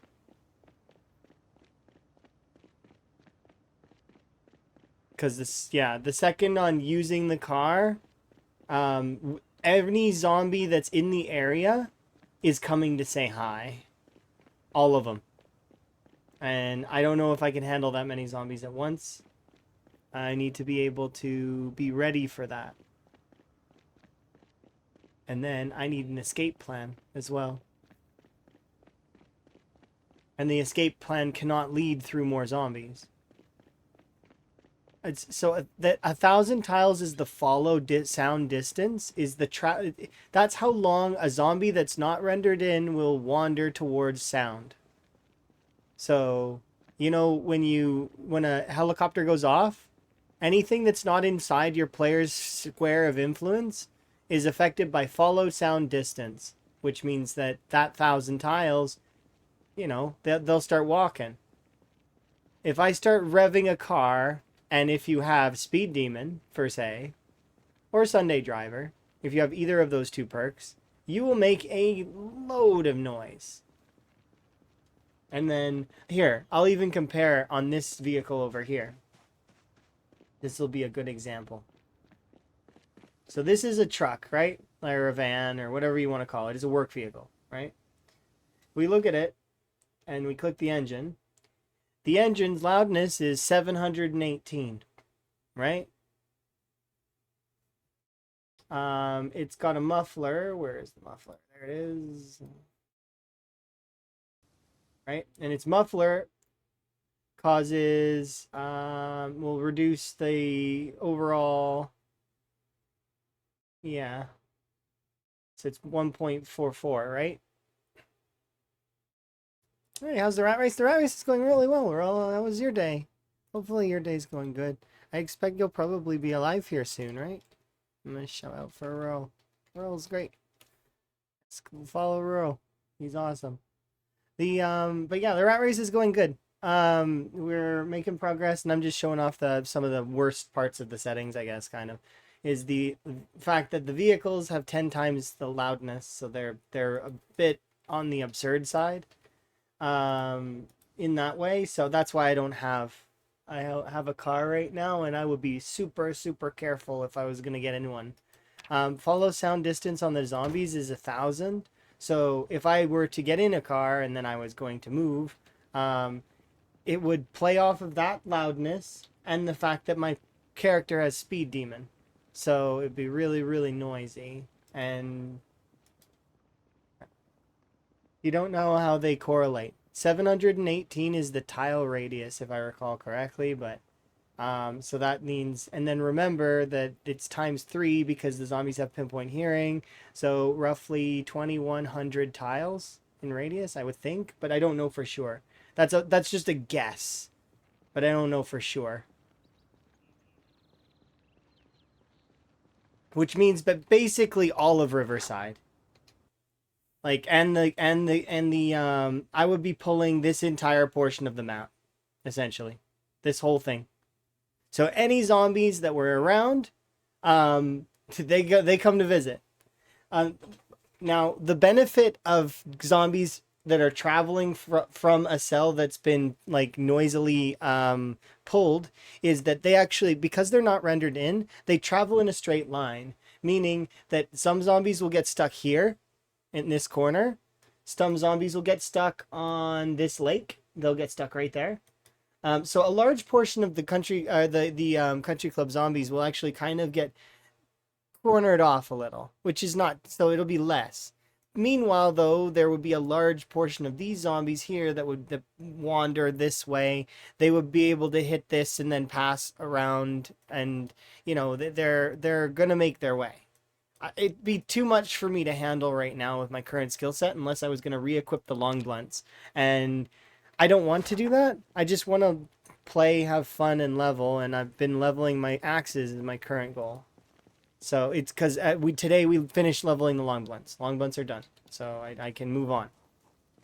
Um, but yeah, start engine, walk away, clean up, repeat, drive one block, rinse, repeat. Yeah, exactly. Rural's got it. But Rural is the OG, the original record holder, the one who's started it all, kind of thing.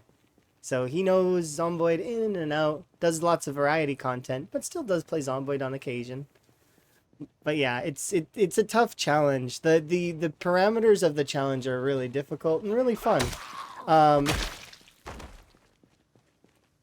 go. That said, though, it has changed hands, in so to speak. It is now part of. We actually have a team of folks running the rat race now.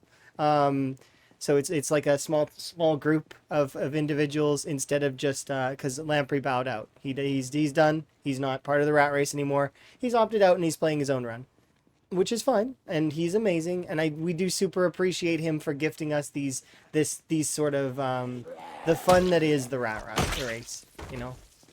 Still appreciative of him, of course, but he has his own stuff that's going on in his life that he needs to focus on, as well as hopefully his PC will be okay, because his PC went really bad. It blue screened, so not good. When PC's blue screen, not good.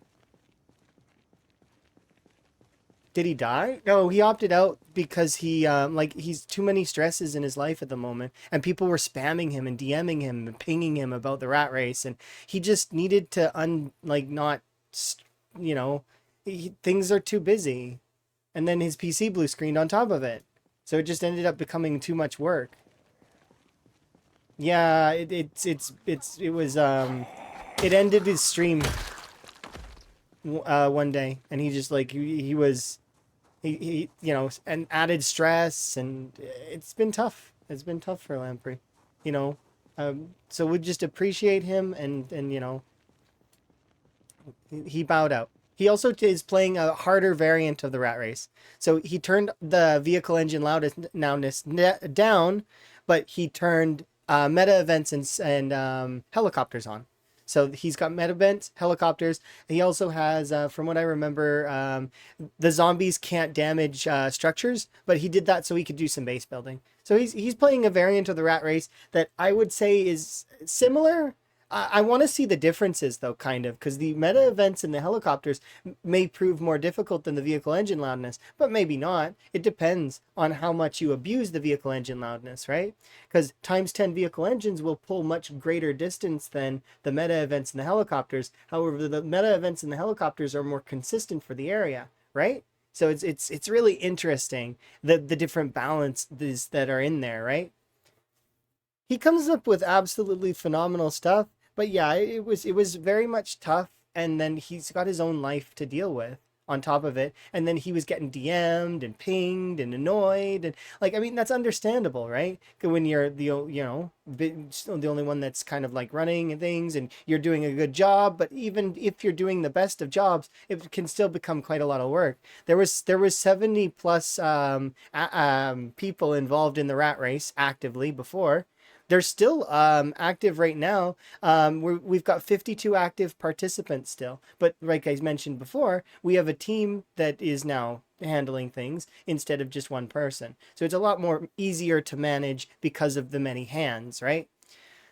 That's the difference. But yeah, his hardcore servers have always been fun, and similar issues happened back then with the hardcore servers as well. Was there, it became very like too much to handle in terms of, and too much time going into it. And and it's costly as well.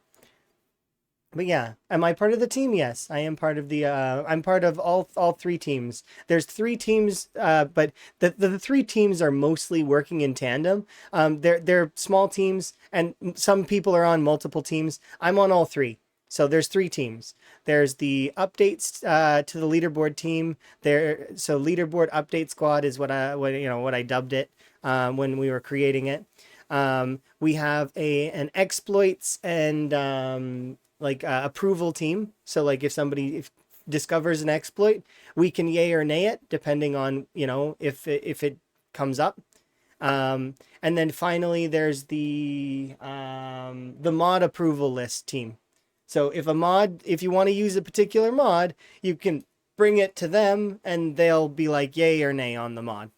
Generally speaking, though, currently I was just going based on the old ways as well. So for a lot of the answers I'm trying to keep the spirit of the original rat race alive, because I want it to kind of carry that forward, that energy, that positivity, that part of the community, that it's supposed to be a challenge, it's supposed to be exploit free, it's supposed to be an Iron Man challenge. I'm really trying to pull that forward and carry it onwards, right?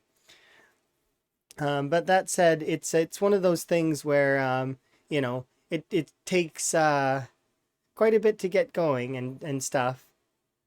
Do you ever be able to craft a short bat? Is it dark? Are you in darkness? Because if it's dark, you can't craft stuff in the dark.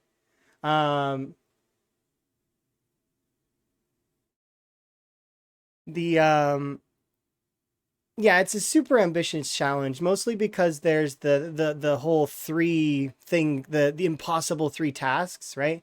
You got your the first task, which is the level, you got to get 1,000,000 kills, and then you've got your second task, which is you've got to get the all the outposts, and then the final task is have a perfect character, and that's just hard on its own. So it's one of those things that's tough, right? But yeah, Lamprey did a fantastic job moderating and organizing and creating a large portion of the stuff. And his leaderboard is the basis that the current leaderboards are on, like it's his design, which like I said, I'm trying to carry the spirit of it forward, because that's what it's it's a good spirit. And then eventually we will settle on a prize, but the prize pool is something that we don't need to really think about right this second, because nobody's even 10% of the way there yet. Even Twist on Fire, who is first currently in the challenge, is only at 6 to 7% complete. So just putting it out there, this is a multi-month challenge. It's really, really tough. And the person in first isn't even at 6%. Or, well, 6 to 7%. I think he's at like 6.0 something last I looked. But yeah, and I don't honestly expect anyone to finish it either. But the thing is as time goes on in the next few months, we'll see how it goes and we'll play it by ear. But maybe the idea is to see who gets furthest and then give them a prize. Or we'll see. I'd love to see the 1,000,000 kills get hit, because the 1,000,000 Club needs to be started. That's why Lamprey did the bounty in the first place, is that he wanted a competition that could drive the player base to the forward and then really go for that 1,000,000. Unfortunately, I don't think it's possible in the unstable build, if I'm being honest. I think our saves are going to get bricked and that we're not going to be able to do it until the stable build. But in my opinion, I'm okay with that. I've been at peace with that since the beginning because anytime that things have been possibly to ruin my saves, I don't care. Because it's one of those things where PZ players bounce back real quick. And a lot of the time, we play on settings that are really difficult. And if we die, well, I mean, we can just play again, play another run. So it's okay. I would just treat it like my character died and move on. Next run. Next rat race, right? If we're still interested in the rat race by then, which we might be, we might not be. I don't know. Burnout's a thing too, right? You got to be cautious of. And 1,000,000 kills is a long time. Anybody can go back and watch Lamprey's last video for his 954. When he dies, I'm free. He was so happy when he died in that run. So happy. I don't think like anybody could match that level of joy. It's tough. That's a level of joy that's like it's really, really high.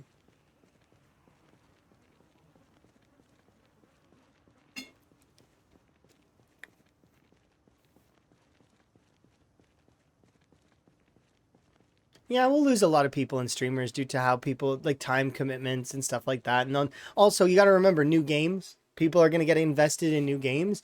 FG was just showing me a brand new game this morning, and I was so hyped to see it because it's so cute. It was like a Pokemon Center or something. I want to play that. And same for I would totally play that Pokemon Center game with Emma. I think she'd be more apt for that kind of game than playing like Schedule 1. Schedule 1, I think, is a really fun game too. But I think it's gonna, it's gonna run its course. It's the same as most games that are like that. It's got its time in the limelight, and we'll see what happens when they do their update. But yeah, you saw that one. It looks good, doesn't it? I'd be hyped to try that one out.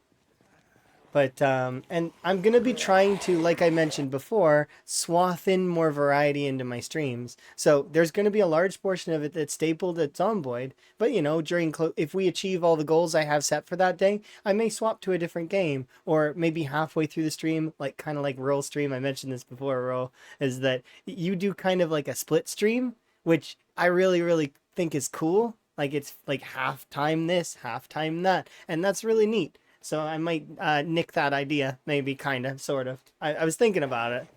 Definitely on my brain, because it's a cool idea. But yeah, Monster Care Sim is the game, yeah, and it looks super, super cute. I'm sure that you wouldn't mind me nicking that idea, like, because it's kind of neat. Gives you a different, like, a little bit of variety. Which is nice. Nice to have. But yeah, I've seen a lot of frog games. Mudborne looks like an interesting... Yeah, exactly. Somebody told me about that one recently, and I haven't played it, but it looks cool.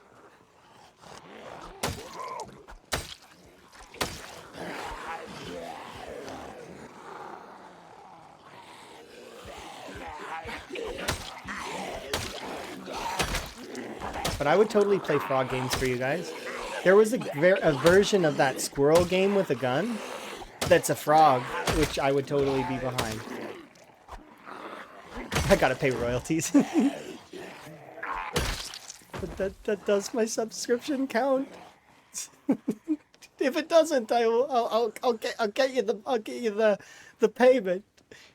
It's like Schedule 1. I'll get you the money.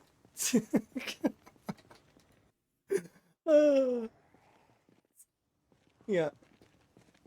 Yeah, if my stream is long enough to splitting games, yeah, because the thing is I will sometimes stream anywhere between. I try to do currently. Now, remember, this is currently. This is pre going to Sweden and living with Emma.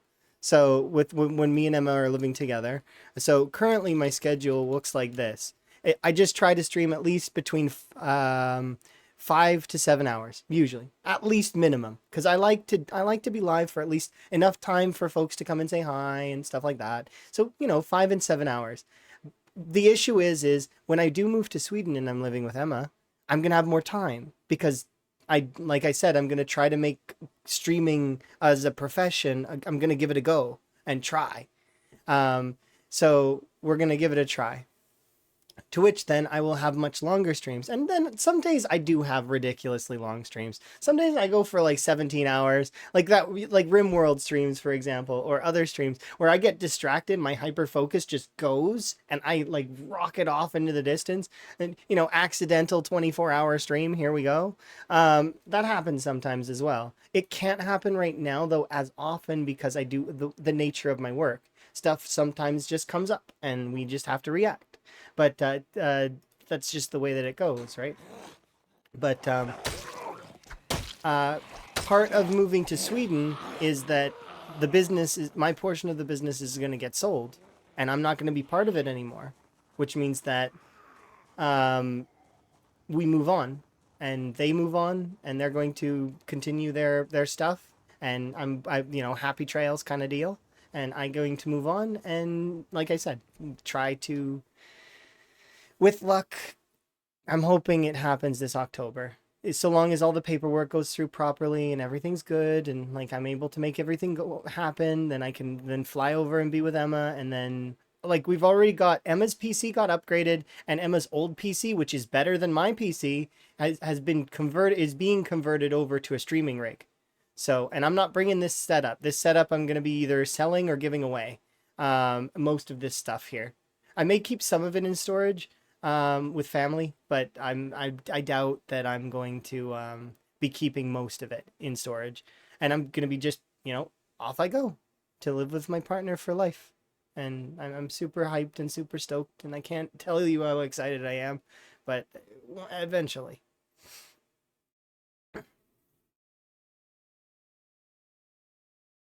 This is a very common approach to pivot. Yeah, no, I figured it was. It's the best approach that I can think of. But I don't just like I really do like PZ. And I will continue to like PZ. And I know you're the same kind of in that way. You like PZ and you probably would continue to like PZ.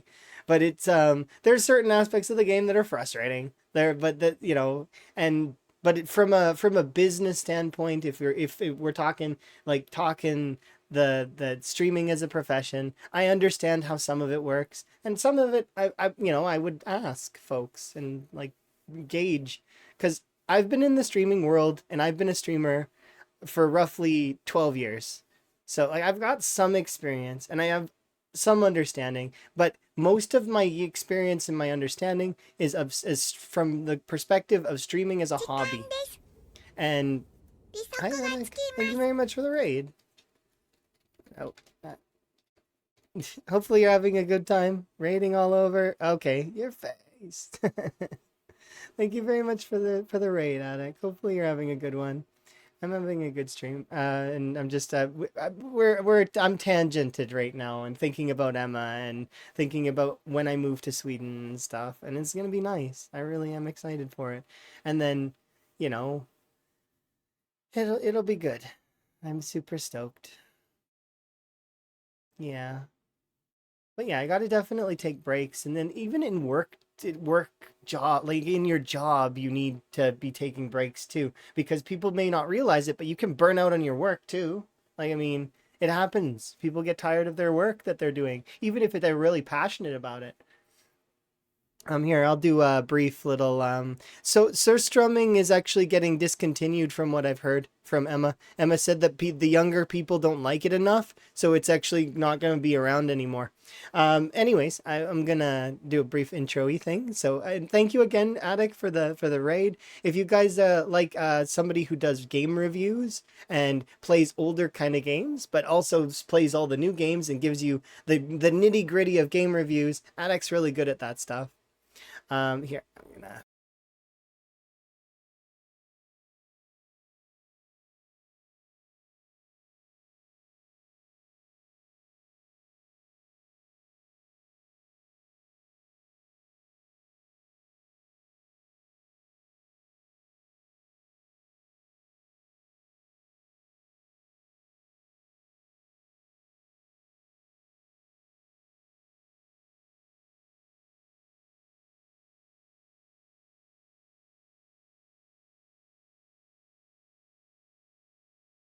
Well, I was talking about kind of game, but I understand that actually in life you can burn out on anything. Anything that you put your time into, you can burn out on.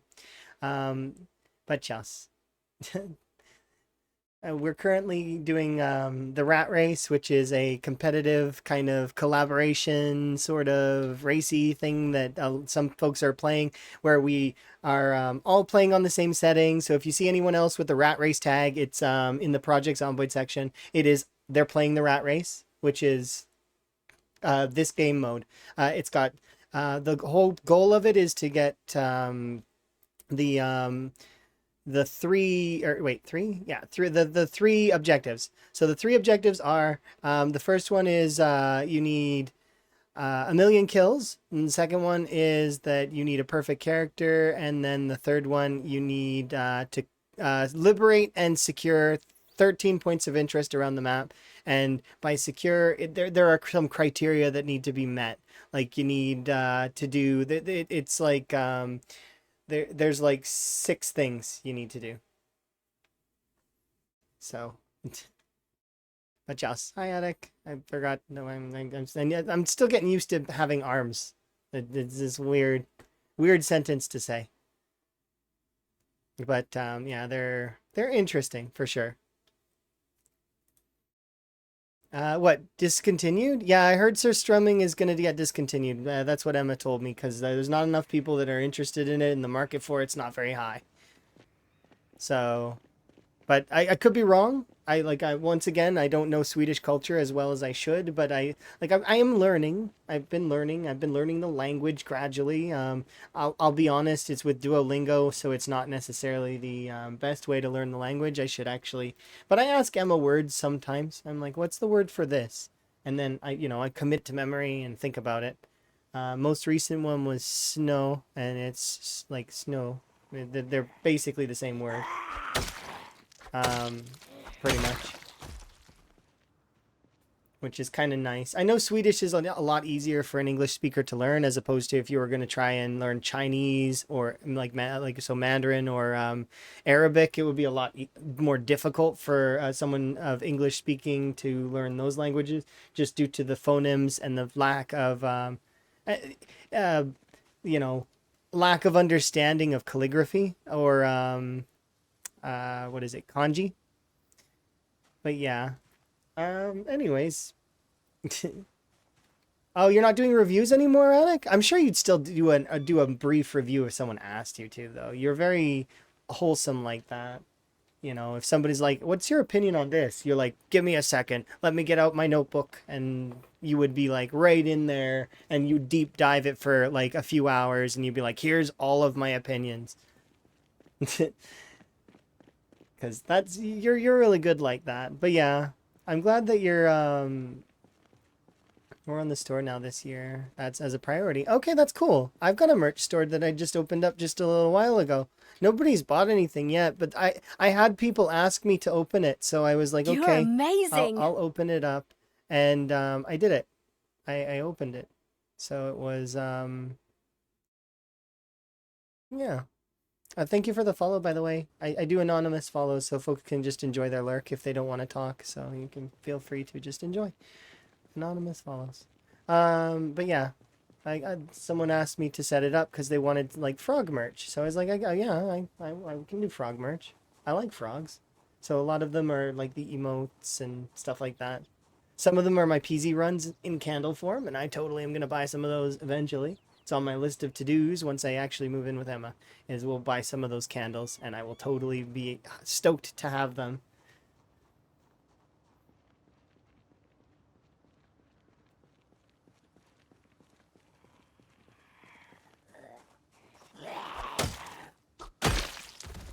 Yeah.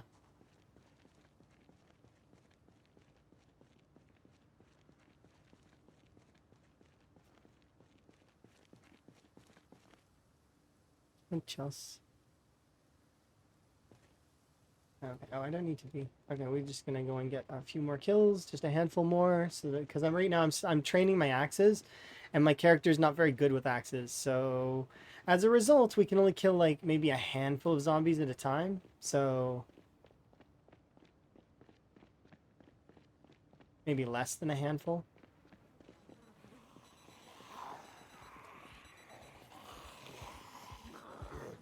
I forget what I was up to, by the way, in terms of tangential thoughts. But I, yeah, I was definitely. I look forward to moving in with Emma. The candles look nice. Yeah, they do, don't they? I'm looking forward to getting them. The reason why I don't want to buy any of my merch now, though, is because like, um, I'm moving eventually, right? It's challenging to learn all the mechanics. Oh, you mean a Zomboid? Yeah, Zomboid can be really difficult, especially because the unstable build's not done, and there's still a lot of mechanics that are being shifted and sort of twisted around. So there's quite a lot of stuff that's not ready yet.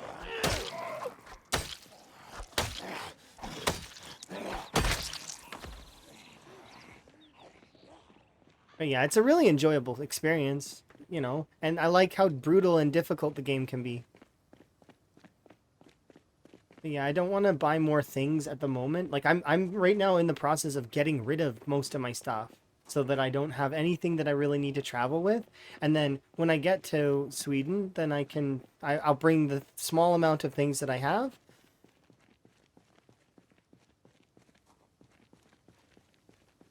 And then we'll move on. Like, right? That's the plan.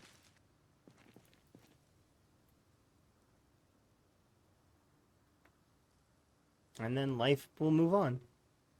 There's some more paperworky stuff that I have to do over time, because but I'll have years, like a couple of years before I have to start really focusing into that. That aside, the rest of the stuff is stupidly easy for me to deal with because I've been dealing with a lot of that sort, like other types of paperwork for years. Years I've been dealing with paperwork. So it's like jumping through all these hoops is not difficult for me. The only issue is specifically the government stuff is going to be a pain in the ass because it always is. They always take as long as they physically can, and they draw out stuff so that so the process is a little bit more weighted in a way, so that, and then the whole time you feel like you've been doing it wrong, and you may have done some things wrong, but the thing is they don't really get back to you right away. It's really obnoxious. You deal with being an accountant, you know exactly the pain then. As being an accountant, like you know my pain. We have similar pain, not exactly the same, but I mean pretty much, because I own a business, so that is my profession currently, but it's not going to be always the case. But so we both get it. It's tough. It's very tough. Bags and bags and bags. Numbers and expenditures and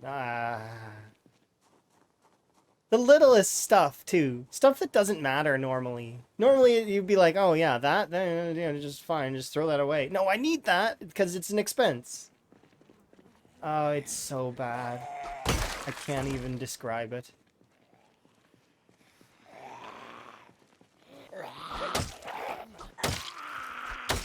And people get so what is it? They get so stuck in their rhetoric sometimes. It's just constantly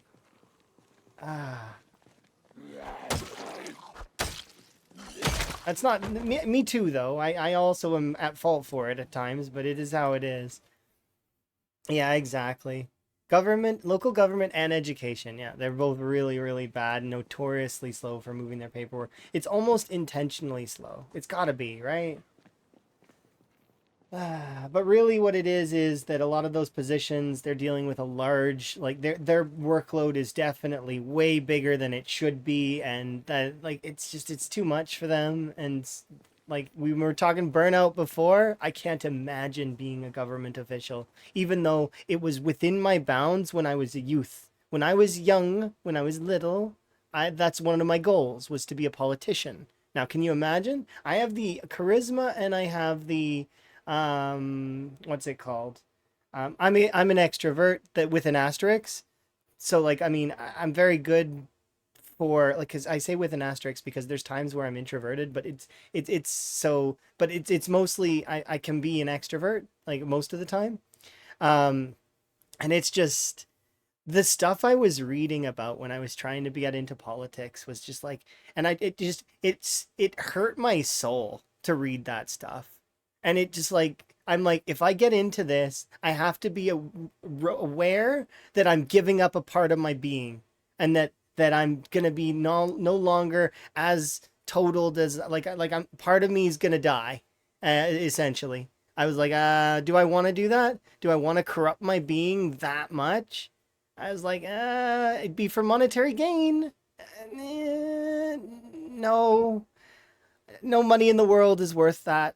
Is what my conclusion came to. I was like, nope, I'm done. I'm not gonna do that. And then I opted out of it. I got rid of all my law books and all my stuff that I was learning for that. I was like, I'm not doing that. It's not happening. University apparently got the offer. So it's nice, sweetie. 8 months. You declined the job because you've taken a job for 4 months and got the job. Yeah, so that same thing happened to me with another place. I put in this job application like ages and ages ago. They got back to me a year later. I was like, wait, you still had my application after all this time? Like for real? Like and it was a job that at the time I really wanted that job. I was like, this is a good job, it's a good fit for me, it's good pay, it's everything that I want. And they just didn't think I was like, I was like, okay, well, I guess they're just never gonna get back to me. So then I took work somewhere else with some friend, with a friend that I had, and I've been working with them for like, how long did I work there? I don't remember exactly the number before it changed hands again, but it was like a long time, similar to your situation, Earl. Kind of, but not. I don't know if it was 8 months. It might have been longer. It might have been a year and a half or something. And then they got back to me on the application. I was like, oh, it's like for real. It's like, okay. And then I thought, then I would think about that every once in a while. What would my life have been like if they had given me the job right away and I'd never gone to my friend? I'd never done all of the things that I've done currently. I'm not huge on what ifs. I really am not. But it's cool to think about other tangented realities based on life choices that you could have made. It's kind of cool. And thought about it. I'm like, well, I would be much more into fitness related things, right? So if I had worked at the other place, I would be much more interested in nutrition, fitness related things. I might have not got into streaming where I did, and then if I hadn't done that, I wouldn't be in gaming where I was, which means that I would have been in a completely different reality.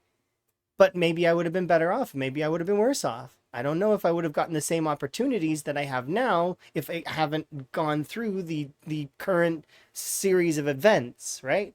So it's kind of cool to think about that. But at the same time, like I said before, I'm not big on what ifs. Like if it was supposed to happen that way, it would have happened. It didn't, so I am. Let's move forward. But it is kind of neat to kind of be like,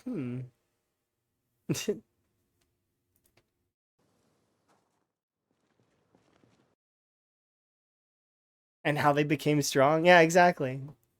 Yeah, it's terrible. It's finally sat down, bro.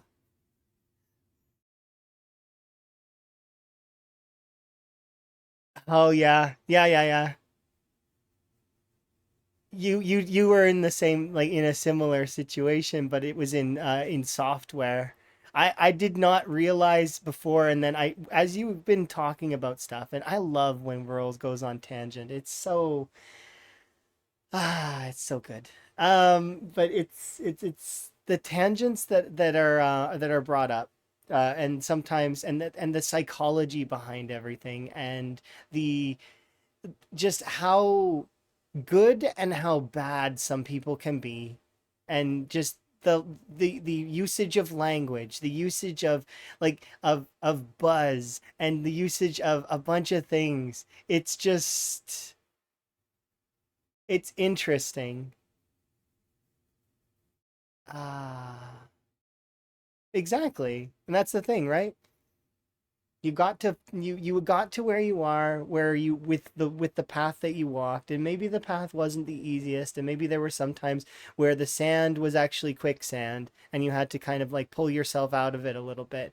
But the thing is that, and sometimes maybe it was easy. Maybe it's like, it's like a that lovely type of sand that you can kind of just like you walk and you get to look back and see them your footprints and stuff like that.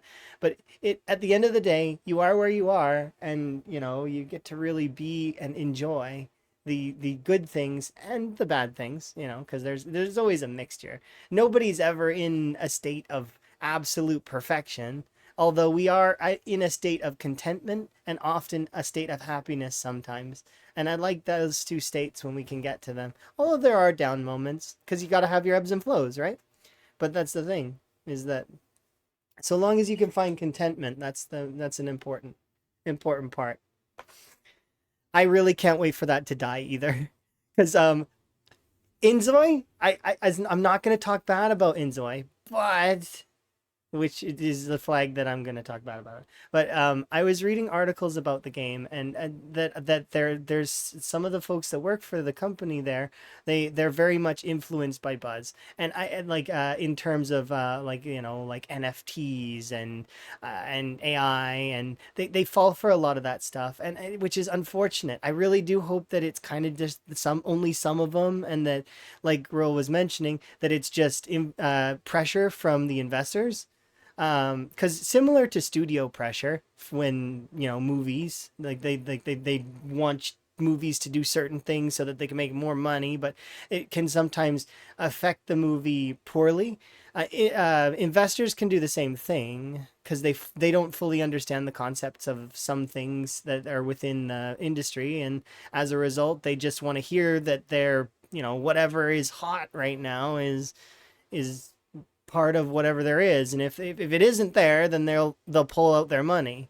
So it ends up being tough because you got to keep those folks happy, but also, like, I mean, I don't know, it's rough. So hopefully, I hope Inzoi does kind of, I don't want to say improve, because the game is lovely looking. It really does look nice, but there's aspects of it that even when it's in post-apocalypse mode, it looks nice.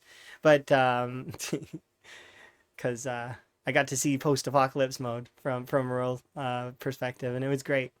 But yeah, I hope that things kind of balance out a little, and yeah, that AI goes back to being used as a tool that improves things, and that will eventually get to the point where it is an improvement on things, as opposed to being used to replace things, because it's not something that can replace things.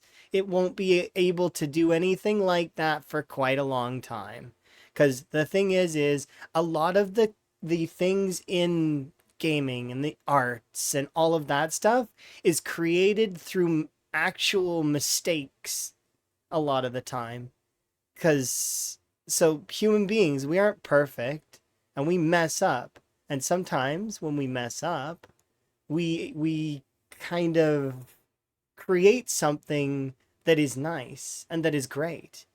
That's the thing. The AIs can't mess up in the same way that we can, so our flaws turn out to be the thing that is the missing sort of piece in their puzzle that they can't quite get. There's that, and then there's other stuff as well. Obviously, I'm some of it I'm really toning back because I don't want to bore anybody with any of that stuff. I know I wouldn't bore some of us. Some of us are intuitive and know a lot about that stuff. Definitely know more than I do, for sure. But you know, it's it's the thing, right? It's tough.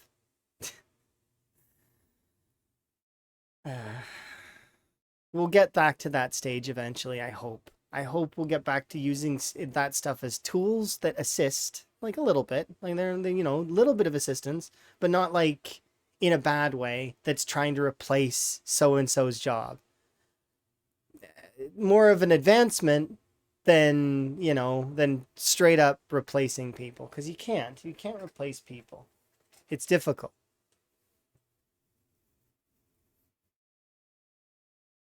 Yeah, blockchain. Uh, you should just name something after it and then just say, "Yeah, this is it right here. This is exactly what this buzz is. This is what this is right here. You see?" And it's not, but then you get the people that know it's not, and then they call you out on it, and it's like, ah. It's like that whole what was it? The pretend AI stuff. Because there's a lot of stuff that's not AI, that claims to be AI, and it's not. Of course, we don't want to be wandering down this topic too long, but oh, so can I? There is one thing that's bothering me lately. There's a lot of companies calling games right now quadruple A, and it's driving me crazy because they're not quadruple A. There are no quadruple A games. Those like games that are claiming they're quadruple A are just like ah. Because I've seen a handful of game titles that were trying to be like, oh yes, we're quadruple A. It's like, stop it, please. It doesn't need to have more A's. You're gonna have like 600 A's eventually. It's gonna be like, this is a 16 like double A game. It's like, please stop it. You don't need more A's.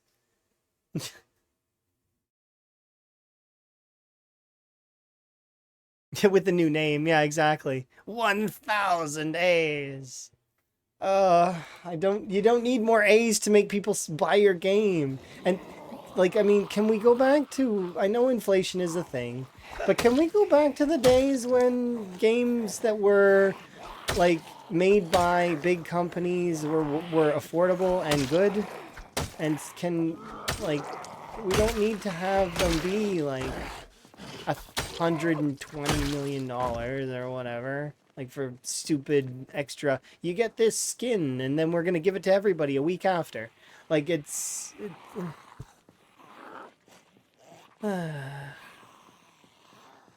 I did see the AK pun, but it's just the world as a whole sometimes tuckers me out.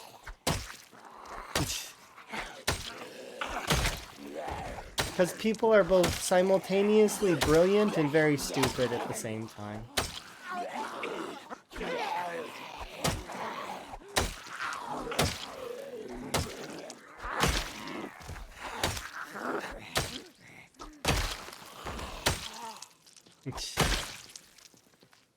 When you do stream rural, you have a fantastic stream, and you know I'll be there eventually because that's what happens. Is I always end up in rural stream.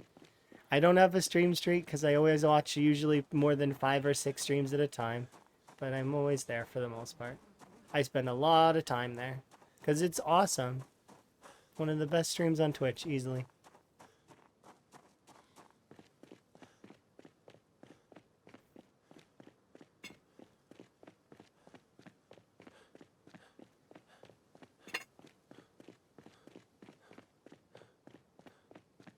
You're not as good shadows for a 50% frame rate.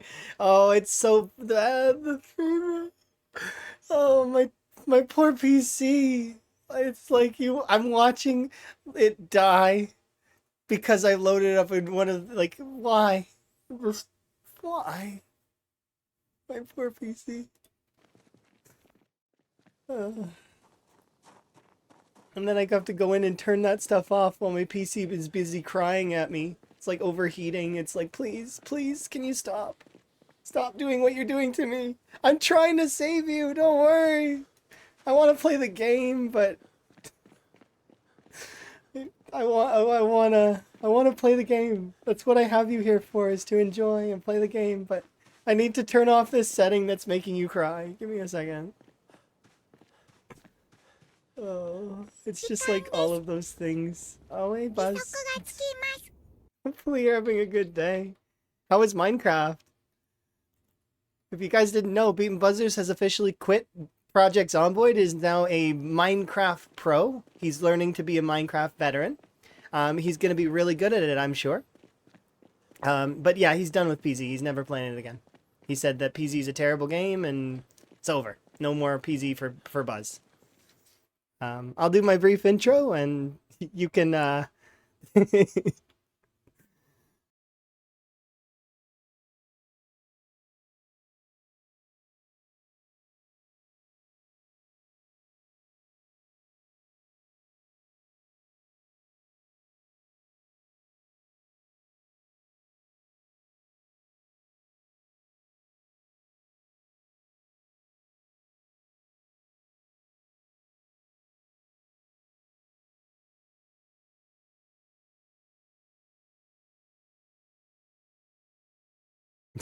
He all got capes, and Buzz, he found diamonds right away, and because I was watching just for a little bit, and he's becoming a Minecraft pro from noob to pro because he's never played Minecraft before. It's just definitely, it's professional, master. He was letting everyone backseat him too, absolutely, and he was being really good about it.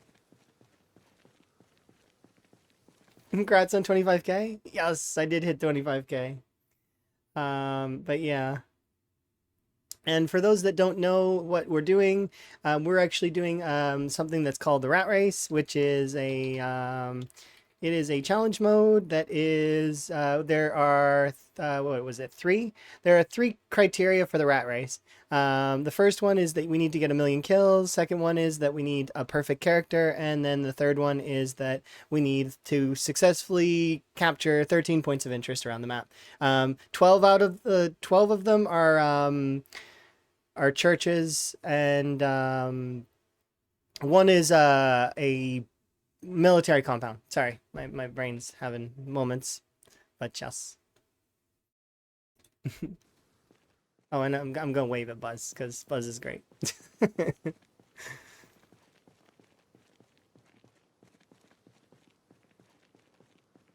But yeah, I hit 25K, and right now I'm working on axes actually.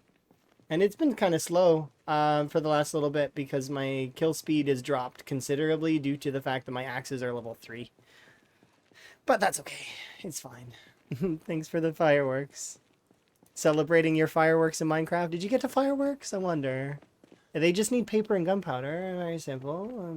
Not too hard to craft. For those that didn't catch it though, that is an April Fool's Day prank. And it got me for 10 minutes. You had me under the impression that I'm like, oh, Buzz is gonna play some Minecraft. That's crazy. I'm like, he's giving up on PZ. I was like, he said he wasn't going to, but that's strange.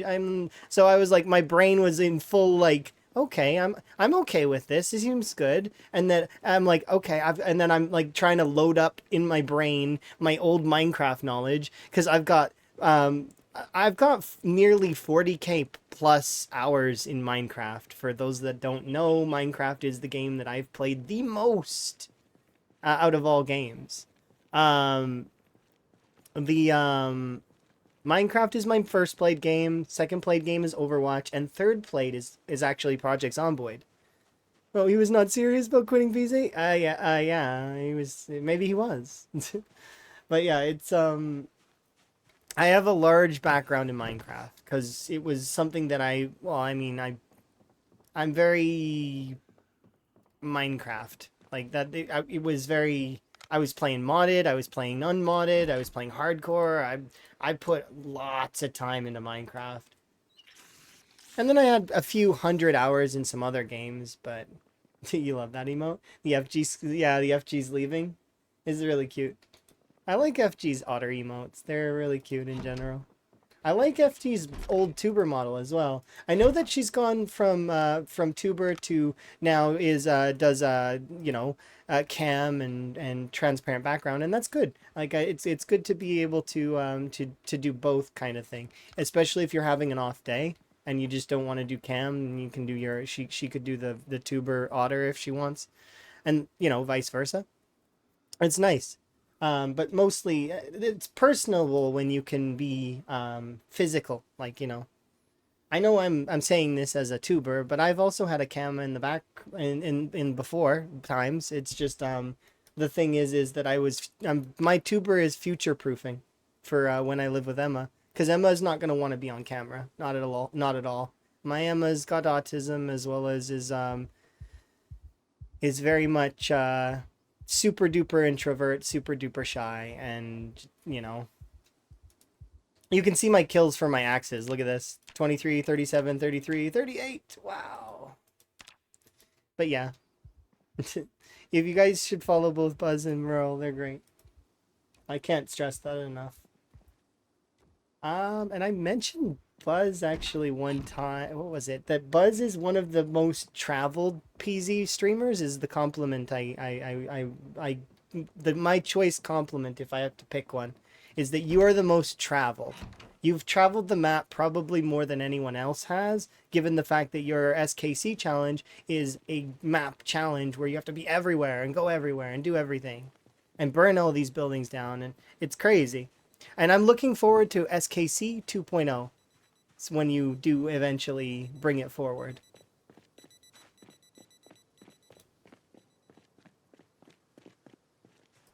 Just indeed. I'm looking forward to a lot of things, but also I'm enjoying the rat race currently. Rat race is amazing.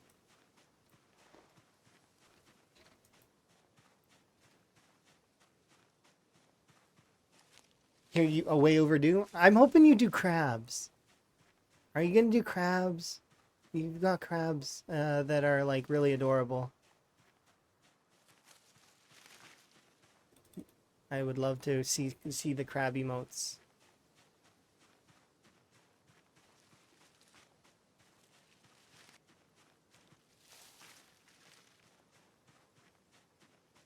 Yeah, it's one of those things where you end up staying in an area for so long, and like, I mean, you know better than anyone, Rural. Venus never left Louisville, if I recall correctly, right? Although you have traveled the map quite considerably as well, I still feel like Buzz is probably one of the more traveled folk. Like, the only person that really comes to mind that maybe has traveled more than Beaten Buzzers would be, like, Lamprey himself. And that's, like, I mean... and Lamprey is, when you get compared to Lamprey, that's like, you know, one of PZ's kind of things, right? I'd think it'd be close between you two, to be quite honest. Over 200k kills, not in LV, just on its own. You were maxing all your weapon skills, and you did it too, if I remember right. What's up? Oh, not much. I'm having a good day. My stream's going good. How goes your run in the rat race? Is your rat race run going well? I am looking forward to seeing the different stoof as folks progress. That's one of the things I was doing yesterday was I was going through a handful of the runs because, you know, some folks submitted and I was updating stuff because that's as we were getting the team together and adjusting things, I'm holding things down for a little while. Level 8 foraging, nice. And it's not super duper hard now that things have been organized a little bit, and then we're getting to the point and then where we're gonna have a team of folks doing it. So it's not just one person. Like, there's gonna be folks that are alternating, doing things when they end, kind of thing. And if they have some spare time, it'll be good. Good balance, good thing. You forgot to join the new Discord? Oh, here, I toss you rat race. There you go. Sorry if my stream froze for a second. It does that when I alt tab. But yeah. You're on level short of you never wrapped Spears. Because Spears is so long. I hope that they give Spears something. Give them like a +1 bonus that you can take with carving or something. Because it's not worth it. Especially in build 42. Like, they're a little bit better in some of the ways, like, and they're a little bit more durable now that there's the metal tipped spears, but it's just, like, still not quite worth.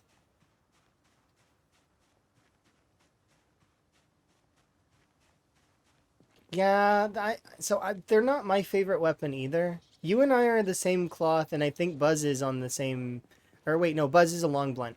Buzz does long blunts, and you and I are both short blade users. We both like the knives. I really love the knives. The knives are some of my favorite weapons. Like, I just like the way they feel, the low exertion yield of, you know, everything about the knives. But you've been enjoying short blunt. Cinnamon is also a short blunt user as well, and there's a handful of other folks that really like short blunts. All of the weapon classes have their love, like in certain players. Even spears now, even in the updated form, there are some folks that like spear. And I, despite not liking spear as much as those folks, still advocate that spear should have a +1 bonus in something. Whether it be a profession or a +1 bonus in the traits menu somewhere. I feel like at this point, Spear should have a +1 because it doesn't have books to give it an extra bonus. Even long blades and aiming both got books. Even reloading got books. Maintenance has books. Spear doesn't get anything? Yes, Spear dominated in build 41, but it deserves something for those people that are even sticking with it now in build 42. But once again, I'm big on advocating for a lot of different like styles of the game. I don't want too much to be affecting fences because I don't want to see the sprinter players suffer. I like the marathon style myself, but I understand that the game needs to be a little bit toned back for the apocalypse players, you know, the apocalypse enjoyers. Meanwhile, like, you know, so when muscle strain got nerfed a little, I was like, you know, that's fine for apocalypse folks. Because if I want to increase it, I can increase it in the sandbox sections by going into custom sandbox. But that's the thing, right? Is there's some balance. And the game will get there eventually. The devs are being very intuitive. They're listening. They're keeping an ear to the community best they can. And then they're, you know, trying to fix bugs and other such things. And they're, you know, they're doing what they can.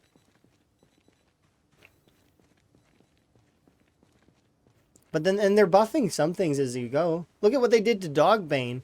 Dogbane hemp went from being a twine costing 20, right? Twine used to cost 20 to make, right? And now it costs 1. That is a huge jump in difference. And they actually did swap out the rope recipe and make it make sense. It now costs 2 Dogbane to make rope because that makes sense. It's thicker. It should, in theory, cost more.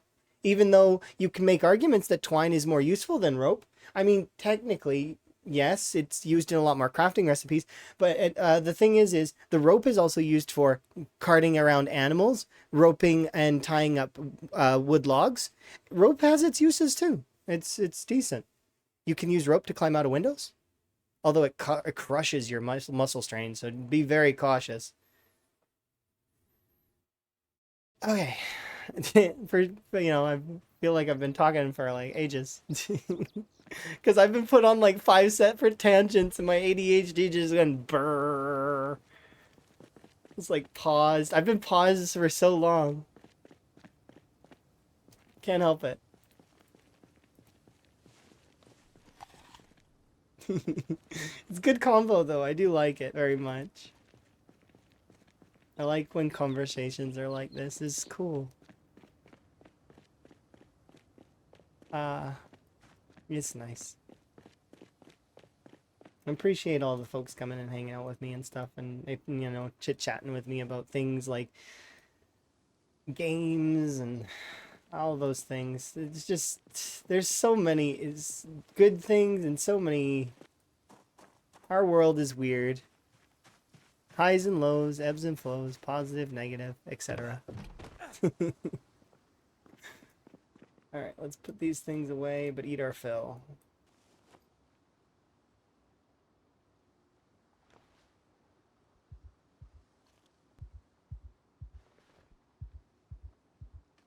Alright, we're good. Anyone know off the top of your head, without looking out, what the condition on the longstone knives are?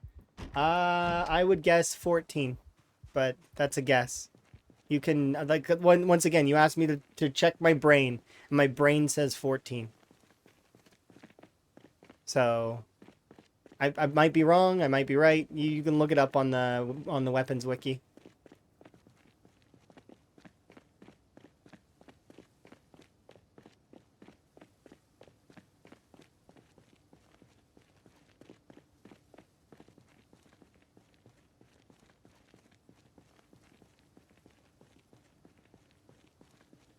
I just found a 2x8 sticking out of a door. I don't know what that means. What does that mean?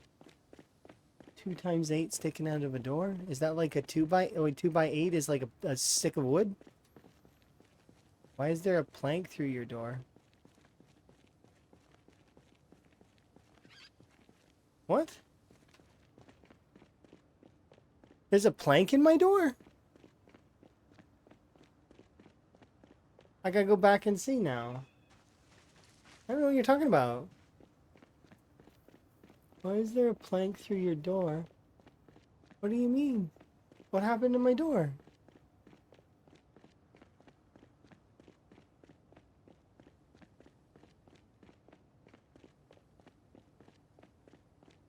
You're just curious because we since we have some short blade enjoyers, I just know that it's fairly good.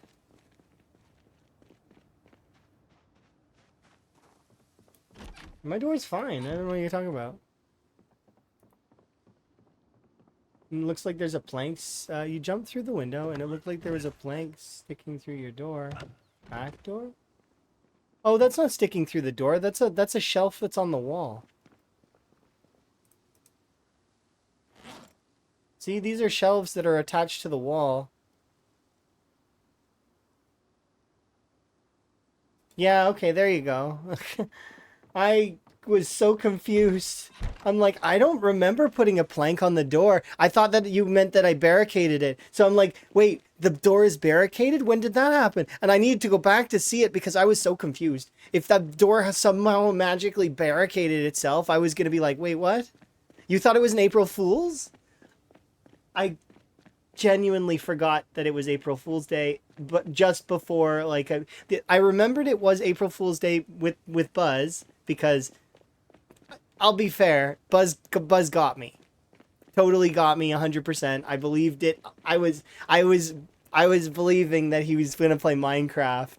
I was like, yeah. I'm like, okay, I'm behind this, okay. And then I was like, I'm like, like in my brain, a drawer came forward and I started unpacking some of my Minecraft knowledge. I'm like, okay, so we need to help Buzz get things going, and he wants backseating. I'm like, okay, well, I know he doesn't like backseating normally, so I'm like, I was thinking of approaches that were good, that are positive, and that can kind of steer him in the right direction. But it's not, it's not backseating. It's more like back nudging, or we should go past this, and then it would pass something else, sort of thing. It's like side back seating. It's still back seating. Let's be honest. That's if somebody says do this and then it leads you to something else that's still back seating. That's the thing. But I was unpacking my old Minecraft knowledge that may be outdated, because remember, I played the game for quite a long time, but it was quite a while ago. Last I played Minecraft was with Karumi, and I was very much enjoying that time with Minecraft with Karumi, and Karumi's friend Unknown and Elm and a bunch of folks were there. We streamed it a little bit. It wasn't too bad. It was pretty fun, and I kept playing that server afterwards as well. Up until the point where I was like, okay, I'm done. I'm wrapped up. I kept thinking that I might go back to finish the achievements, but I had my fill of Minecraft at that point. So I was like, I don't. I've got other things that are priority, that are more important, that I should be focusing on. As much as I want to play the Minecraft server, I'm good. It's like I had enough. I'm good. But yeah, if it looked barricaded, I wouldn't have reacted. Okay, fair. I didn't think about that. I thought that you meant that there was a plank over the door and then it was barricaded. And that's what my brain went, why I had to go back and look. Was because my brain was like, it wasn't barricaded to start. I never barricaded it. So what happened? Did somehow a magical plank of wood fly onto the door? It's like, I don't know. But yeah, I briefly forgot that it was April Fool's Day and got reminded, and then I forget again, because the thing is a lot of the information that goes into my brain will, especially if it's something that is pointless that to me at that moment in time, like if somebody were to ask me which day of the week it was, I would probably not be able to tell you unless I looked over at my camera, my calendar, even though that I was talking about days of the week earlier today, and I can tell right now that it's Tuesday just because like my brain's like, you were talking about that earlier. Here you go. It's but that's the thing, right? Is I will completely lose track of that kind of information because it's excessive. It's excessive information that I don't need right now. I need other information, like how to move in Zomboid, how to progress, things that I need to do, bullet points of different things. Check checking for like weight, stuff like that. You know, it's my brain's busy doing all those other processes, and then also read chat and you know enjoy, right? Because reading chat and enjoying is one of the most fun parts about streaming, is to just enjoy.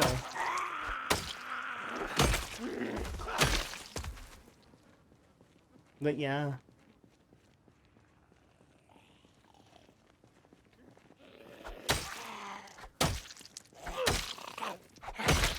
The crude ones killed you? Yeah, the crude ones are fairly good, though. I like the crude stone knife. And the long stone knife's not bad either. Once you start getting the hunting knives, though, oof, use the hunting knives. They are so good. I love hunting knives. And they're so common. You get so many of them, and it's great, because you need many of them. And you'll never, ever have more than you'll be able to use.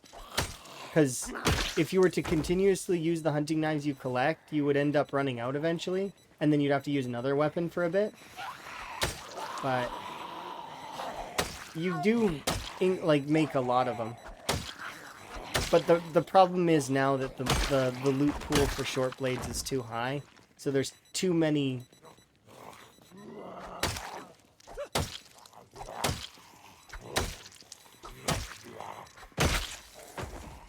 Too many short blades. You thought there was a glitched board on the door and that's why I was going through the window? No, I was using the path of least resistance, and I was thinking about my crafting area at that moment in time. Kind of. Comboed with the fact of the conversation that we were going on. So my brain was like, go through crafting area, look if you need anything, pick it up if you need it, then go to, then start going to kill zombies. Those were processes that were happening at that moment in time. And then you derailed my brain and made me think, wait, there's a door. The door has a plank on it. Which is fine. It's fine. I'm okay with that kind of stuff. It amuses me that you did that. And that was what like, I'm amused by that thought prospect. Is nice. That's hilarious. That's the thing about my stuff. I was mentioning this to Emma, and I feel like I'm predictable, like, but not predictable sometimes. But I'm predictable a lot of the time. And I asked Emma, I'm like, can you predict what I'm gonna do? And Emma's like, yeah, you're very readable. Outside of competitive games, you're very readable. But when I get behind like a character or something like that, I can become very hard to read. It's very interesting. I think the best case scenario of example of that was there was a time I was playing a BR game where there was two people standing on either side of me with chain guns. They had like think like a chain gun, like it's the rotating kind that shoots bullets really fast. They were both shooting at me, but I was moving in a way back and forth ever so slightly. They didn't hit me at all. All the bullets went around me. Not a single one. Well, I mean, a couple of them hit me, but not very many. And I was able to walk away while they reloaded those guns. They're not accurate anyways, but I know they're not accurate, and that if I move in certain ways, that despite them aiming in my direction, they wouldn't be able to hit me at all. It's just weird. It's like I'm reading them, but but my actions are very predictable. I suppose an example of that would be Twist commented recently on my opinion on things and stuff. He was like, I knew you'd say that. I was like, oh. I guess I am predictable, and that's kind of one of the things that it's not in a bad way. I'm predictable in a good way, I think. I'd like to believe.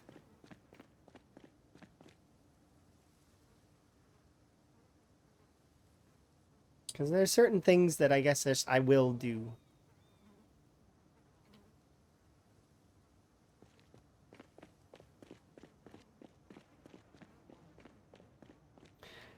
The job tab is only when standing still and only when where I want. You don't have to be standing still per se. You could be moving a little bit. And you're right, it is only when one by one, one on one. However, there is some stuff that can happen with perspective that can cause your character to do the jaw stab, even if there's another zombie that's aggroed to you, kind of. It involves perspective. It's weird. And even if another, because your character doesn't see the other zombie, so it's strange. Um, Also, jaw stab on fence is one of the scariest things a short blade user will ever see. And if you don't know what I'm talking about, then you've never really done short blade fighting with fences, because it's definitely one of those ones that'll make you go, oh dear, and then because you think you're gonna die, and you very well might. Because what happens is the character goes for the jaw stab on the zombie. However, because the zombie is, let's pretend this is a fence here, and this zombie's climbing over the fence. If I'm standing there and I go for a jaw stab on this single zombie, what happens is my character does the jaw stab animation. The zombie, however, counts as being on the ground because it's going over the fence. So it doesn't get hit. The jaw stab then misses that zombie. And then what happens is that zombie then, because, well, there's a player nearby, will go for a lunge. The zombie does the lunge. Your player then will stack on top of the jaw stab animation their animation to fall over, which means that your character will choose a direction to fall over depending on where the zombie is and where it's lunging, meaning that your character could fall forward and or fall backward. They've made the fall forward animation slightly faster than it used to be, but if you were to fall forward, in build 41 specifically, falling forward was fairly slow before, meaning that that zombie would get up and then be able to attack you again before you can do anything. Maybe. If you were really fast, you could try to run into the zombie to stun it so that then you could run away, but it's if another zombie crept up on you while that first set of events is happening, it's almost like guaranteed death. Because the first zombie would then grab you, the second zombie would then be up, and then it would bite you, and and both zombies would be on you, and you end up in that the death push loop where you're back and forth pushing the zombies, trying to get them both off you, and hoping you don't get bit.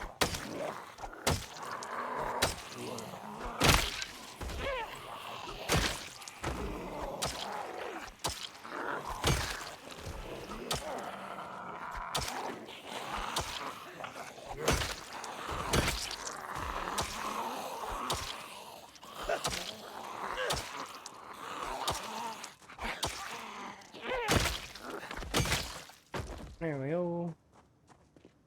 So you could, if you are dealing with a crowd, you can you just keep going. It's just like spears. Spears actually don't activate the one-shot spear animation unless it's just one zombie standing in the tile. So if you have multiple zombies around, you actually can't do the spear stab animation. It's just when they're spaced out.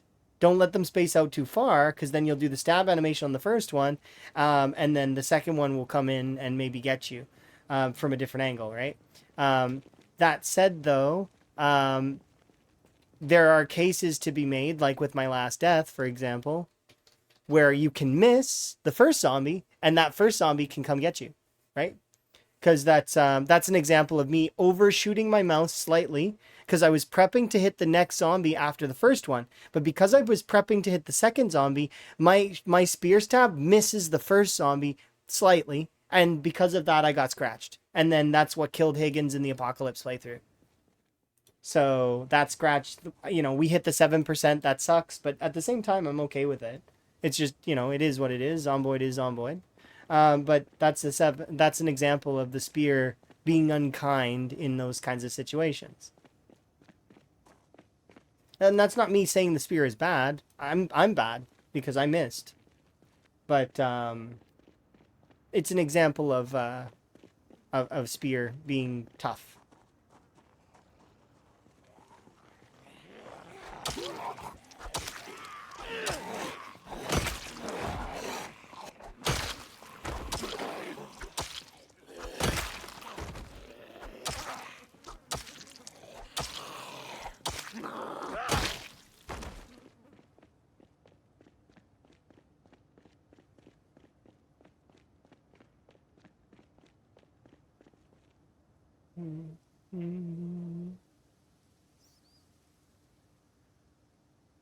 I should be able to do one more pull.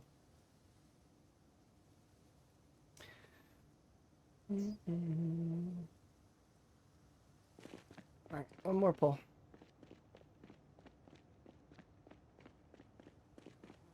You didn't know the spear had a one-shot animation? It does. I can give you an example of the spear's one-shot animation if I have a spear nearby.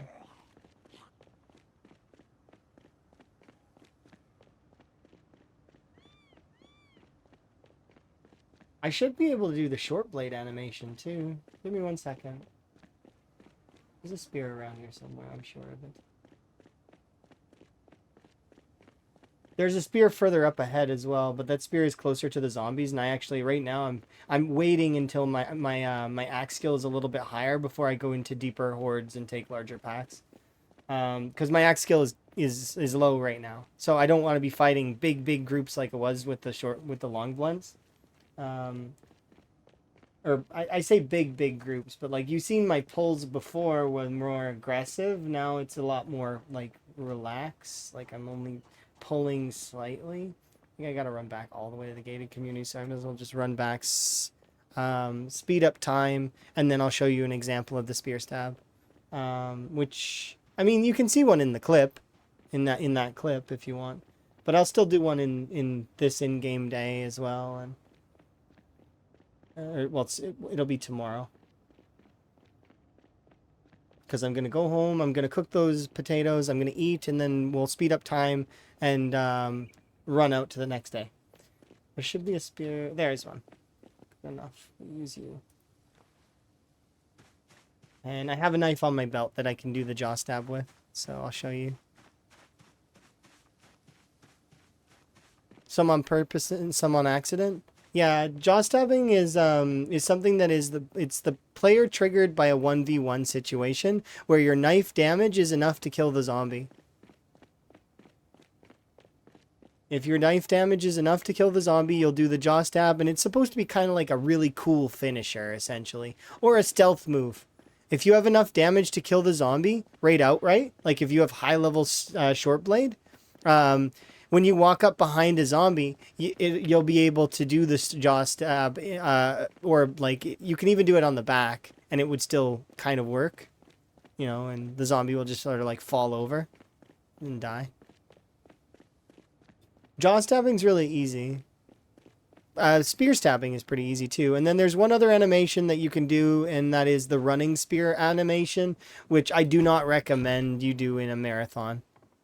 It's, that one is saved for short gameplay that's really like you're playing for fun, and it's dangerous because what can happen is you can miss your spear stab when you're doing the running spear stab, and if you miss it, well, now you're in point blank range of a zombie, so you're essentially endangered.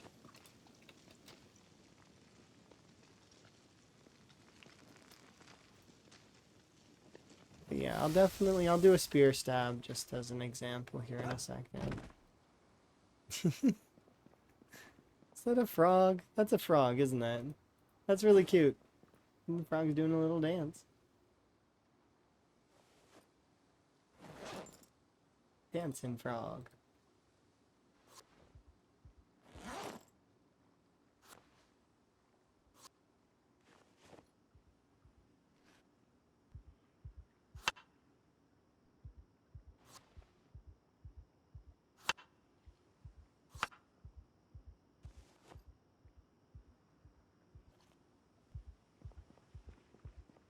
What?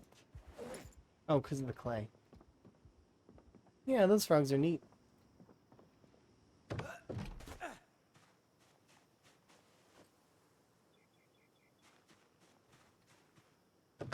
Alright.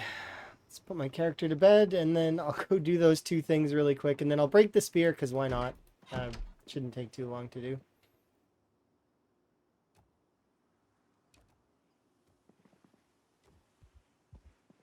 It's kind of like an Adventure Time frog, almost, with that one.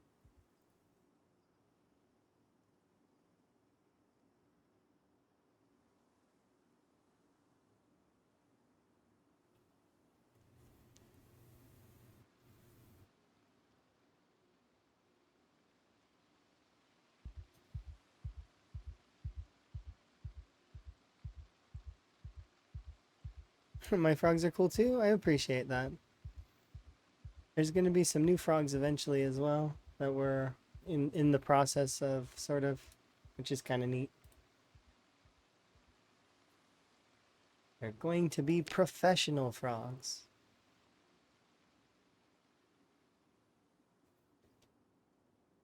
It's a character of your friends? Oh, nifty.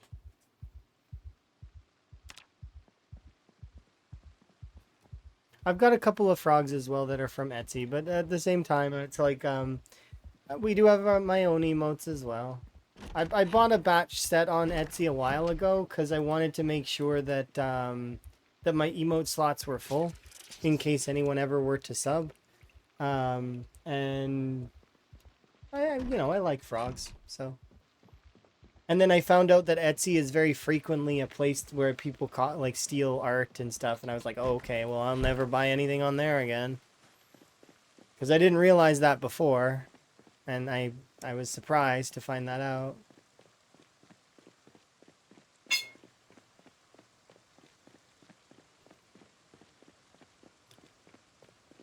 Because I have no intentions of trying to steal anything or anything like that. That's silly.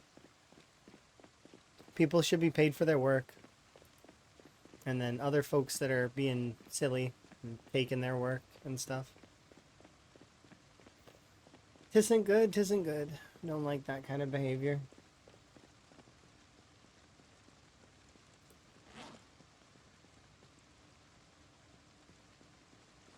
Okay, I ate the potato salad, and now we'll go and, like I mentioned before, I'm going to do these really quick. Yeah, the jaw stab animation happens when your character raises their arm as a kind of like a... Not specific to the knife, though. It's not something that the spear does. The spear is more random, and it's based on strength and spear level. And then from there, it's 1v1 on zombie.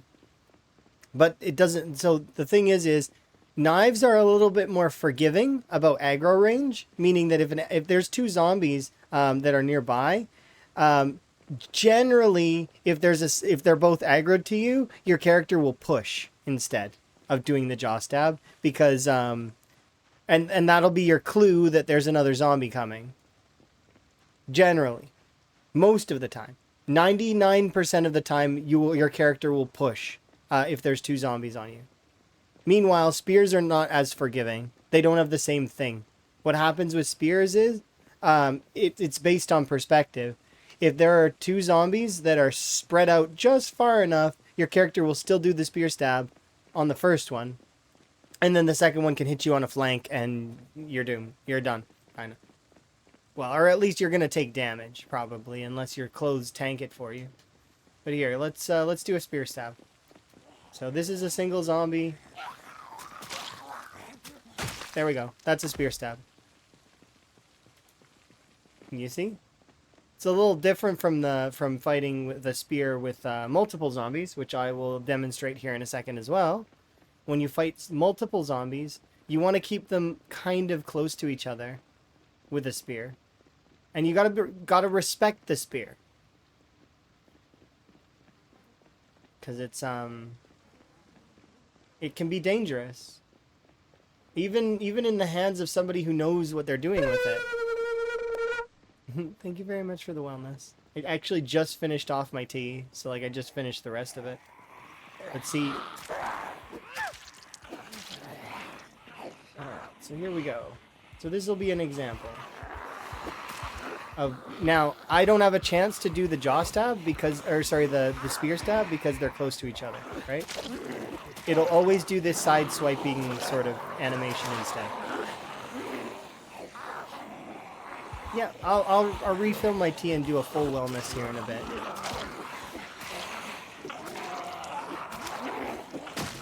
There we go. Spears are actually special as well. They're one of the few weapons that can auto kill.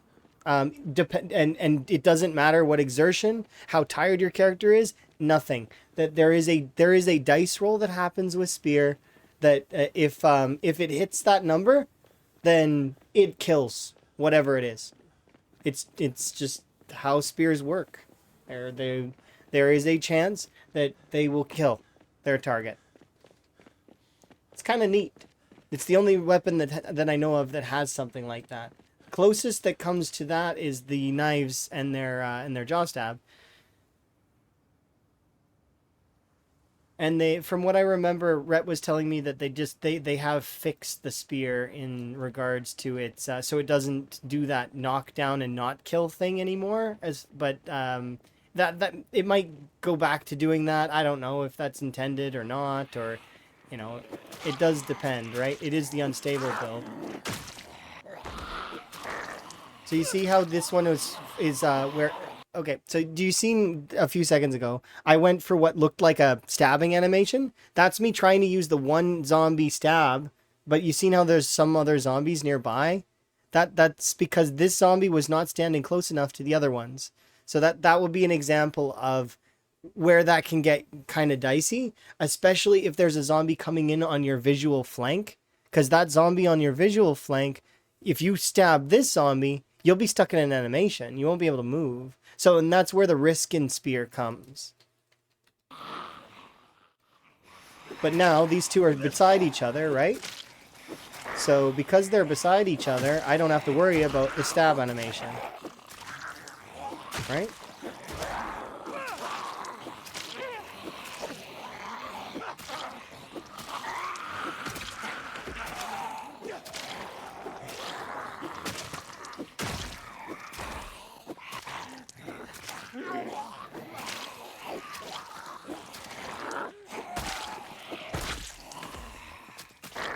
And we're back to possible stab animation. See?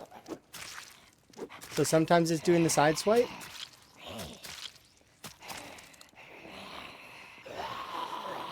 A good rule of thumb, though, is if it starts,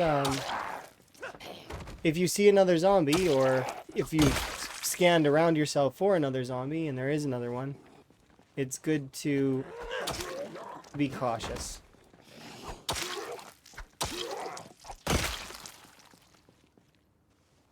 Okay, there we go. Perfect. Let's go get a rest in.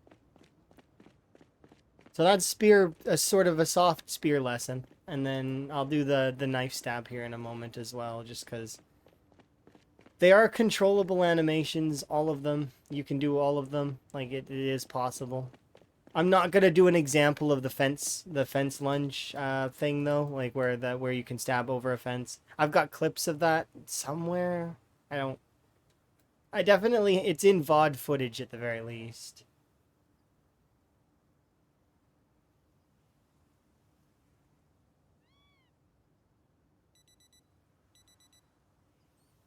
Okay, there we go. Because we're going to need the most damage we possibly can, and my character's not very good with knives. So, if I want to do the knife stab animation.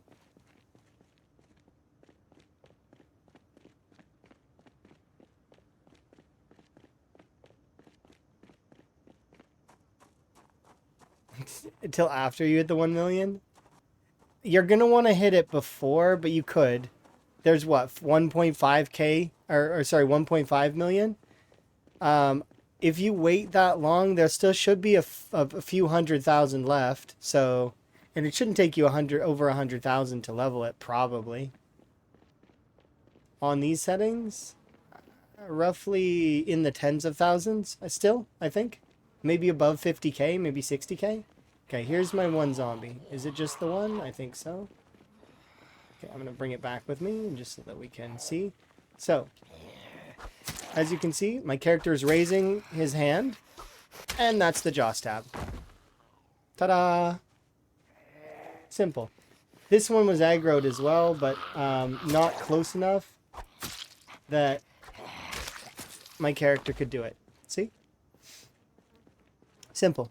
Jaw stab is great. It's really, really good if there's only like one zombie in an area too. Or if you're like sneaking into a house and you see there's like one zombie and he's facing the corner and he's like just kind of chilling there and doing that thing that the zombies do where they're like, nah, in the corner.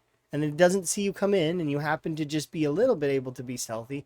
You can like walk up and just quickly jaw stab that one. Just be careful, you know. You do have fast learner? Okay, so it'll be a little bit faster for you than safe for me, because I have slow learner.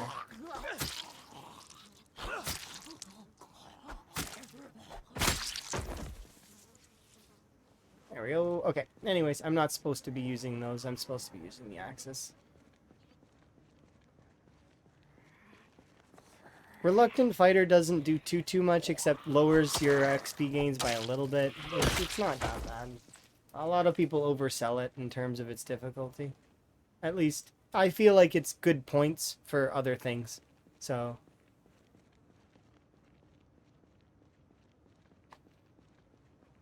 it's same for slow learner though. I feel like slow learner is also, you know, it's more points that you get to use for other things. So if you don't like something, you can take points in something like that, like mechanics or like, I was gonna say electrical, but that's because I'm listening to watches. You can't take points in electrical outside of being an electrician.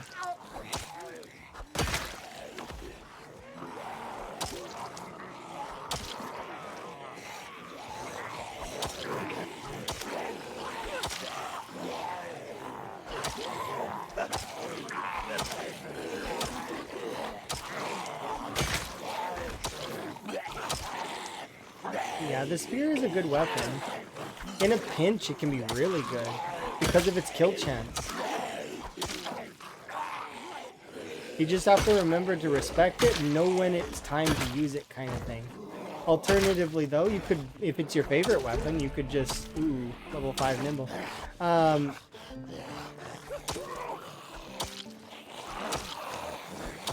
You could master it in a way.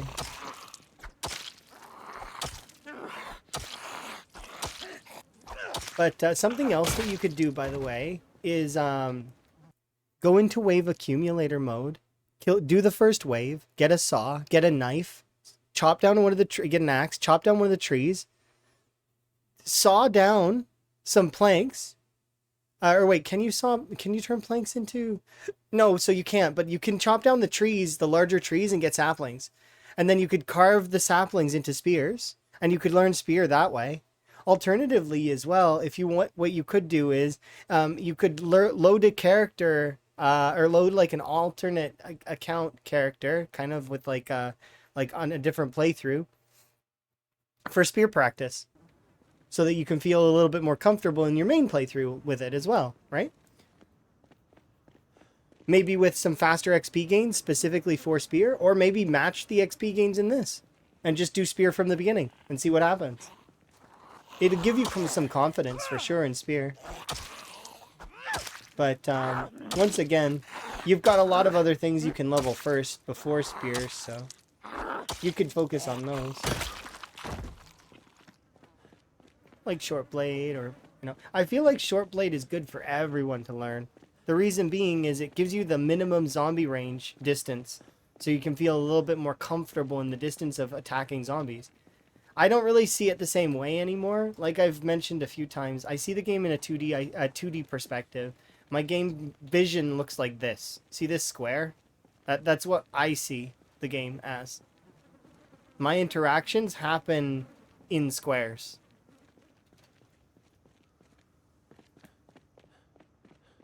And when you see me clicking it, I'm clicking on the tiles, specifically on whichever tile it is, or like I'm trying to work with the tiles, not because that's PZ. PZ is like a house of cards. It's 2D, but looks 3D.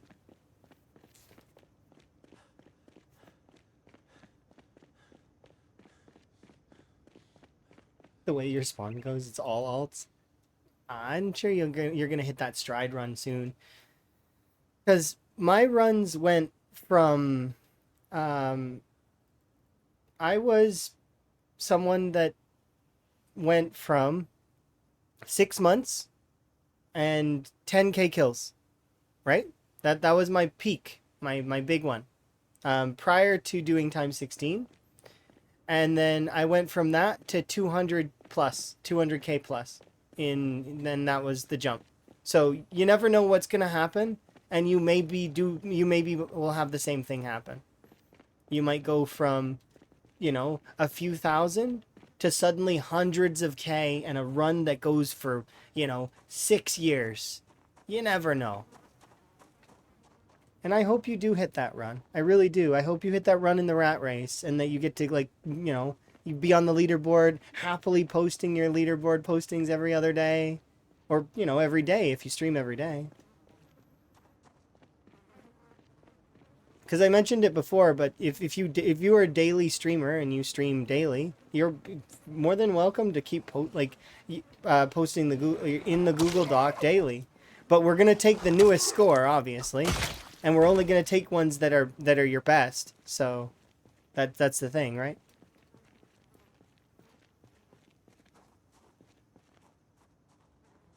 But yeah, the Google Doc formula form has been evolving slightly. It's now no longer just Twitch as well. If somebody has a YouTube account they want to post with, then they can do that. If they want to post with like Kick or any of those other streaming sites, they totally can. Whatever they want, It's meant to be a community collab, and it doesn't matter so long as it's live somewhere.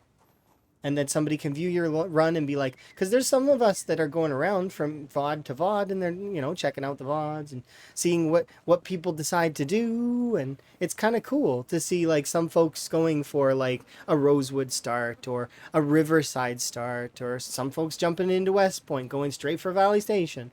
Like, stuff like that. Because a Valley Station start is very fun for a character that's not 0 to hero, right? Because you can kind of just jump right into killing larger groups right away. Especially if you take a sizable weapon bonus.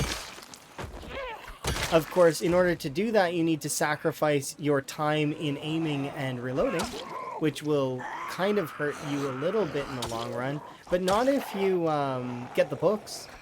If you somehow get the books, then you'll be fine. But you could go from,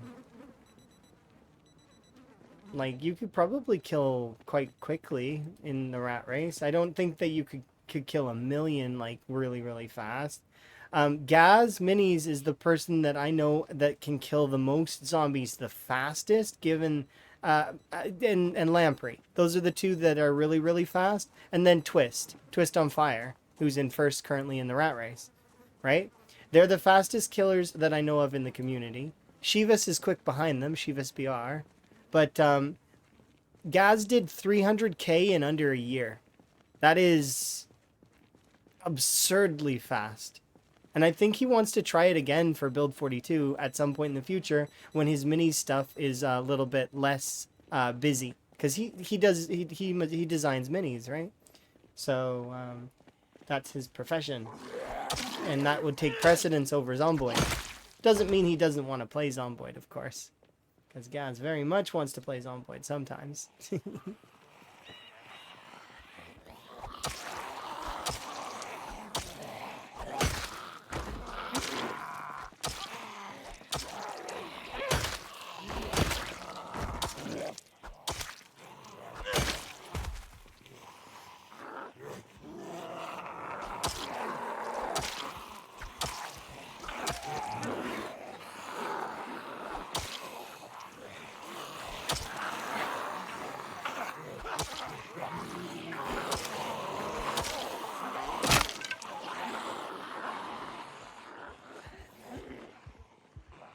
I was gonna take that spear, but I can't now.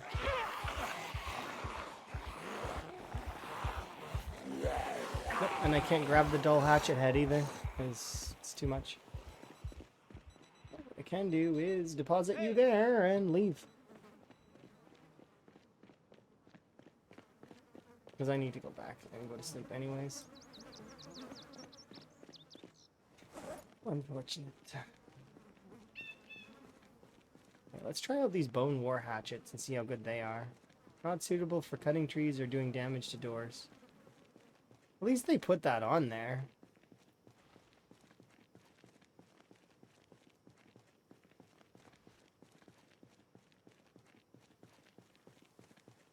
I'll be honest, I didn't read that when I was chopping down that tree on it. I must have missed it. Or they added that text later. Yeah, daily submissions are not spam. Spam is when you send in, like, after every 10 kills. Hey, by the way, I got 10 more kills. Hey, by the way, I got 10 more kills. Hey, by the way, I got 10 more kills. It's like, That's spam. If you do it once a day, that's not spam. That's a daily submission, and that's fine. But if you like, there actually has been actually already a couple of people that are sending in like, you know, hey, I got 3 more kills. Like, I mean, but I see on their survival time that they survived like another week. So like those 3 kills that they got are because they survived that week and they're still going and they're still trying their best. And that, in my opinion, is amazing. And those 3 kills must have been really hard for them in that sense. Because of, you know, it took 7 days. Obviously, their characters, you know, in need of either calories or needs in some way. So that, in that case, see, the quality of the kills becomes a lot greater. As opposed to, like, so I'm not gonna gate anything or be elitist. Like, oh, you know, you didn't kill at least 600 more today, that you don't deserve to be on the leaderboard. No, those 3 kills probably were really important, right? Maybe they were with high exertion. Like, we don't know the situation, right? So that's the thing. I'm not like that, and I will never be like that. I don't want to gate things like that. I think that's silly. I think it's there is a way to like to be both, you know, like you can be a veteran, but you can also be a jerk about it in a way if you really want to. I don't know. It doesn't seem right in my brain, right?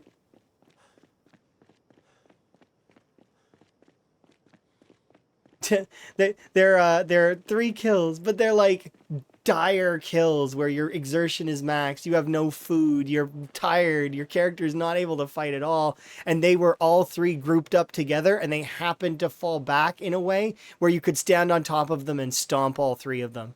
Like, you know, that kind of thing. Or you barely made it to a fence. You hop over the fence. You push the first one. You push the second one. The third one knocks you over. You need to then hop the fence again. You barely make it over that fence. You see the situation suddenly is a lot more interesting that way than, oh, I wiped out another group that I was, you know, a group of 600 off my watch bag with my long blunts that are level 10. Like, see, it's like the different style in a way. Like, it ends up being that in that case the 3 kills is much more interesting, isn't it? I think it is, but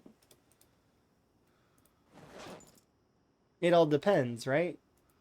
Because this style of play is interesting as well in its own way.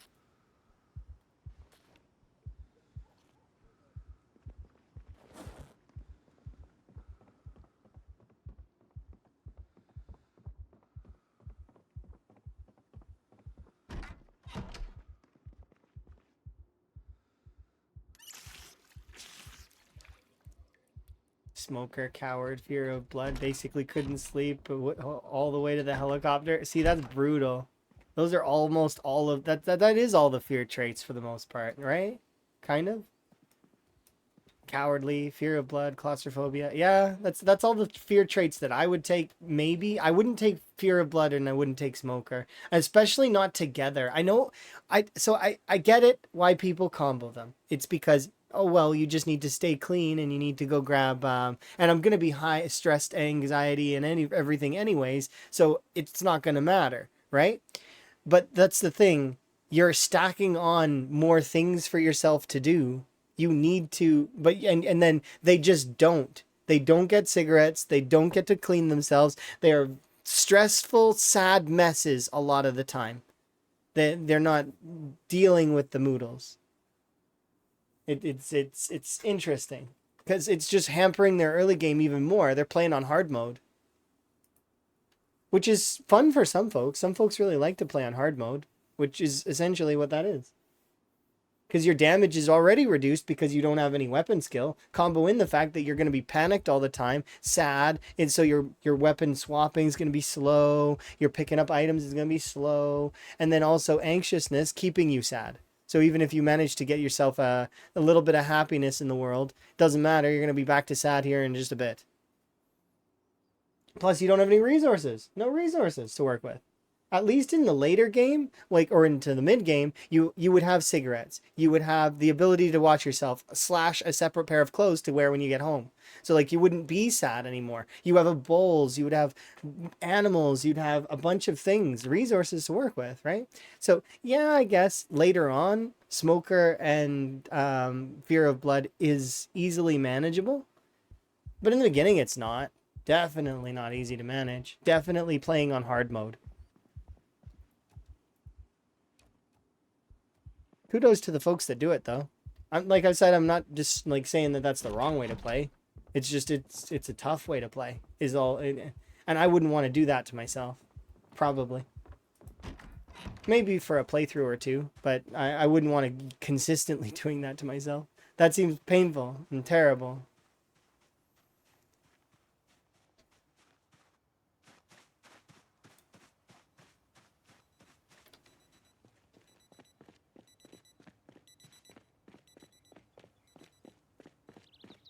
So you couldn't move your bed?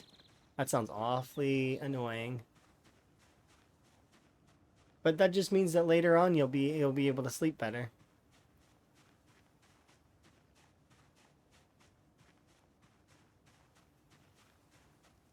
Where are we on the frog leaderboard? Still where we were to begin with, if I remember right. And somebody told me earlier that it was 6th. And if Shinra doesn't post anything, I'll probably pass them here. Probably not today, but I'll probably pass them here in the near future. Because they haven't posted anything yet for a little while. I'm assuming that they're probably like on vacation and or taking a break, or they're working, or they have school or something. There's something in their real life that's keeping them occupied. I don't think Shinra died. So, you know, we'll see here in the near future.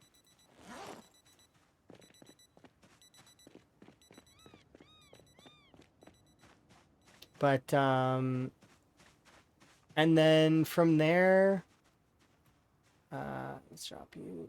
Boom. Why can't I drop it?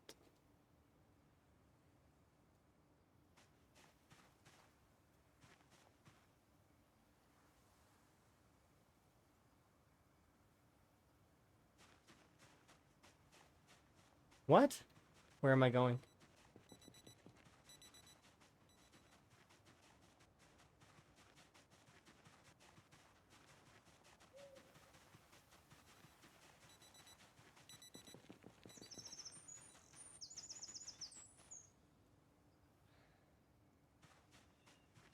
So, oh, so it counted as in my inventory, but it actually was over there. So it doesn't dupe the rock, it is still there on the ground. It's supposed to put it on the ground, but sometimes when it doesn't put it on the ground, it puts it in your inventory, but not fully. Interesting. That's very fascinating. Is Shinra even in the new Discord yet? I mean, he should be, right? If he's been paying attention to the rat race stuff, but maybe he's busy. Eventually he'll notice, and he'll be like, oh, what's going on with the rat race? And then he'll probably tune in to one of the rat race streamers, or he'll ask Lamprey, to which then, ta-da, back into the Discord he'll go. But I haven't heard head nor tail of him for a while, so eventually, maybe?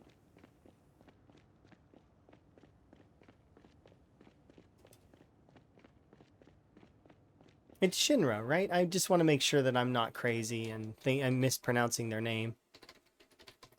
I'm pretty sure. Yeah, Shinra. Yeah. Yeah. Well, yeah, everybody will figure it out eventually. If you guys want to sort of, if you've got fairly like, if you 60% is how you can view the leaderboard in for view distance. Is it's the best way to view the leaderboard because it'll make all the text really small, but you can see the whole thing.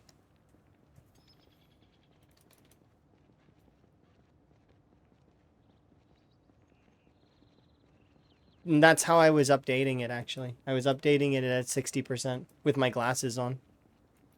Because with my glasses, I can see everything. But I don't always wear them. Because my glasses are for that kind of thing. Is like to read the fine print. They make everything crystal clear. But at the same time, I don't like to wear them all the time. And because they push on my face a little bit, and they make they're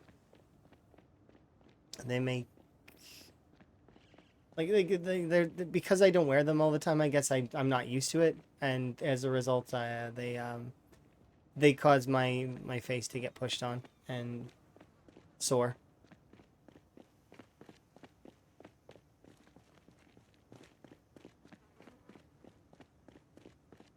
I believe it is I thought it was. I just wanted to make sure that I wasn't like missing a letter or something.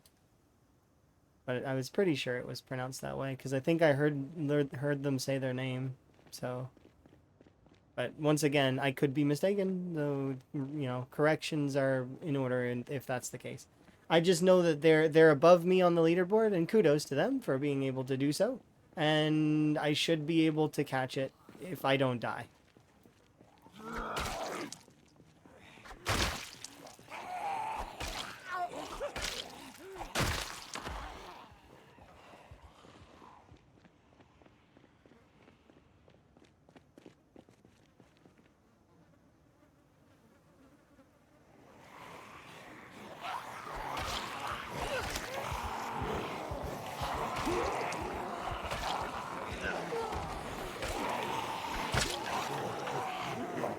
Dudes suck.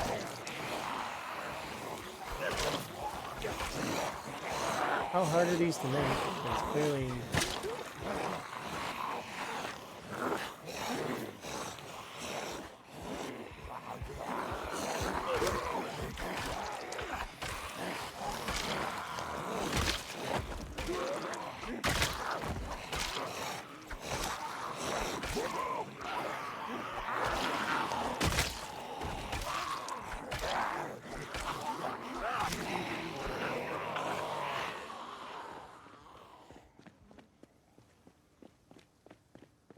There we go. Perfect. Yeah, those aren't very good. I don't like them. Not a huge surprise, though. They're probably fairly easy to craft. Let's equip you, secondary. I'm gonna look for a few more axes along the road as well.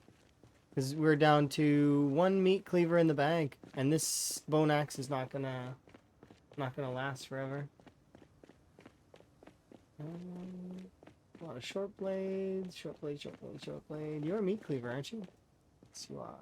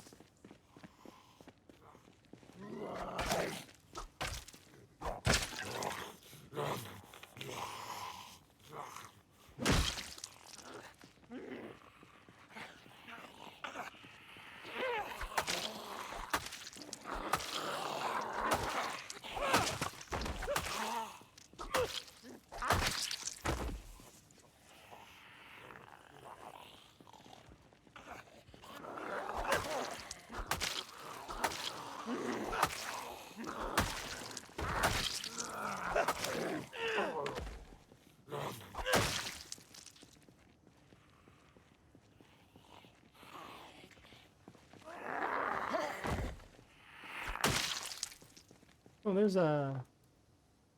I always forget that it doesn't break stuff completely sometimes, and it's been leaving a lot of this little debris behind. And while cool, um, makes me wonder sometimes. Because we've seen what happens when that sort of stuff is common. But perhaps it's different for PZ itself. Is if there's thousands of items on the ground, like literal thousands, the game starts to have problems.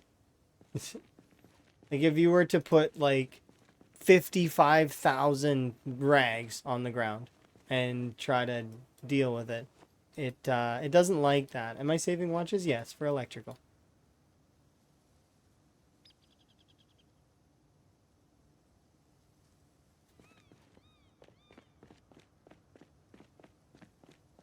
So every once in a while, you'll see me pull a couple of watches off the zombies, and but so it's my quick. I'm training electrical. You'll see me pull skirts, shorts, or sorry, skirts, jeans, and long socks off the zombies sometimes, and then also belts and the occasional leather jacket.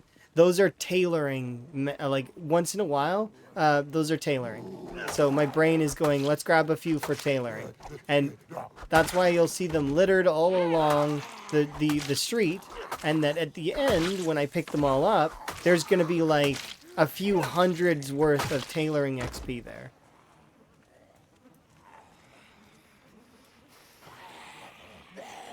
And then if I grab jewelry, it's for blacksmithing, but it's like, I don't think jewelry's the right call, because I would expect it's not very good XP. But maybe for cosmetic purposes, we can make a few things out of jewelry. And or I can consider maybe bagging up silver and gold if I decide to make a bunch of ingots. But if we're going to do that, then we'll do it later.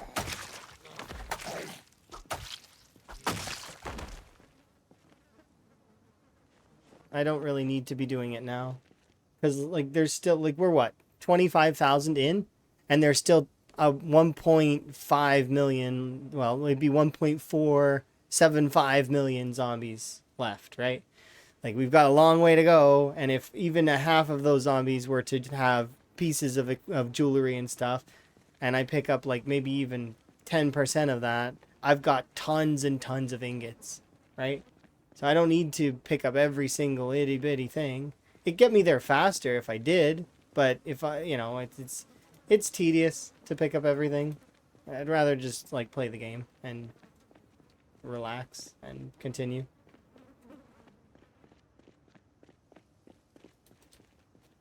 Oh yeah, we get some of it.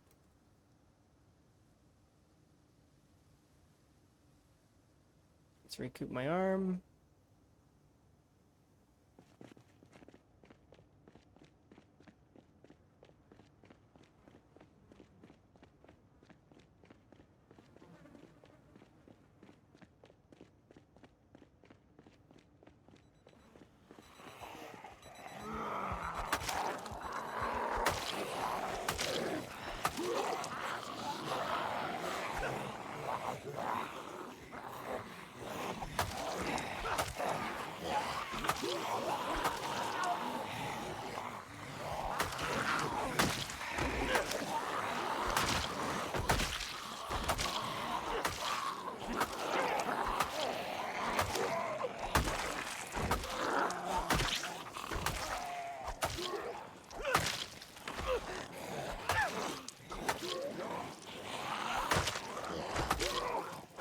Every missed swing, by the way, still applies muscle strain.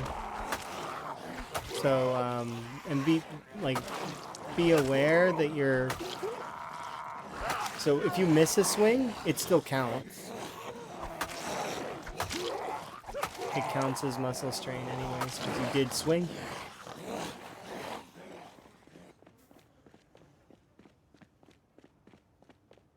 So if you're noticing you're getting tired, but I only killed like 4 zombies. Did you miss any of your swings? How fatigued were you when you started? Did you have pain? Did you have panic? Are you hungry? There's a lot of things that go into it that make your character a lot worse at combat.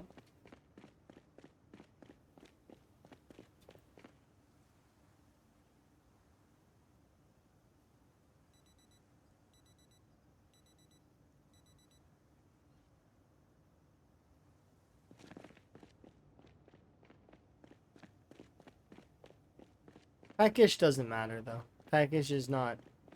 Some Moodles don't matter at all. The stinky Moodle doesn't matter at all. You can ignore that one. It's just warning you about corpse sickness being around. The first tier of thirsty doesn't matter.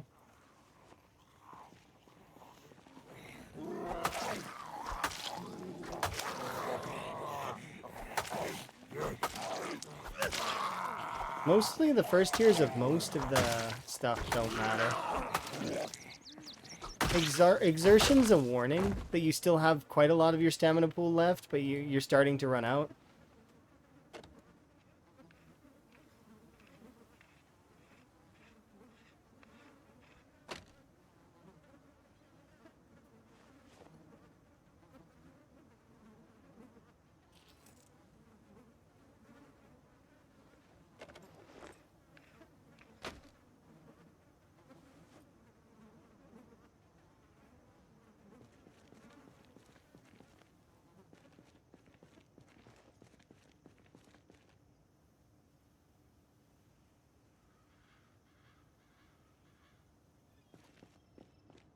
Do another group.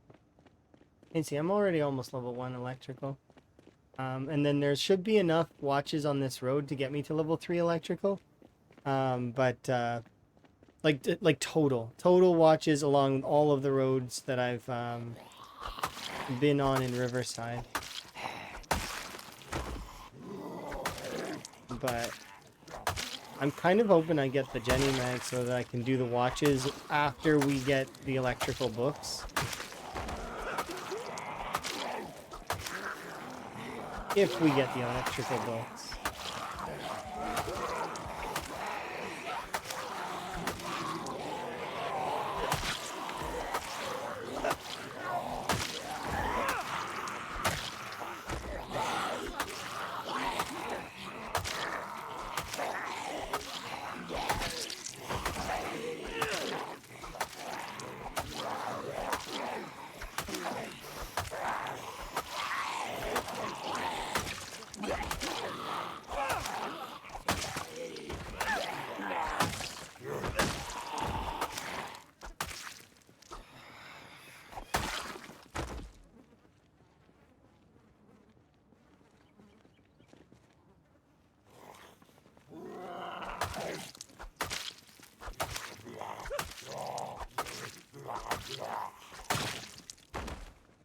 I like that Professor Dolphin, by the way. That's really cool.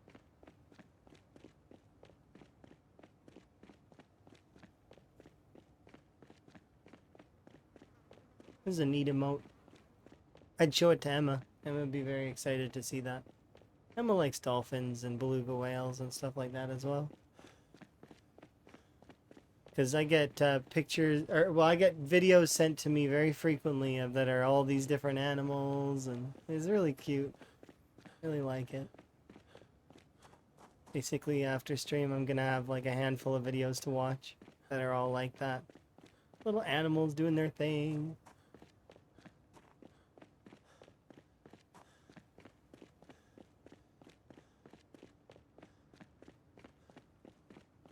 Are all the zombies still from town? Yeah. None of these zombies are from outside of Riverside. These are the Riverside zombies. And then, we'll be dealing with the Riverside zombies for a short time.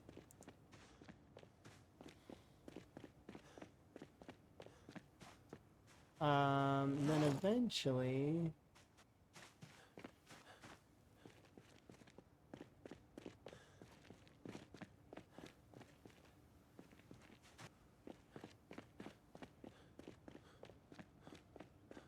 we'll be dealing with,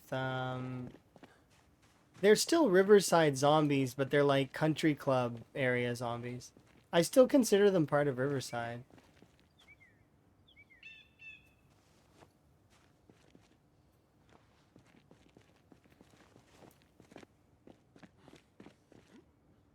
Box of Girl Scout cookies, the extra pair of work boots in case mine get ripped.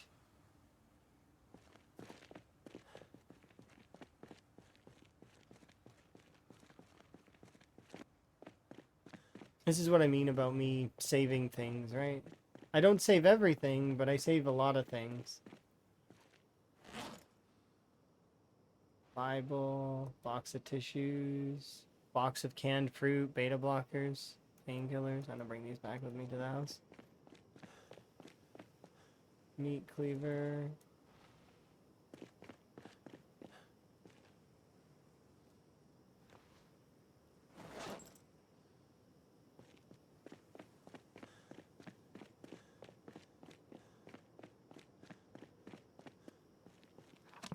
Oh, this right here.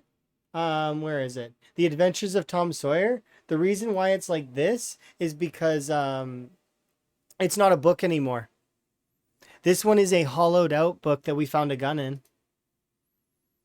But it's not a book anymore. It's a container. That's one of the cool things that you can do now. It's not something that's particularly useful. However, kind of, right? Because in your library, you can hide away an item now if you want to, right? Which is kind of neat. If you have a particular item that you want to hide in a library, you can put it in a book. Who's going to look inside a book? And if you have organized, I think it might raise the capacity a little bit. So it's kind of like, because it's kind of like a fanny pack. It'd be cool on a multiplayer server and stuff. Be like, oh yeah, I've got the pain pills. Don't worry, they're right here. And walk over to your your library. Yeah, it's one of those things that you wouldn't really think is that important until you think about multiplayer and you're like, oh yeah, you know, who's gonna go into my library and try and grab like one of my random books? Not likely. And then somebody gonna be thumbing through every book in the game that you've got? Especially if you've got a lot. Imagine if you had a full library. Like, I mean, like, I'm talking like a big library. Like, because you were trying to collect all the books in the game. And then you hid your item in one of them.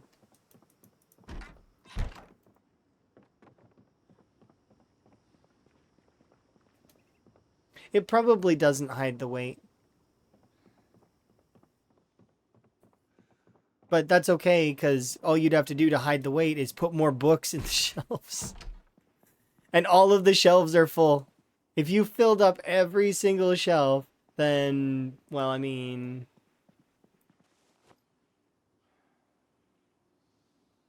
There we go. We got tissues.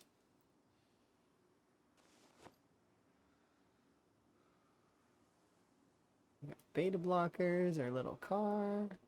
These are knives that probably can't fit in my bag, but I'm going to try. No, they can. Alright, let's put this here.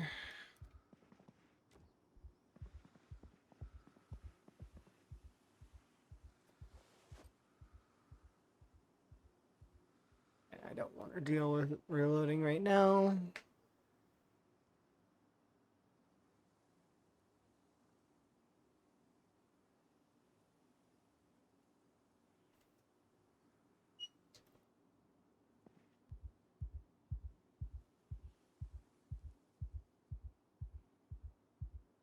Mm.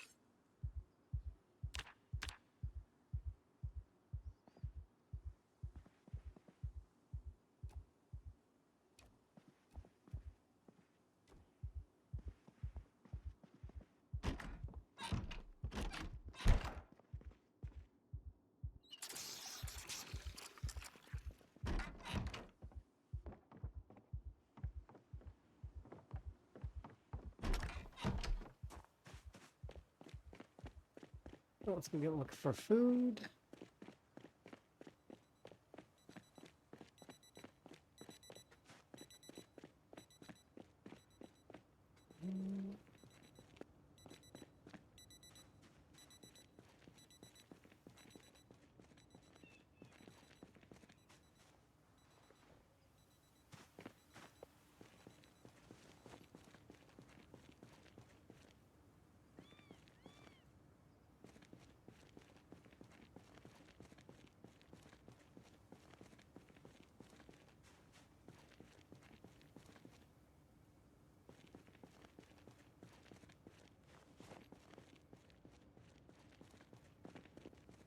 Yeah, that's fine. Okay, let's run over to there.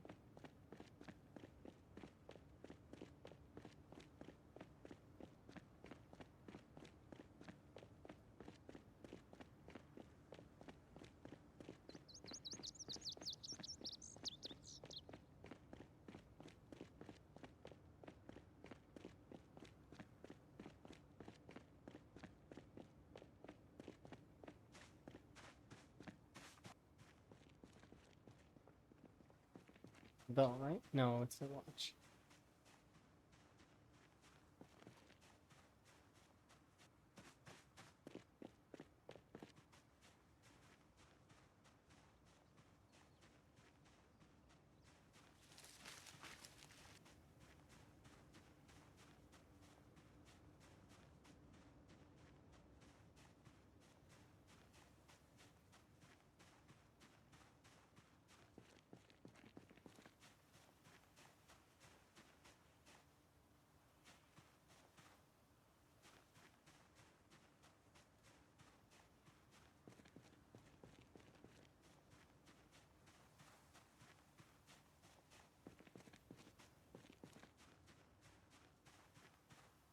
Nice.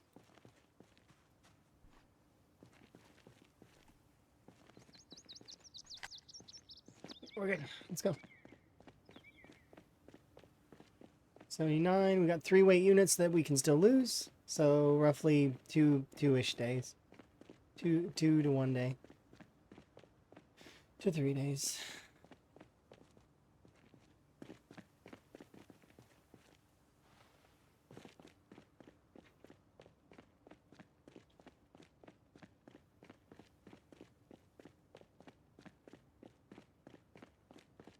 But we're making good progress on axes. Like, we're already halfway through the next combat level, aren't we? More or less. We just hit Nimble 5 as well. About to hit Running 6. Strength 7, or 8 is almost on the horizon. A lot of the weapons skills are good. And foraging is about to hit. Well, it's, we just got started on the last level, but it's, it's less than 9,000 XP away now.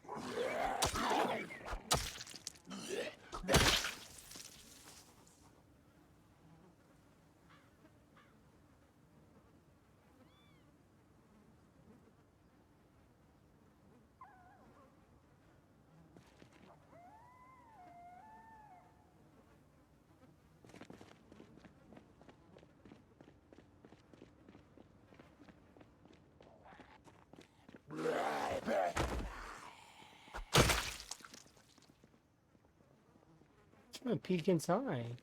Rude. Hidden by the trees.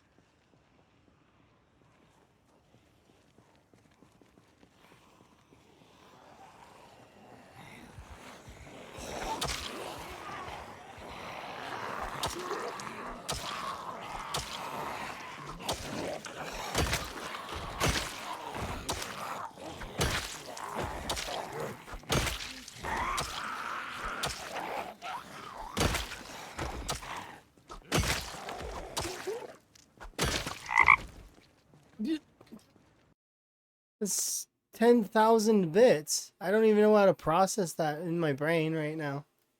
But I sincerely appreciate it. It's just like a lot of bits all at once.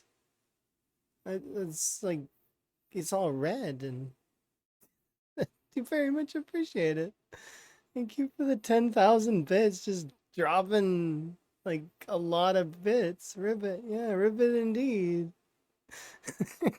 I don't, like 10,000 bits. Just like, boom. Thank you. I don't know what am I supposed to do. What am I supposed to? I just appreciate you. I mean, I know, but yeah, I very much appreciate you. Yes, those are some pointy bits. Yeah, they are, aren't they? It's very fancy. It's a super duper appreciate. And it says that they're not listening right now, watching without audio.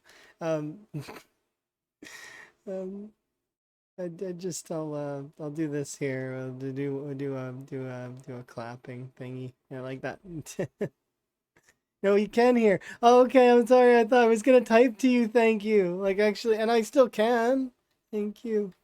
Like that. Thank you for the 10,000 bits. I sincerely appreciate it. It's very kind of you, and I think it's the most bits that has ever been given to me. I'm pretty sure.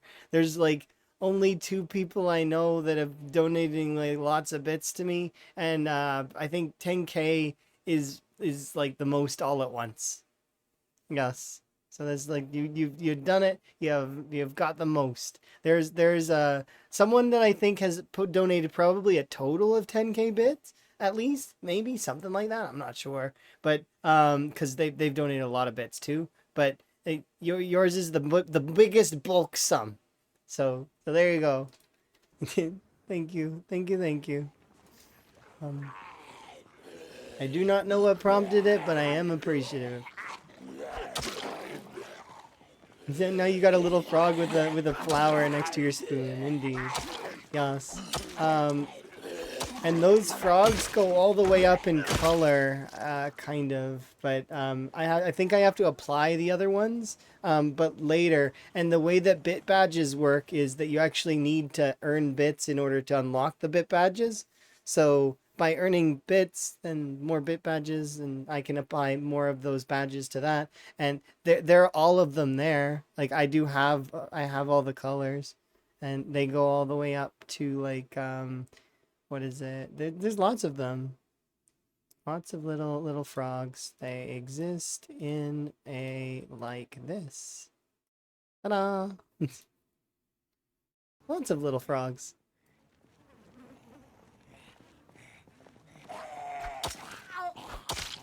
But yes, I do sincerely appreciate you.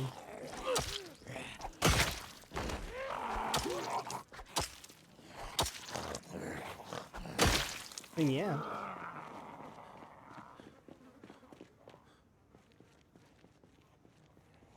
I need to run away. Run away! We're getting close, though. We're getting very close. Next level, a little bit further each time. But yeah.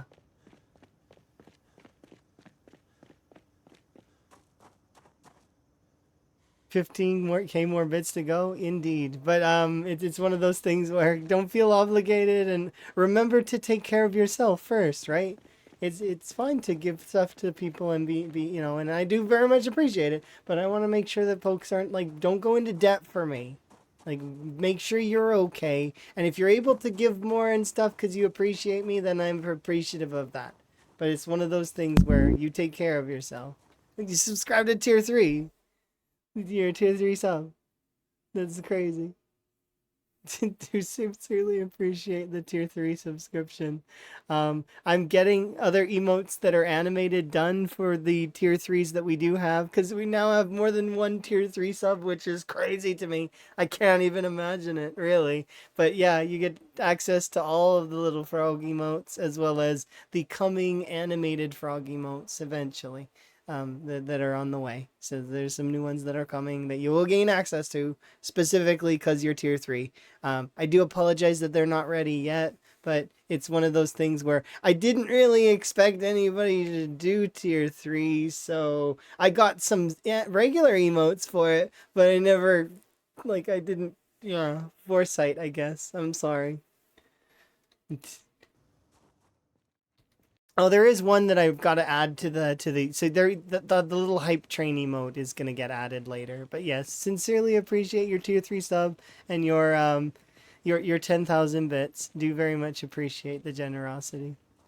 But yes, once again, make sure to take care of yourself first, and you know, and then other folks after is good too, right? If you've got extra, then it's always fine. But make sure you're not going into debt for someone. Take care of home, then take care of other people.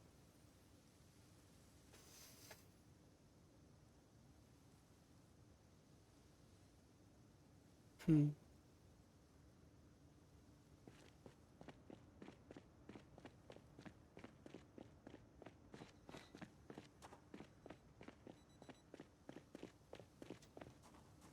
Yeah, just reach epic status, and then also it comes with extra channel point currency earning as well, which is really cool.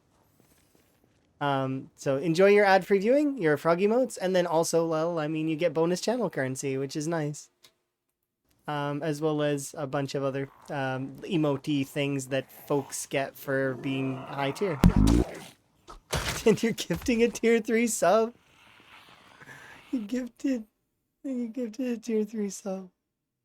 Use the frogs with me. Uh, okay. You're just gifting tier 3 subs to people.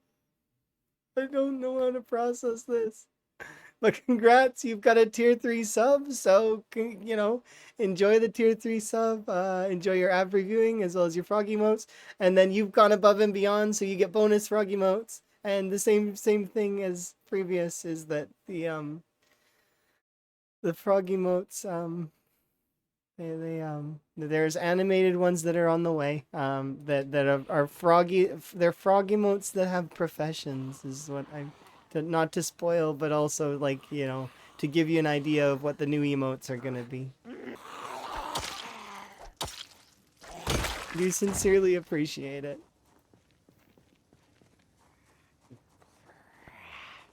Yeah.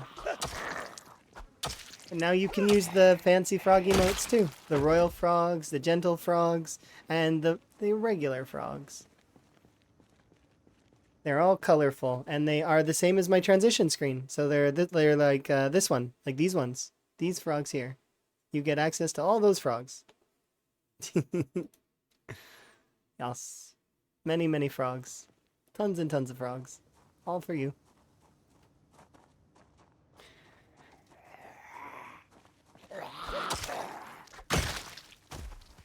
Oh, Jaws. It's crazy generous. I do appreciate. Thank you, thank you.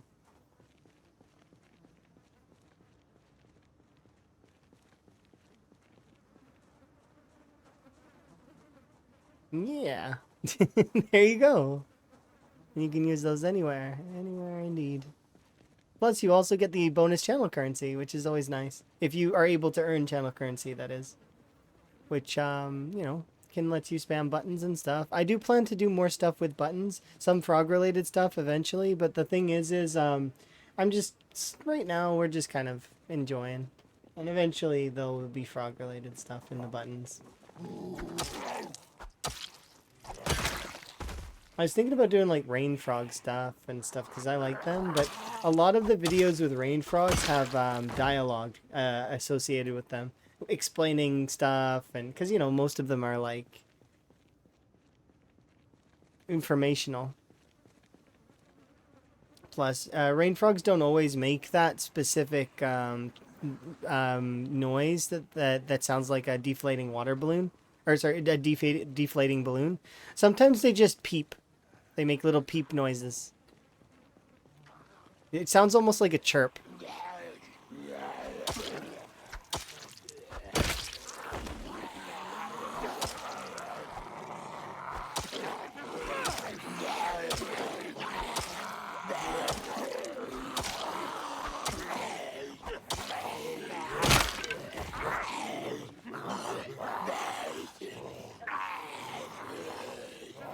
Yeah, just chilling, exactly.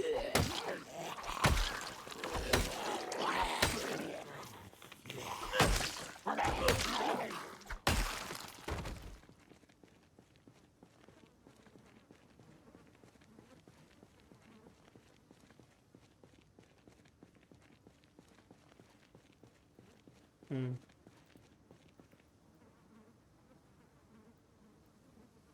There we go.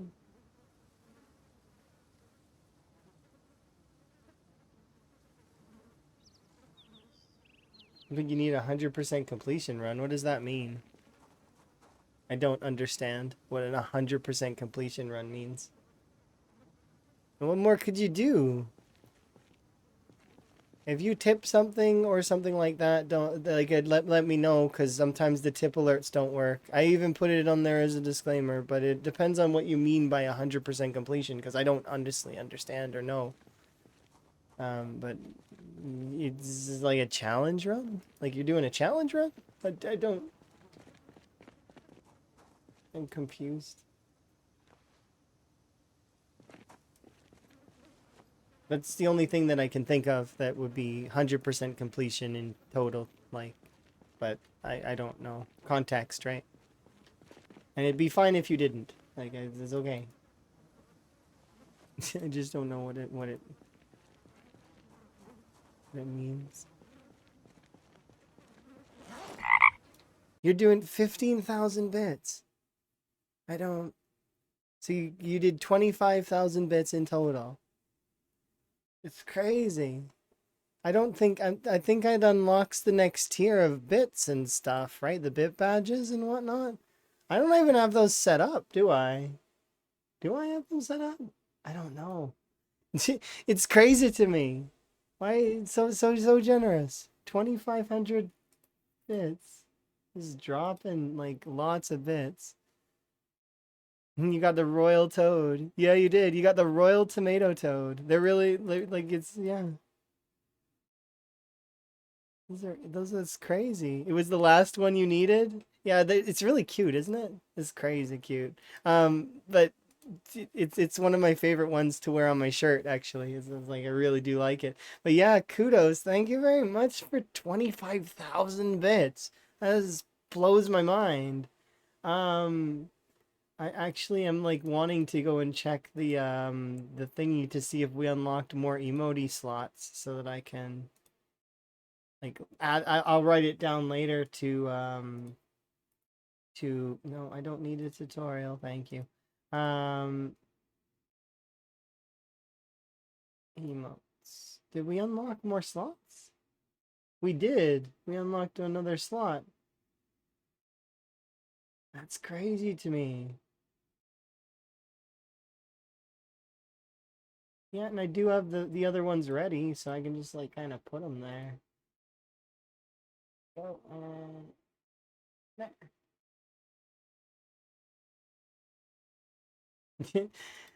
Yeah, you just are like crazy. I'm blown away. I do very much appreciate the bits and like I mean, thank you very much, and I hope you get good use out of the royal frogs.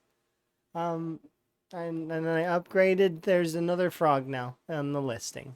But once again, I'm not expecting you to jump directly to grab that one. You can kind of like to bask in your solo, because apparently two people have access to the other royal frogs, but only one person has access to the royal tomato frog, and that will be you. So congratulations on being the first person to do that, and I sincerely appreciate the crazy amount of bits. Like I like so many bits. Yeah, but it's just I'm blown away. This is crazy. It's not it's April Fools, but it's not April Fools. I don't I'm confused, but I'm not confused. It's okay. It's okay. I should focus on my game, but at the same time I'm like really happy, and also I thank you. But remember, keep yourself like good as well. Like I mentioned before, don't go into debt for people, even to get like good reactions and other such things. And like I do appreciate you, but like yeah, all the biddies indeed, hype indeed. I just worry that some folks may try will take on debt to try and be extra special. And I mean, while I do appreciate you being extra special, you're also extra special just because you're here too, right? And you're talking with me and stuff. And I do sincerely awesome think you're awesome and appreciate you. But yes, going above and beyond is crazy. And thank you. It helps make me more approach the idea that I could do this as a job, maybe more, right? Because yeah, it would be nice to be able to do this as a job. I would be hyped to do so.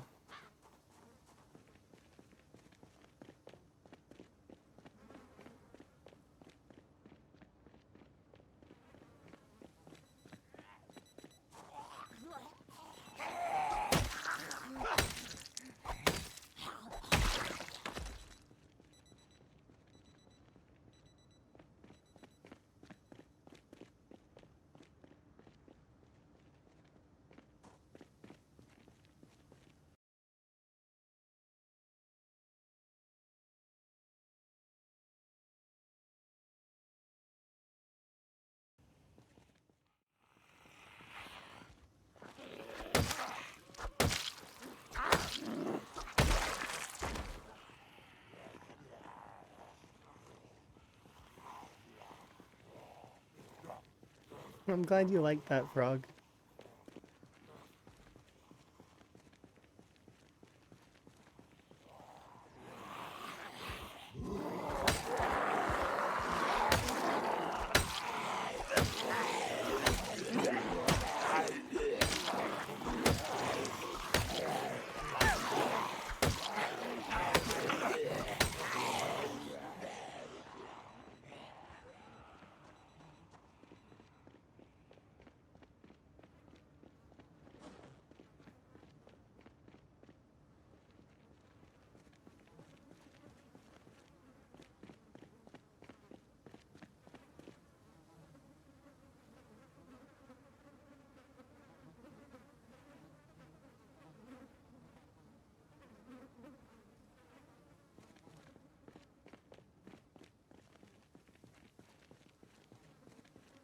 You're the deaf trait going for a while, so you're following in Chili's footsteps, or is Chili following in your footsteps? I'm curious. Because a lot of folks are taking the deaf trait lately. Is that like a thing now? Are we supposed to all be doing that?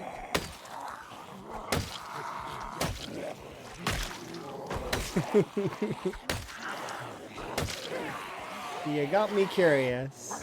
Are we all supposed to be running a death run? Like, did I miss a memo? It's just a good time, I guess. It's peaceful for sure. No more growls.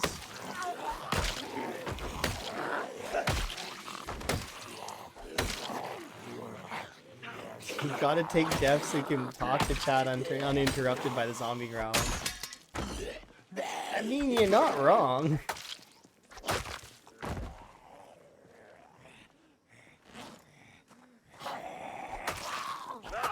It does work out that way. I am still reeling a little bit, trying to process. But yeah. Letting a house alarm go off without even knowing it. Just walking around the house. Suddenly there's zombies everywhere. You didn't have your audio capture on for the entire stream. I mean, it happens. Sometimes things break. Usually you get a handful of folks, though, that are like, hey, things are broken. And then, but it depends sometimes. I'm going to run back, actually, right now. We're at 400 XP into level 4, which is hype, because that means that we're almost at the stage where things are going. Nobody said anything? That's weird. Usually somebody's like, hey, you're muted. Hey, there's no sound. And then it was popping off. Maybe they thought you were playing with Def. That happens sometimes, but even Def has sound effects, guys. Just so you know, even the Def trait has sound effects. The sound effects are subtle and they're specific. So even if you're playing with Def, you will still hear some prompts. You won't hear the zombies. You won't hear the helicopter. You won't hear the house alarm. But it still plays some things.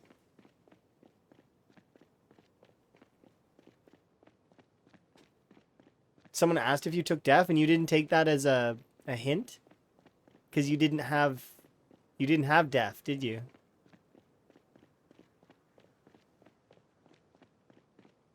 I would have been like, wait, what do you mean Def? I would have been right on that. What do you mean Def? I didn't take Def. Wait, my sound not working? That's immediately where my brain goes.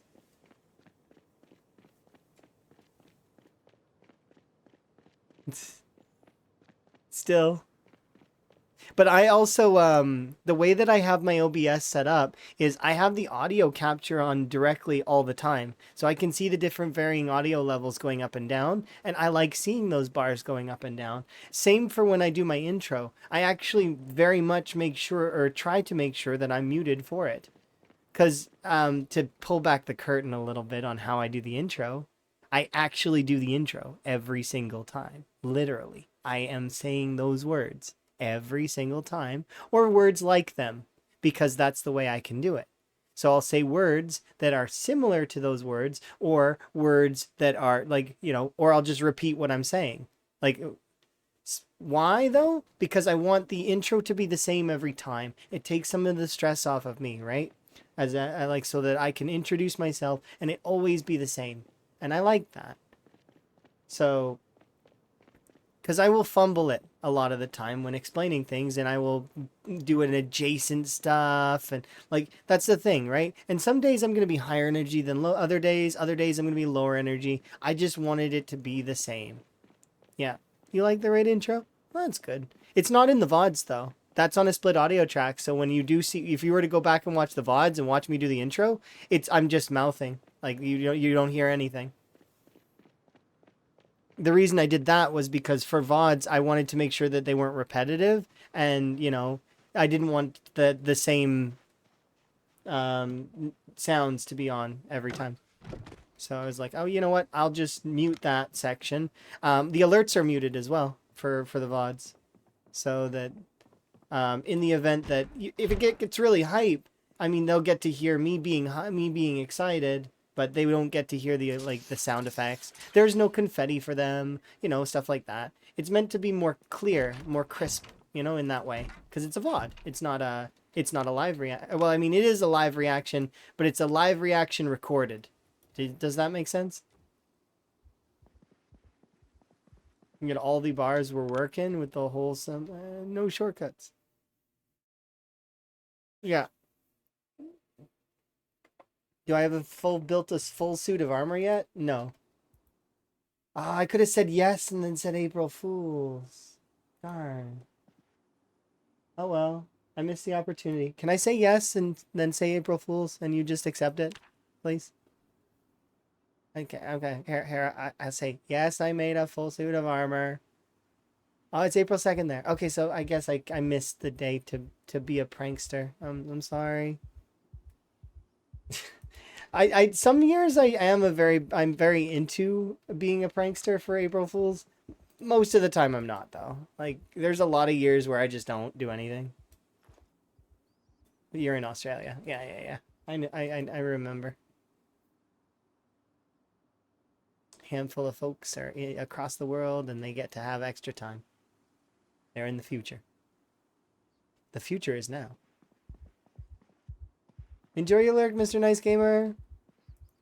I hope you have fun with whatever it is that you're doing, and if you've got to work and stuff, and hopefully it goes clear. If you're gonna stream, luck in your run. That's crazy.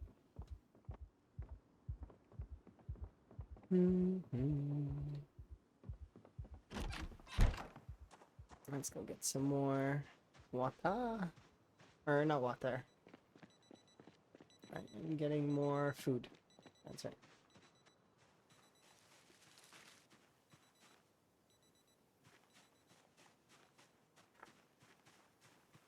You actually forgot April Fool's this year? Yeah. I didn't get to forget it because I was reminded of it through a couple of folks. Beaten Buzzers managed to fool me, kind of. Yep, he totally did. I'm just gonna say it right now. He fooled me this morning. So Buzz fooled me, and although I was told about April Fools prior to, blah blah blah English, prior to, I was told about it, and I remembered, and then I forgot promptly after. Because that's what happens with me sometimes. I discard information that I just even, like, sometimes right while I'm using the information, I'll discard it. Because my brain does it. Like, talking about the days of the week, suddenly forget which day it is. Like, it's, little things. Because it's my brain uses the information and then it goes, okay, well, do you need this anymore? Okay, we're filing it. It's going away. You don't need this anymore. You've used it. It's done. It's going in the storage.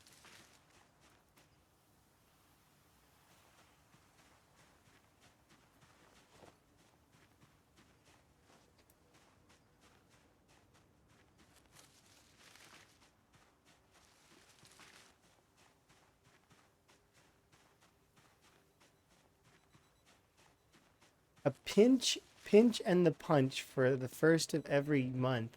Wait, so like they'd pinch you and punch you? That sounds painful. Emma has a really low pain or like a low pain tolerance. My pain tolerance is medium. Like I can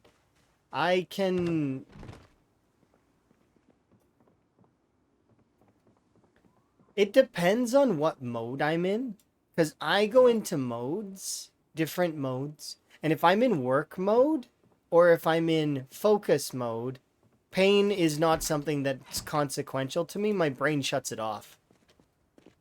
So if I'm in focus mode and I'm in work mode, I don't care about it as much. I've cut the tip of my thumb off, off, like kind of like with a chef's knife, like not the whole tip, but like just like the end of my thumb, right? Not the, like I said, not down to the bone, just like the tip part of my thumb, right? But I was working, so I needed to quickly sterilize it, bandage it, glove, back to work. No pain, zero. I sanded my most of my thumbnail off in when I was in a what was it? It was like it was some kind of shop thing. I can't remember what I was doing, but it was like some kind of extracurricular thing. And a long time ago, I sanded my thumbnail down, right? By accident on the belt sander. I walked over to the teacher. I'm like, "Can you fix this? I'm busy." And then and they're like, "Oh my god!" I'm like, "No, just fix it, sterilize it, bandage, and then give me a glove because I gotta get back to doing this because I was busy." See, focus mode shuts off my pain. However, I promise you later I feel it because later on, oh, it was throbbing and terrible. And same for both times. Like it was terrible and throbbing and horrible later. Once I lose focus mode. Losing focus mode is awful. When you have an injury like that. Same for headaches or all of that stuff. I can shut that stuff off completely. Like migraine, don't feel it. My brain's too busy. It's like my head hurts, my head's pounding. I need to feel this later. So my mind will shut it down so that I can focus on whatever I'm doing. That's a benefit of hyperfocus. Hyperfocus can allow you to do those kinds of things. However, comes with the added benefit of that's not healthy. It's not good for you to be shutting down pain receptors like that. It's a bad thing because pain receptors are it's your brain telling you, hey, you're hurt. You need to rest. You need to stop being so. But yeah, it's not a good thing. even though it sounds like it might be kind of a weird sort of, it's not a superpower, it's a weird sort of extra thing that folks with ADHD and a few other types of neurological, what is it, not neurodivergent, is that the term? I'm not exactly fluent in it. I don't understand it all completely, but I would assume that anyone who has a hyper focus as their capability in would be able to do something similar. Because yeah, you get an attention, yeah, you can get like an adrenaline rush, or alternatively you can get you're like, is this important? No, I've got to move on. Yeah, neurodivergent. See, I'm not particularly fluent in a lot of that stuff. I've read a little bit about some of them, some of the different styles and things, and I know that I'm ADHD. I was diagnosed with it quite a long time ago. I haven't been re-diagnosed with it, but I'm sure it's not something that goes away. It doesn't just go away. It's you get to keep ADHD with you forever because it's part of my brain. But yeah. I'm not autistic though. I know that I'm not autistic. And I know that you said you are autistic and ADHD. I don't think I'm autistic.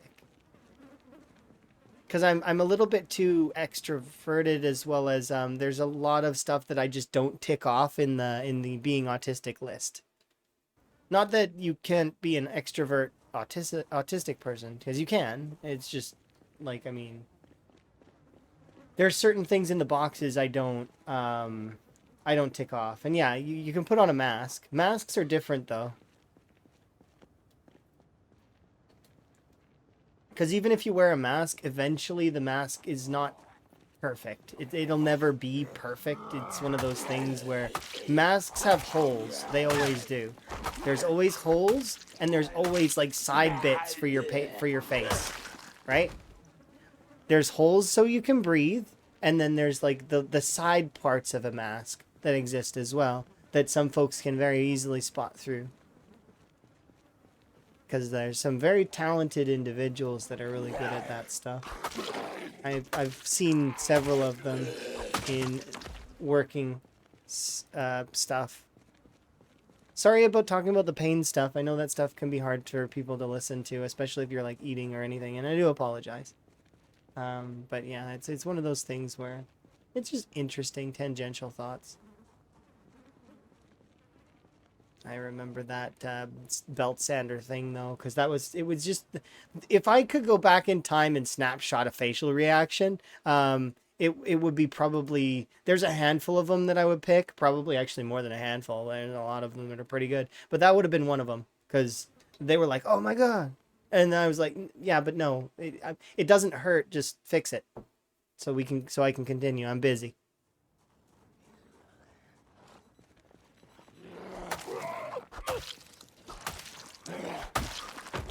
You're like, oh, it probably doesn't hurt because adrenaline. I'm like, not really. I don't really feel hyped. Well, I didn't say hyped, but you know. I don't feel excited is what I said, or something along those lines. I can't quite remember exact wording. I don't feel like I'm adrenaline. But then again, I guess you wouldn't really know. What's in the trash can? I don't know.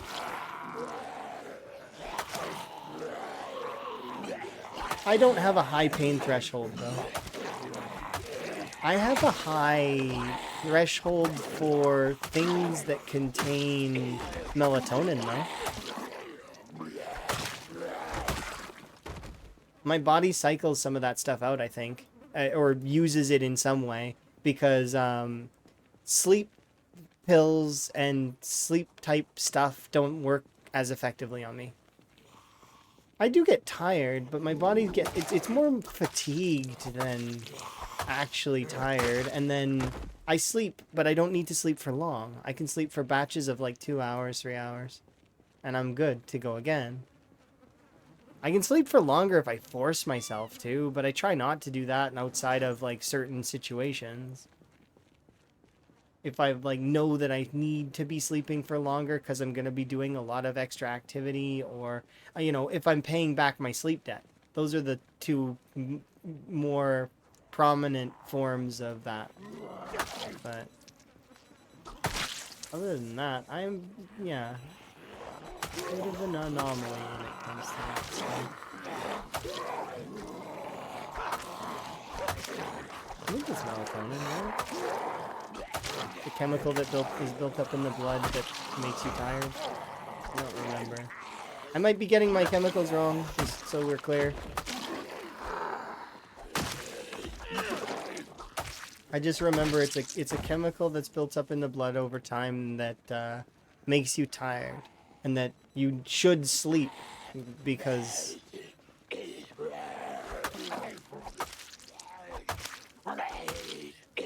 it helps your body cycle that stuff, as well as do your body has to do a bunch of other stuff while you sleep too.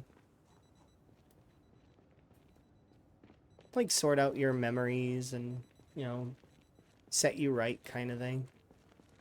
Healing factors increase.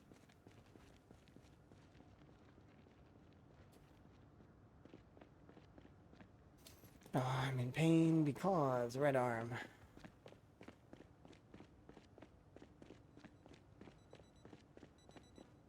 I'm telling you, if I was going insane. That's good. I'm glad that you found out you had a gluten allergy and that you actually took it seriously and like stopped eating it. Because some folks believe that stuff to be like, you know, it's like, oh, you have an allergy to this, and then they just keep eating that stuff. And I know some of it tastes good, but if it's harmful to your body, you should find alternatives that are also tasting good, but don't cause you the intestinal issues. Because clearly your body's not good at digesting whatever that is, or it causes adverse effects. You know, beer is difficult. Oh, yeah, exactly. You can find some really good ones though, and then there's like wines and other alcohols that exist if you really like alcohol. There is a type of alcohol for everyone, just like there's a type of tea for everyone, and coffee, and everything exists in a form for someone. That there is going to be one out there for someone due to the fact of the amount of there's just so many different kinds, and that includes the kinds that don't include the primary ingredients that make those things what they are. You know, caffeine-free coffee, etc. Well, not that caffeine is the only ingredient in coffee, but that's just a crude example of like, you know, you can get some of those things or things that are flavored like other things.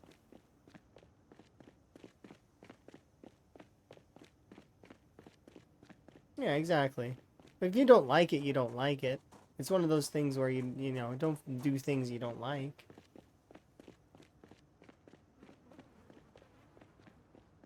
I'm still kind of sad about the Enigma bookstore.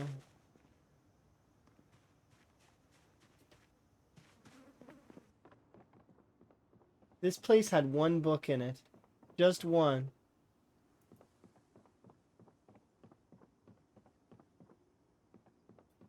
There's a part of me that's sad about it.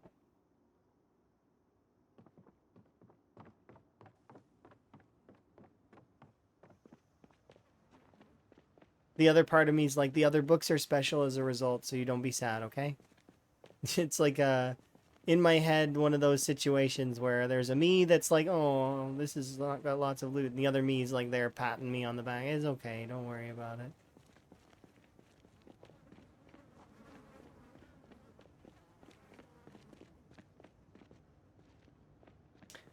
I don't know. My mental area is interesting. It's definitely fascinating sometimes. You get a Foster's like twice in your life? Oh wow. Have I had Foster's?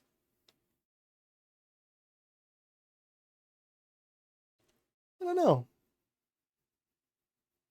I know I've had a lot of different kinds of beers and alcohols, and I learned that I have the ability to taste. It's either I can't. Which is it? Is it hops or yeast? I think it's yeast, because I can taste it in breads too. It's weird. Tastes weird. But I don't have a gluten allergy as far as I'm aware.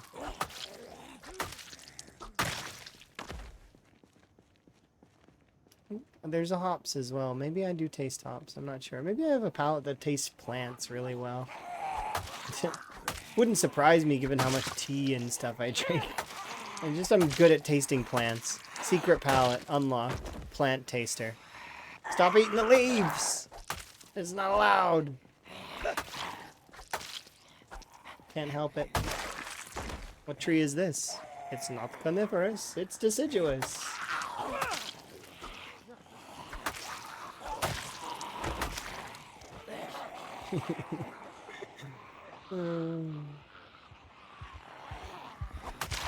I don't know. Human beings are weird. We're a weird, wonderful bag of chemicals, electrical signals, and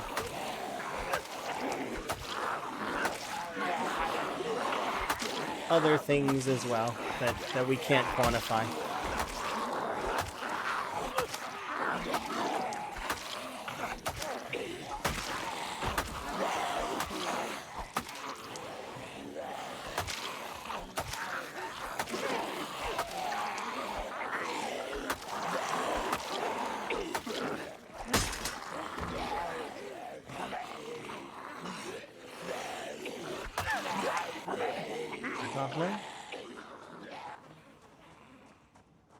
We're almost there. We're almost at a stage where it's not as painful.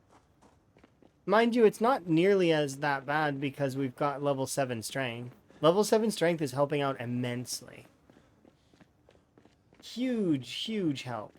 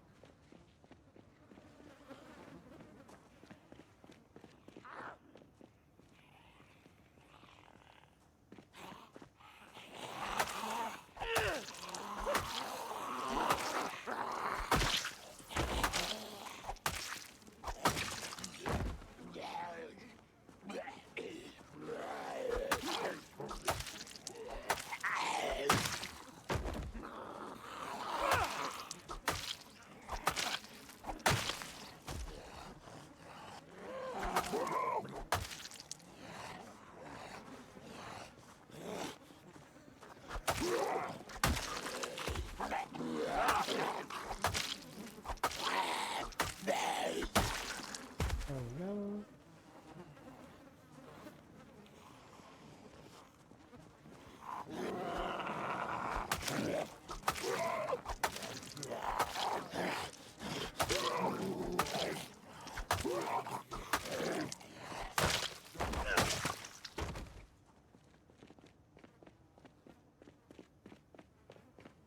I haven't found a beer that I like so far. Like I would be willing to try though, and I would drink the whole thing and give it a chance.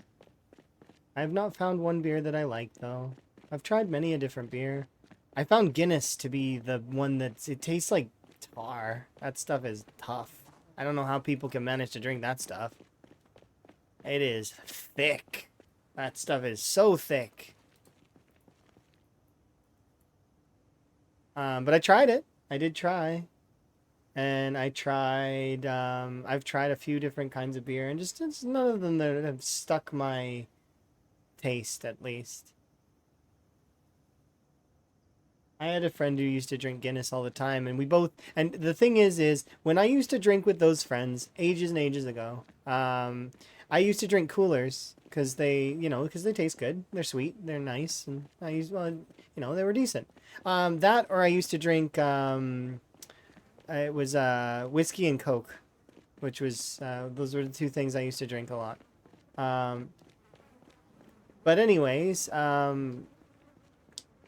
because that particular friend had drank so many of the little coolers in his college days, when he drank, like we exchanged beverages to try a little bit of each. I'm like, here, you try a bit of mine, I'll try a bit of yours, and he's like, okay, and he also very much was not doing okay after he took a sip of the cooler because he drank them so frequently in his college days that he actually got really, really like sick one day from him, and it was really bad. So it's the same effect. Really, he was very much like, ugh, couldn't do it as well, right? Um, but the Guinness, though, oh my God, that stuff is super, super thick. I wouldn't drink that. There is no way. If somebody wanted me to drink a whole glass of it though, like that's the thing is I would have to already be drunk is the thing.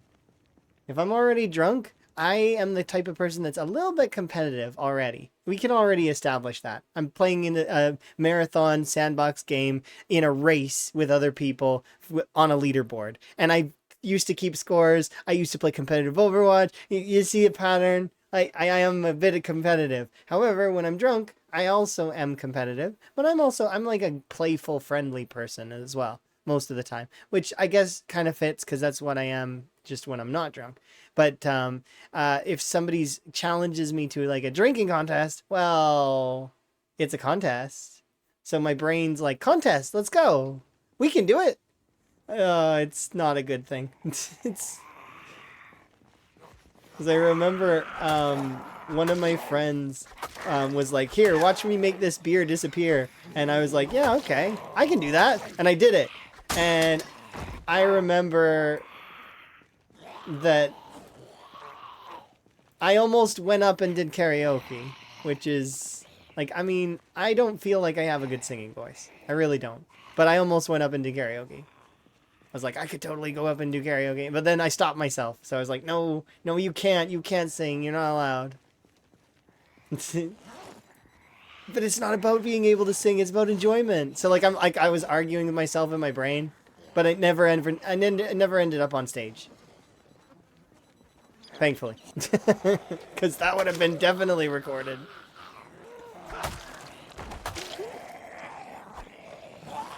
And then sent to Emma. And then Emma would never let me forget it. I'll do karaoke with Emma in person, though, at some point in the future. Because I want to hear Emma sing, too. Because Emma's got a good voice, but doesn't appreciate her own voice. That's something that's unfortunate that happens to a lot of people, is that you don't like the sound of your own voice because you hear it third party, right? You hear it and it doesn't sound like you. It sounds like somebody else. And so it's a little grating, and, not liking your own voice is very common. And it's taken me a long time to just accept that my voice is my voice, and that I just have to get over the fact that, yes, I don't like it, but it's my voice. What am I going to change? How am I going to change? I could go to voice training, but like, I mean, how, like, that's expensive, and is it necessary? Is it a necessary expense that I want to spend? Maybe, maybe not. I don't know. Don't think so, though. Drinking for someone who's popping a helium balloon I was given. Or punched or hurt anyone, but I just got very upset. I knew a couple of angry drunks that used to get into fights.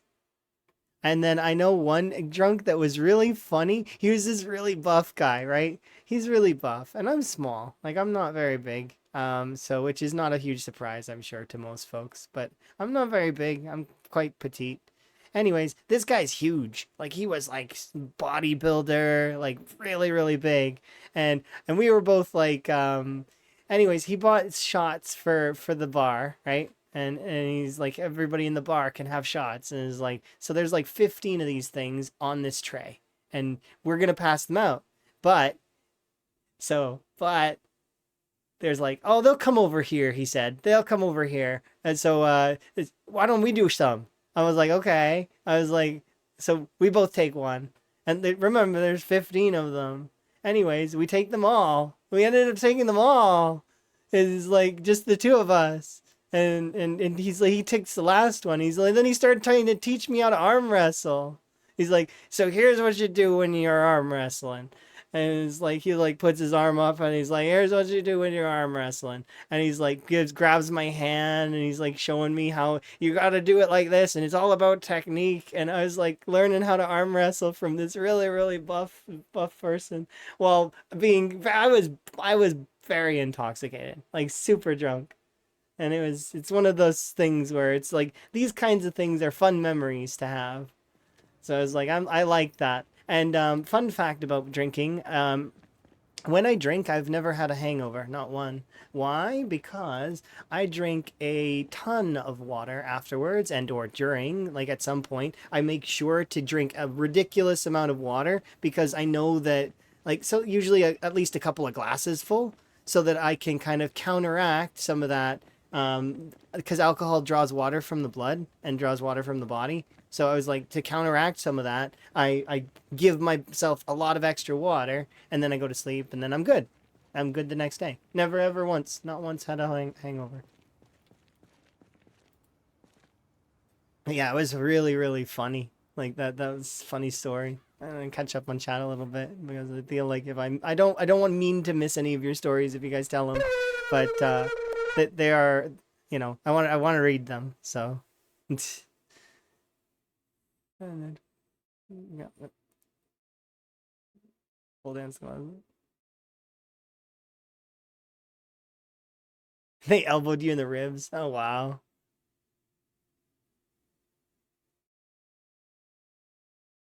You had to stop him? Yeah, I could see that. Thank you, by the way. Cinnamon and Win, do appreciate the wellness. I have I has it actually been so it's been almost 9 hours.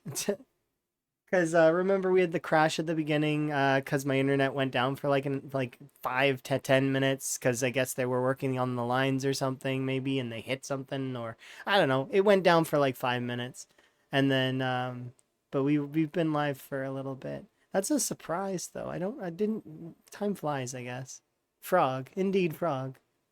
Um, I'm glad that you stopped your friend though. Sometimes it's hard to do that when because like you sometimes you'll agree with them with their actions and stuff, and you're like, yeah, you should go. And but at the same time, it's much better to peacekeep and such. I'm very much like that myself as well. I'm like, look, we don't have to fight. There's no need to fight, especially when I'm drunk. I'm like I said, I'm playful and I'm friendly. I'm also the kind of person that when I write notes to because I remember I was living with a roommate at the time. I got drunk and went home and I wrote to my a note to my roommate and they're like, "Really, we use weird language all the time." I'm like, "Well, why?" And I look at the note and it says, "I apologize sincerely. I am intoxicated. I'll do the dishes in the morning. You have yourself a good night." I was like, why am I writing all that? I just write, I'm drunk. I'll do dishes tomorrow. Like, just don't need to write this, like, flowery, like, extra thing, but I just couldn't help it. I guess it's just my brain. My brain does that sort of stuff. Picks extra fancy words for no reason when I really don't need to. Extra long-winded combo. I can like really make it happen. Not on purpose though. Sorry. We need to go and eat and sleep and game and stuff. Search for some food. Oh, I don't need to. I've got 2 mushrooms. I mean, I could still search for it, though. 2 mushrooms, eat.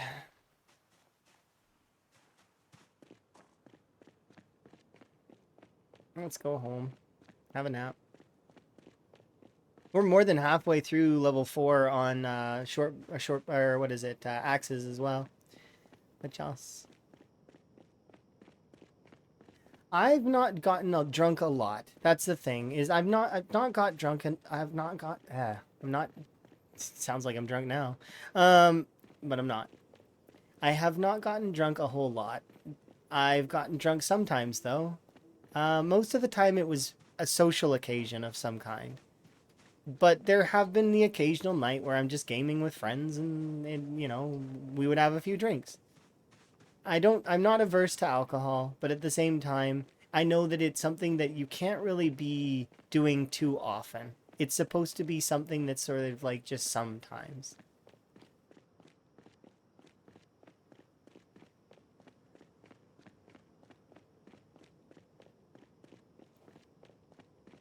I swing my arms forward and you happen to get hit, it's your fault. I've seen The Simpsons in far too long. I bet you some of the new episodes are pretty funny.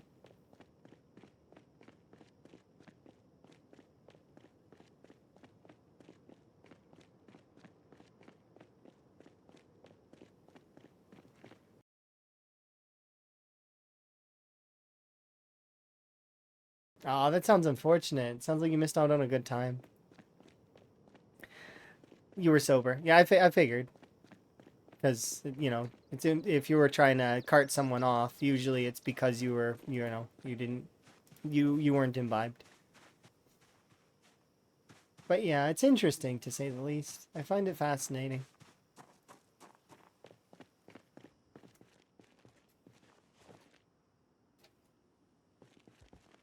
Okay, let's grab full of you.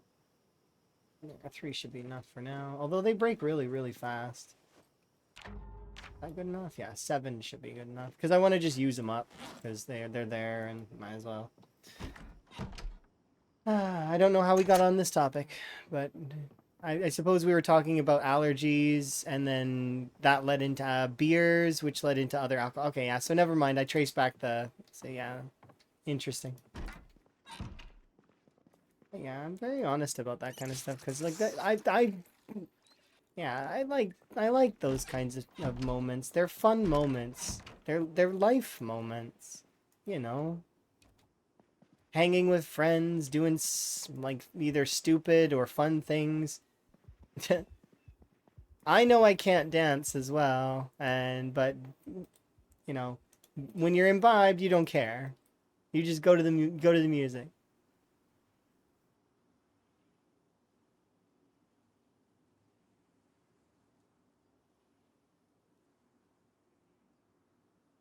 But you'll try, which is good. Good for you.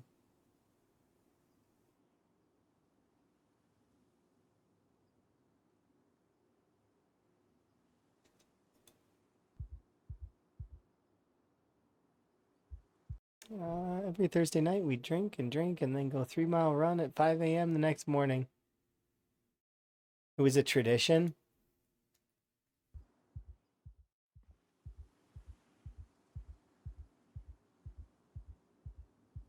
Wait a second. What? Why are the frogs lighting up? Oh, because I'm hovering over them. I can light the frogs up. Look, I'm lighting them up. They're cool. See, they're lit up. That's cool. I don't know when that feature became a thing, but that's awesome. In the darkness, the frogs light up. Glow in the dark frogs. I knew it. I knew they could glow in the dark.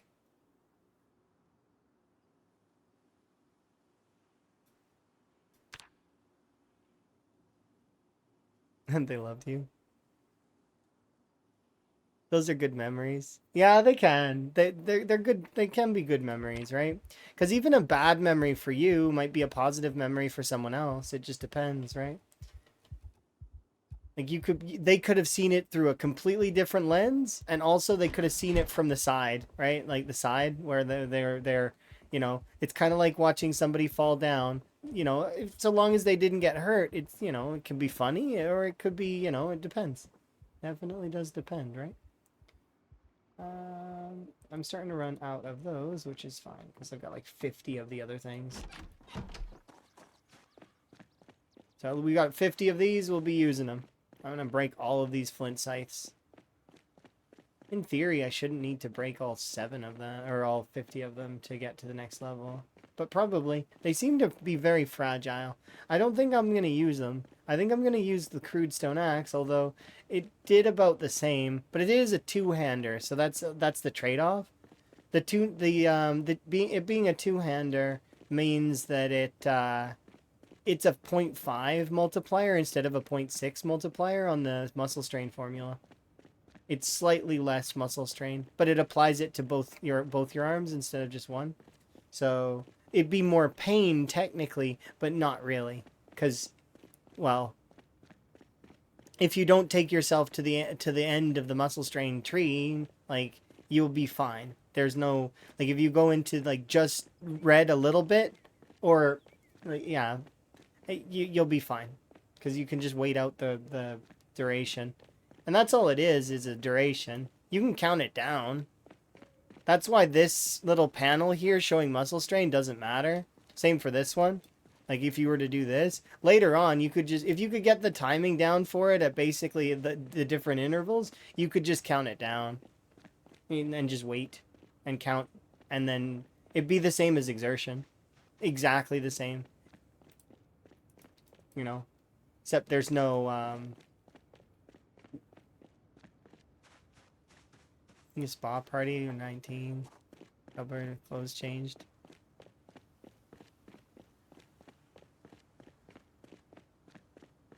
They had to change you? Oh, well, that's fair. Because you mess your clothes up. Yeah, I've had some instances of not so pleasant exchanges with alcohol myself.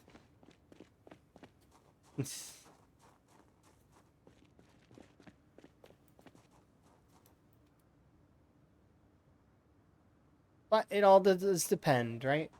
It just means that you've drank too much, for sure.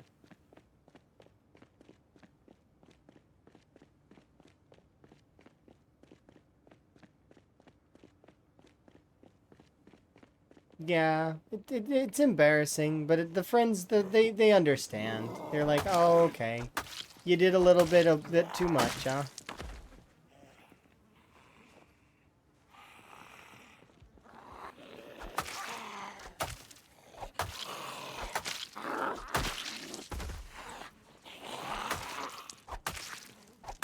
I don't really think about it either afterwards. Like, at least I didn't. I don't.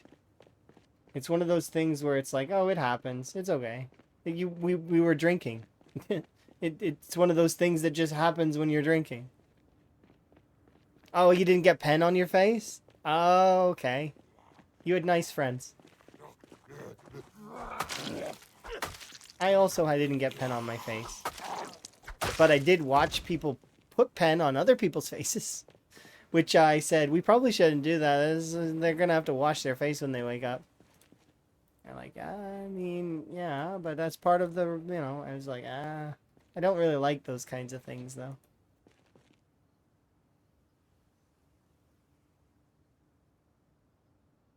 "7 days and you don't remember?"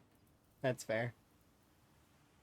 I don't think I've ever really forgotten anything that when I've been drinking. I have a very clingy memory. Like, my memory is very firm. It clings to things really specifically sometimes. It's weird. For example, I had my wisdom teeth out, right? So I don't have wisdom teeth because they were going to ruin the rest of my teeth. So I got my wisdom teeth removed.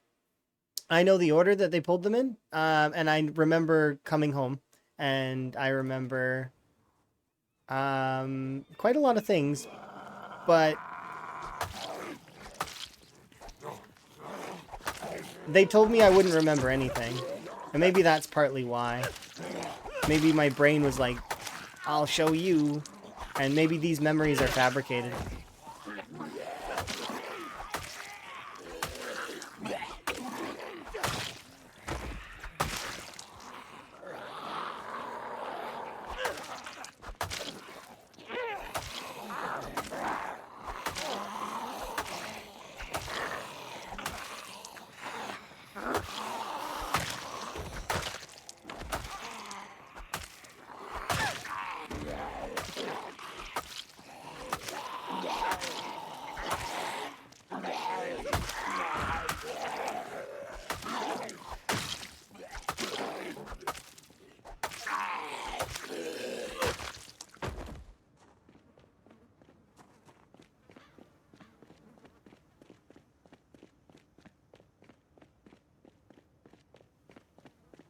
That's good. I'm glad that you're okay.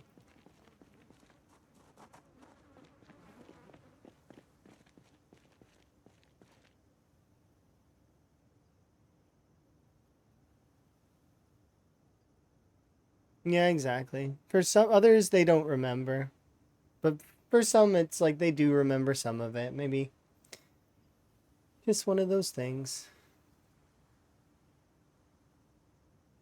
And hopefully, if they do remember those kinds of things, they kind of will be like, oh, you don't have to drink too much.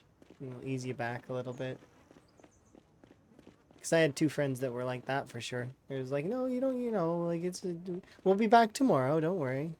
You don't have to keep drinking. We'll drink a few today.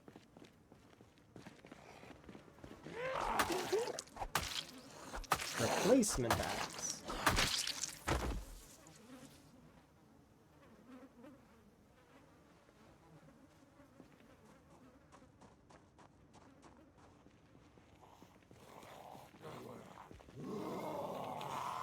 To not feel the pain. That sounds awful.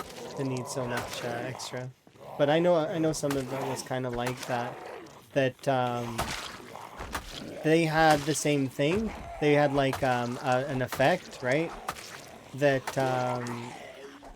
they did the same thing. They were getting some teeth work done. I can't remember what it was. I think it might have been a root canal or something. Anyways, there was on the dentist sign. It said they don't painless dentist or whatever on their sign, right? But that particular friend, it didn't. The freezing didn't take, so obviously they were quite in pain during the root canal, and they were like, please stop. And then the dentist stopped, and they're like, it's not working. The anesthetic's not working. It's like it hurts, and they're like, oh, okay. And afterwards, they that friend made the dentist take it off the sign. They were like, you have to take that sign down because it was painful.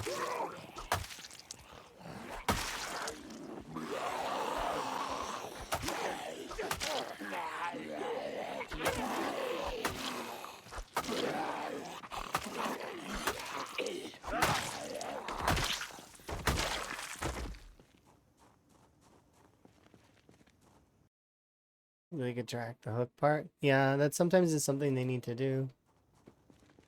It's tough. It is tough. Being a dentist is not easy. And same for being a denturist or being any type of like being doctors is just rough in general. There's a reason why doctors are very like it's tough. It's tough being a doctor. That doesn't even come into like the psychological stuff and treating folks and so much difficulty.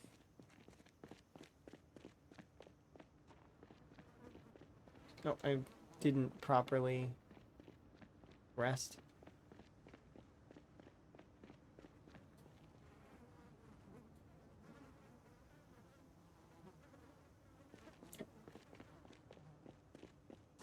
That sounds horrible.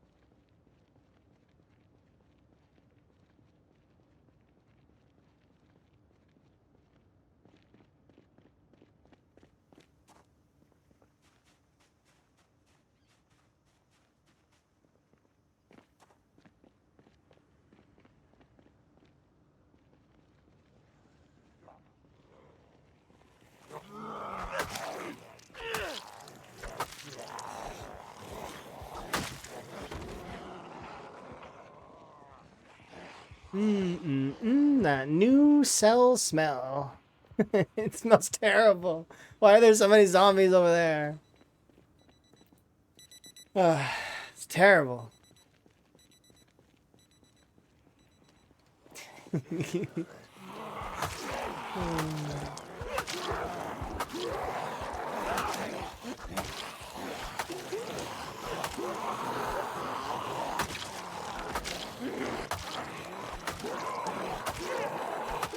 gonna bring the bag over there.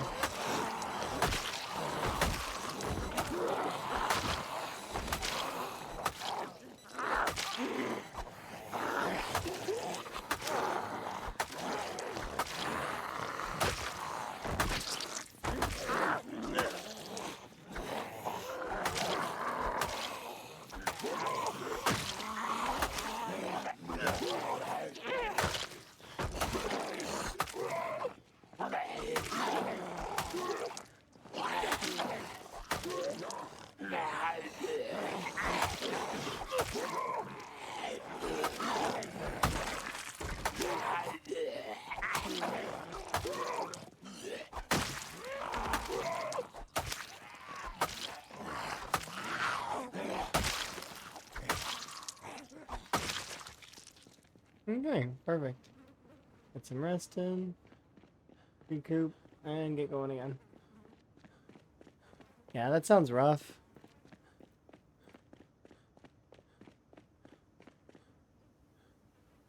But at least it's you know, those kinds of sort of thing. They're memories. Some of them are probably traumatic, but at the same time, you know, they are still memories.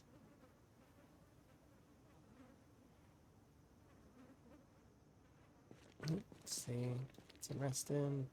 So I was thinking about playing some of that Schedule 1 game today, but I'm not going to at this time because it's like you know, I was going to, but I was like, maybe not today, because distracted by Zomboid, distracted by good conversation. I may still play some of it though. Like I'm still thinking about it. I'm on the fence. After my next little break, we'll consider what our options. Okay. Sounds good. Because either I'll play that Schedule 1 game or because I want to see. Like it depends. First, I want to see what Emma's up to, of course. Because Emma's got a brand new PC. So. You're not scaring anyone? Oh, no worries. Just, it's fine. It's one of those things where we were talking about those kinds of things already, so it's okay. Just let it go kind of thing now. We'll let the topic drop. Because that way we can talk about nicer things. But once again, your stories are good, and I enjoyed them. Okay, so especially given the topic of the conversations, so don't feel like your stories were bad at all. They were fine. Yeah, they're stories that built you as a human being, and they're you know, some good, some bad. That doesn't matter. At the end of the day, it's part of whom you are.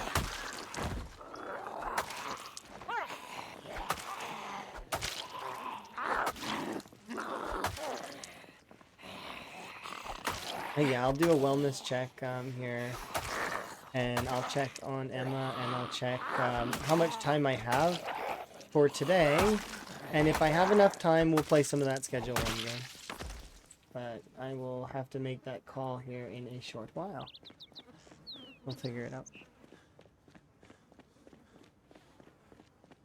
Yeah, exactly. We need to respect our health, but sometimes it's the lack of respect to our health that leads to situations that cause us to reevaluate in a larger form, right? So, like, by getting sick and doing one thing, you then roll into a better life as a result. Like, it can happen. It's just, there's also the alternative that you don't, and that you also roll into, like, all of the perspectives change based on situation, and there's a lot that goes into it, obviously, right? But yeah, absolutely. Circle of life.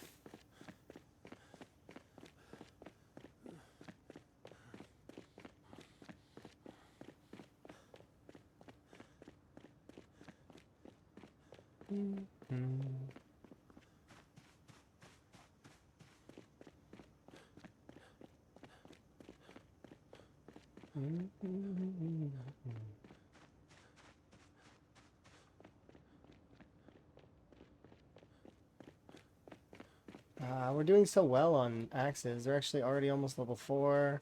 We'll fly through axes, I think. Long blunts kind of were harder to do, but I think axes will be harder to do eventually. And I'm gonna burn through all of that.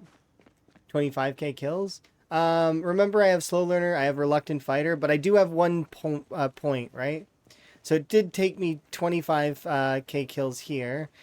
This one, I don't know if it's gonna take 25k kills. Remember, axes do more damage than the long blunts, so it's gonna be less. I think. I think this one will be less than 25k kills. Same for for short blade. I don't know. Given that when I get to do short blade, I'll probably be level 10 strength. I might actually be able to do a lot more percentage of weaponry. But we might do long blade first. Is the bat OP? The bat is good for muscle strain. The thing is about long blunts is because it's a two-hander, it spreads your muscle strain among onto both arms. Also, it's good for like because the muscle strain formula when you do two-handed weapons, it's a 2 times multiplier. Or sorry, it's not 2 times. It's a 0.5. When you do one-handed, it's 0.6. So that decimal value doesn't seem like it matters that much until you take into account the fact that when you're going to need to rest, right? Because you need to stop swinging your weapon at some point in order to rest your arm. So it does actually, especially in early game, really affect you. However, when you get into late game and you start getting to like the level 10 range or even like the level 7 range, 8 range of strength, your strength is now in the decimals as well. So it's going to be reducing your muscle strain by a considerable amount. You could do spike bats for more damage, but yeah, muscle strain is the big thing to balance. Strengthen your weapon skill, whatever your weapon skill is, and your strength. Those are the two key figures that go into muscle strain that you have access to change. And you change them by using those weapons, and then also using those weapons when you're not too strained. Because if you're too strained, you're not getting any XP. So don't do it while you're tired. In other words, go rest, come back, fight. You know, you see that I went from level 2 axe all the way to nearly halfway through level 4 axe in a single sitting. That's because I'm resting. I'm running back, forth, back, forth. I'm making sure to keep my character in good standing and then keep going. Yes, it's important. There's balance in it.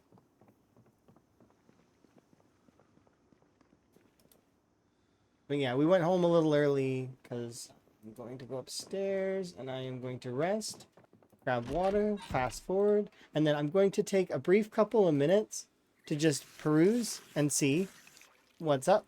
And then we'll see if I'll do that stuff. But it all depends, right? Because like I mentioned before, Emma has a new computer, so that's going to be interesting. If Emma's available, then we'll probably do some stuff together. But if Emma's not, if Emma has to go to bed or other such things, I'll continue streaming, you know.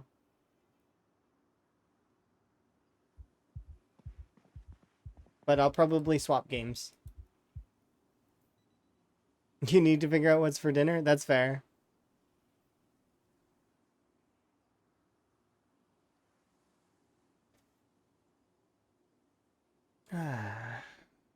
But yeah, I'm just going to set my character to the next day. So that's what I'm doing right now. I probably should be doing the reloading, but nah. Don't feel like doing it right now.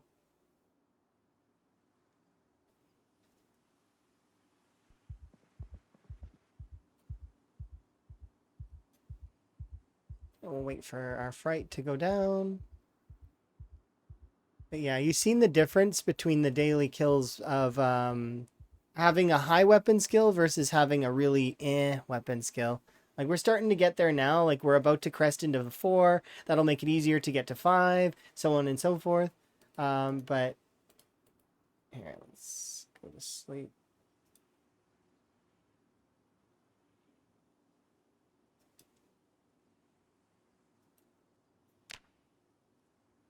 But you see, 58. 23, 37, 33, 38, 27, 35, 51, 46, 43, 40, 58. You see, these are the average kills that I'm getting currently for my lower levels of weapon strain, right? But if you look at my previous kills for doing the long blunts, close to long blunt level 9, 343, they're averaging between 150 and 200 or 300. So, 300, 300, 200, 300. Eventually you get to that stage. Of course, remember, I'm not one of the fastest killers in the veterans. So there are faster killers than me for sure. And they're able to get 700, 1,000. It also depends on the methodology, right? Because if they use fence fighting as well, then they can get quite a lot of kills too. Because the fence fighting takes, especially if they do fence fighting, and if they were to do fence fighting and spears, the spear down attack animation is one of the faster ones for that stuff. So I bet you that would be like an effective strategy for that. And I'm planning to use that later for leveling spears. Because it seems a little bit more safe than, yeah. But anyways, I'm going to be right back for just a moment. Yeah, I'm BRB. And then I'll decide what we're doing when I come back, okay?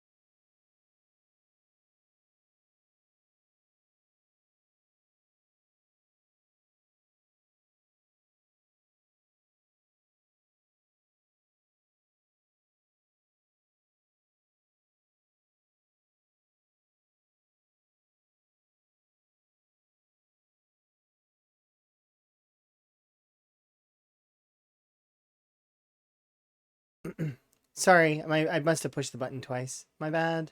I will repeat exactly what I just said. So I said I apologize that I was leaning back because that's what I was. I was leaning back. But I'm going to continue streaming, but we are going to switch games. So just so that we're clear, um, rat racing is fun and I really do enjoy it. But you know, we put in like 9-ish hours into rat race, right? And we did good. It went well. So we'll switch over to the schedule one game, sort of to wrap up and that for several hours probably. Um, but give me 1 second to switch everything over. Shouldn't take very long. Have I listened to? No, I haven't. But it is written down here for me to listen to. If you want me to listen to music, then it is one of those things that you can post it in the Discord under the music section, and I will have a listen. If you did post it in there and I reacted with a frog, then I did listen to it, but I don't remember if I have. So if I haven't, then definitely put it in the Discord under the music section, because I will listen. I will listen to it. But yes, let me change over all the things. Give me 1 second because I need to take off my tags like the rat race and all that stuff. So give me one moment. Spotify or YouTube? I frequently will listen to Spotify, but I have YouTube too. So like I mean, you could do both, either or. You can post either type of link in there. It's under the music section. Hashtag music. And that's also for song suggestions. If you have suggestions for my playlist, and I like, so the playlist that is are songs that make me happy. So very much I will add songs if I really like, but even if I don't, I might favorite a song anyways, even if I don't put it on the playlist. So feel free to post things that you like. So let's see this one. Okay. And let's get rid of these things and we'll write T. And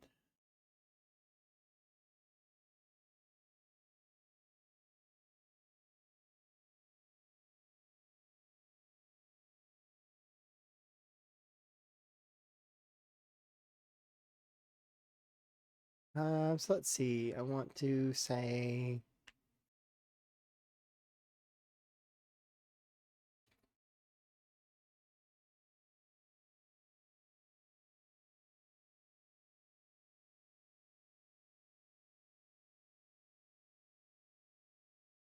there we go. I think great. Is it all good now? Let me double check that all the tags are correct, that everything's good. And then my Steam did crash again because I alt tabbed and I think I've figured out what causes the crash. What causes the crash is me doing three things: me tabbing out of the game that I'm currently playing, me going into Discord, and then OBS's hooks I think they're getting confused and they're causing Steam to crash, which is interesting. I'm wondering if I could somehow recreate this. Of course, the Steam crash doesn't matter at the moment because I can still just exit my game and then reload Steam. It's just I have to close all the Steam programs because when Steam does crash, it will force close all my programs that are involving Steam. So that means that Zomboid will close and so will VTube Studio, which means I will disappear for a bit, but that's okay because we'll do, it'll be fine. Anyways, yeah, somebody posted Monkey Island music. I haven't heard those songs in forever. It's so cool. I favorited them. I don't know if I added them to the playlist, but I know that I favorited them. That stuff is great. Anyways, I will be right back here in a second. I'm not actually BRBing for the full time, okay? I'm just switching over for a second so that I can adjust and fix some things. So let's... Yeah, I don't know what's up with Steam, but... Yeah. Okay. There we go. No rude stuff. Oh, no worries. I mean, even if you were to post rude stuff, I find that I've had people try to troll me with songs before, and to be quite honest, even the troll songs can actually be pretty good sometimes. There is music is an art, and as a result, even if it's like just random noise, you can still find beauty in it. There's just it's that's the thing. Think jazz. If you were to listen to jazz without any of the backbeats and just the chords that they're playing, a lot of the time for jazz, they're just playing random chords together, just like random ones, just like constantly, right?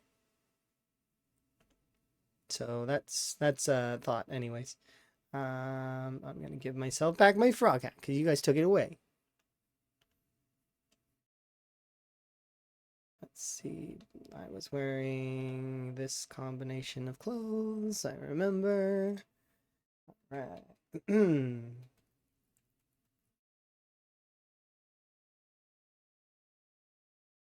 Okay. And where is it? We want to go to this one. All right. I think all the tags and everything are as updated correctly. If it's not, let me know. And we'll continue on by playing this game. This game is called Schedule One. It is essentially an Empire Tycoon game that is pretty fun, and I've been playing it the last few days. When I'm like, in well, I played it for one variety stream, and then I played it yesterday to wind down, like after stream. Like, but not after stream because I was streaming, but like, I mean, does that make sense? Can I after stream while streaming?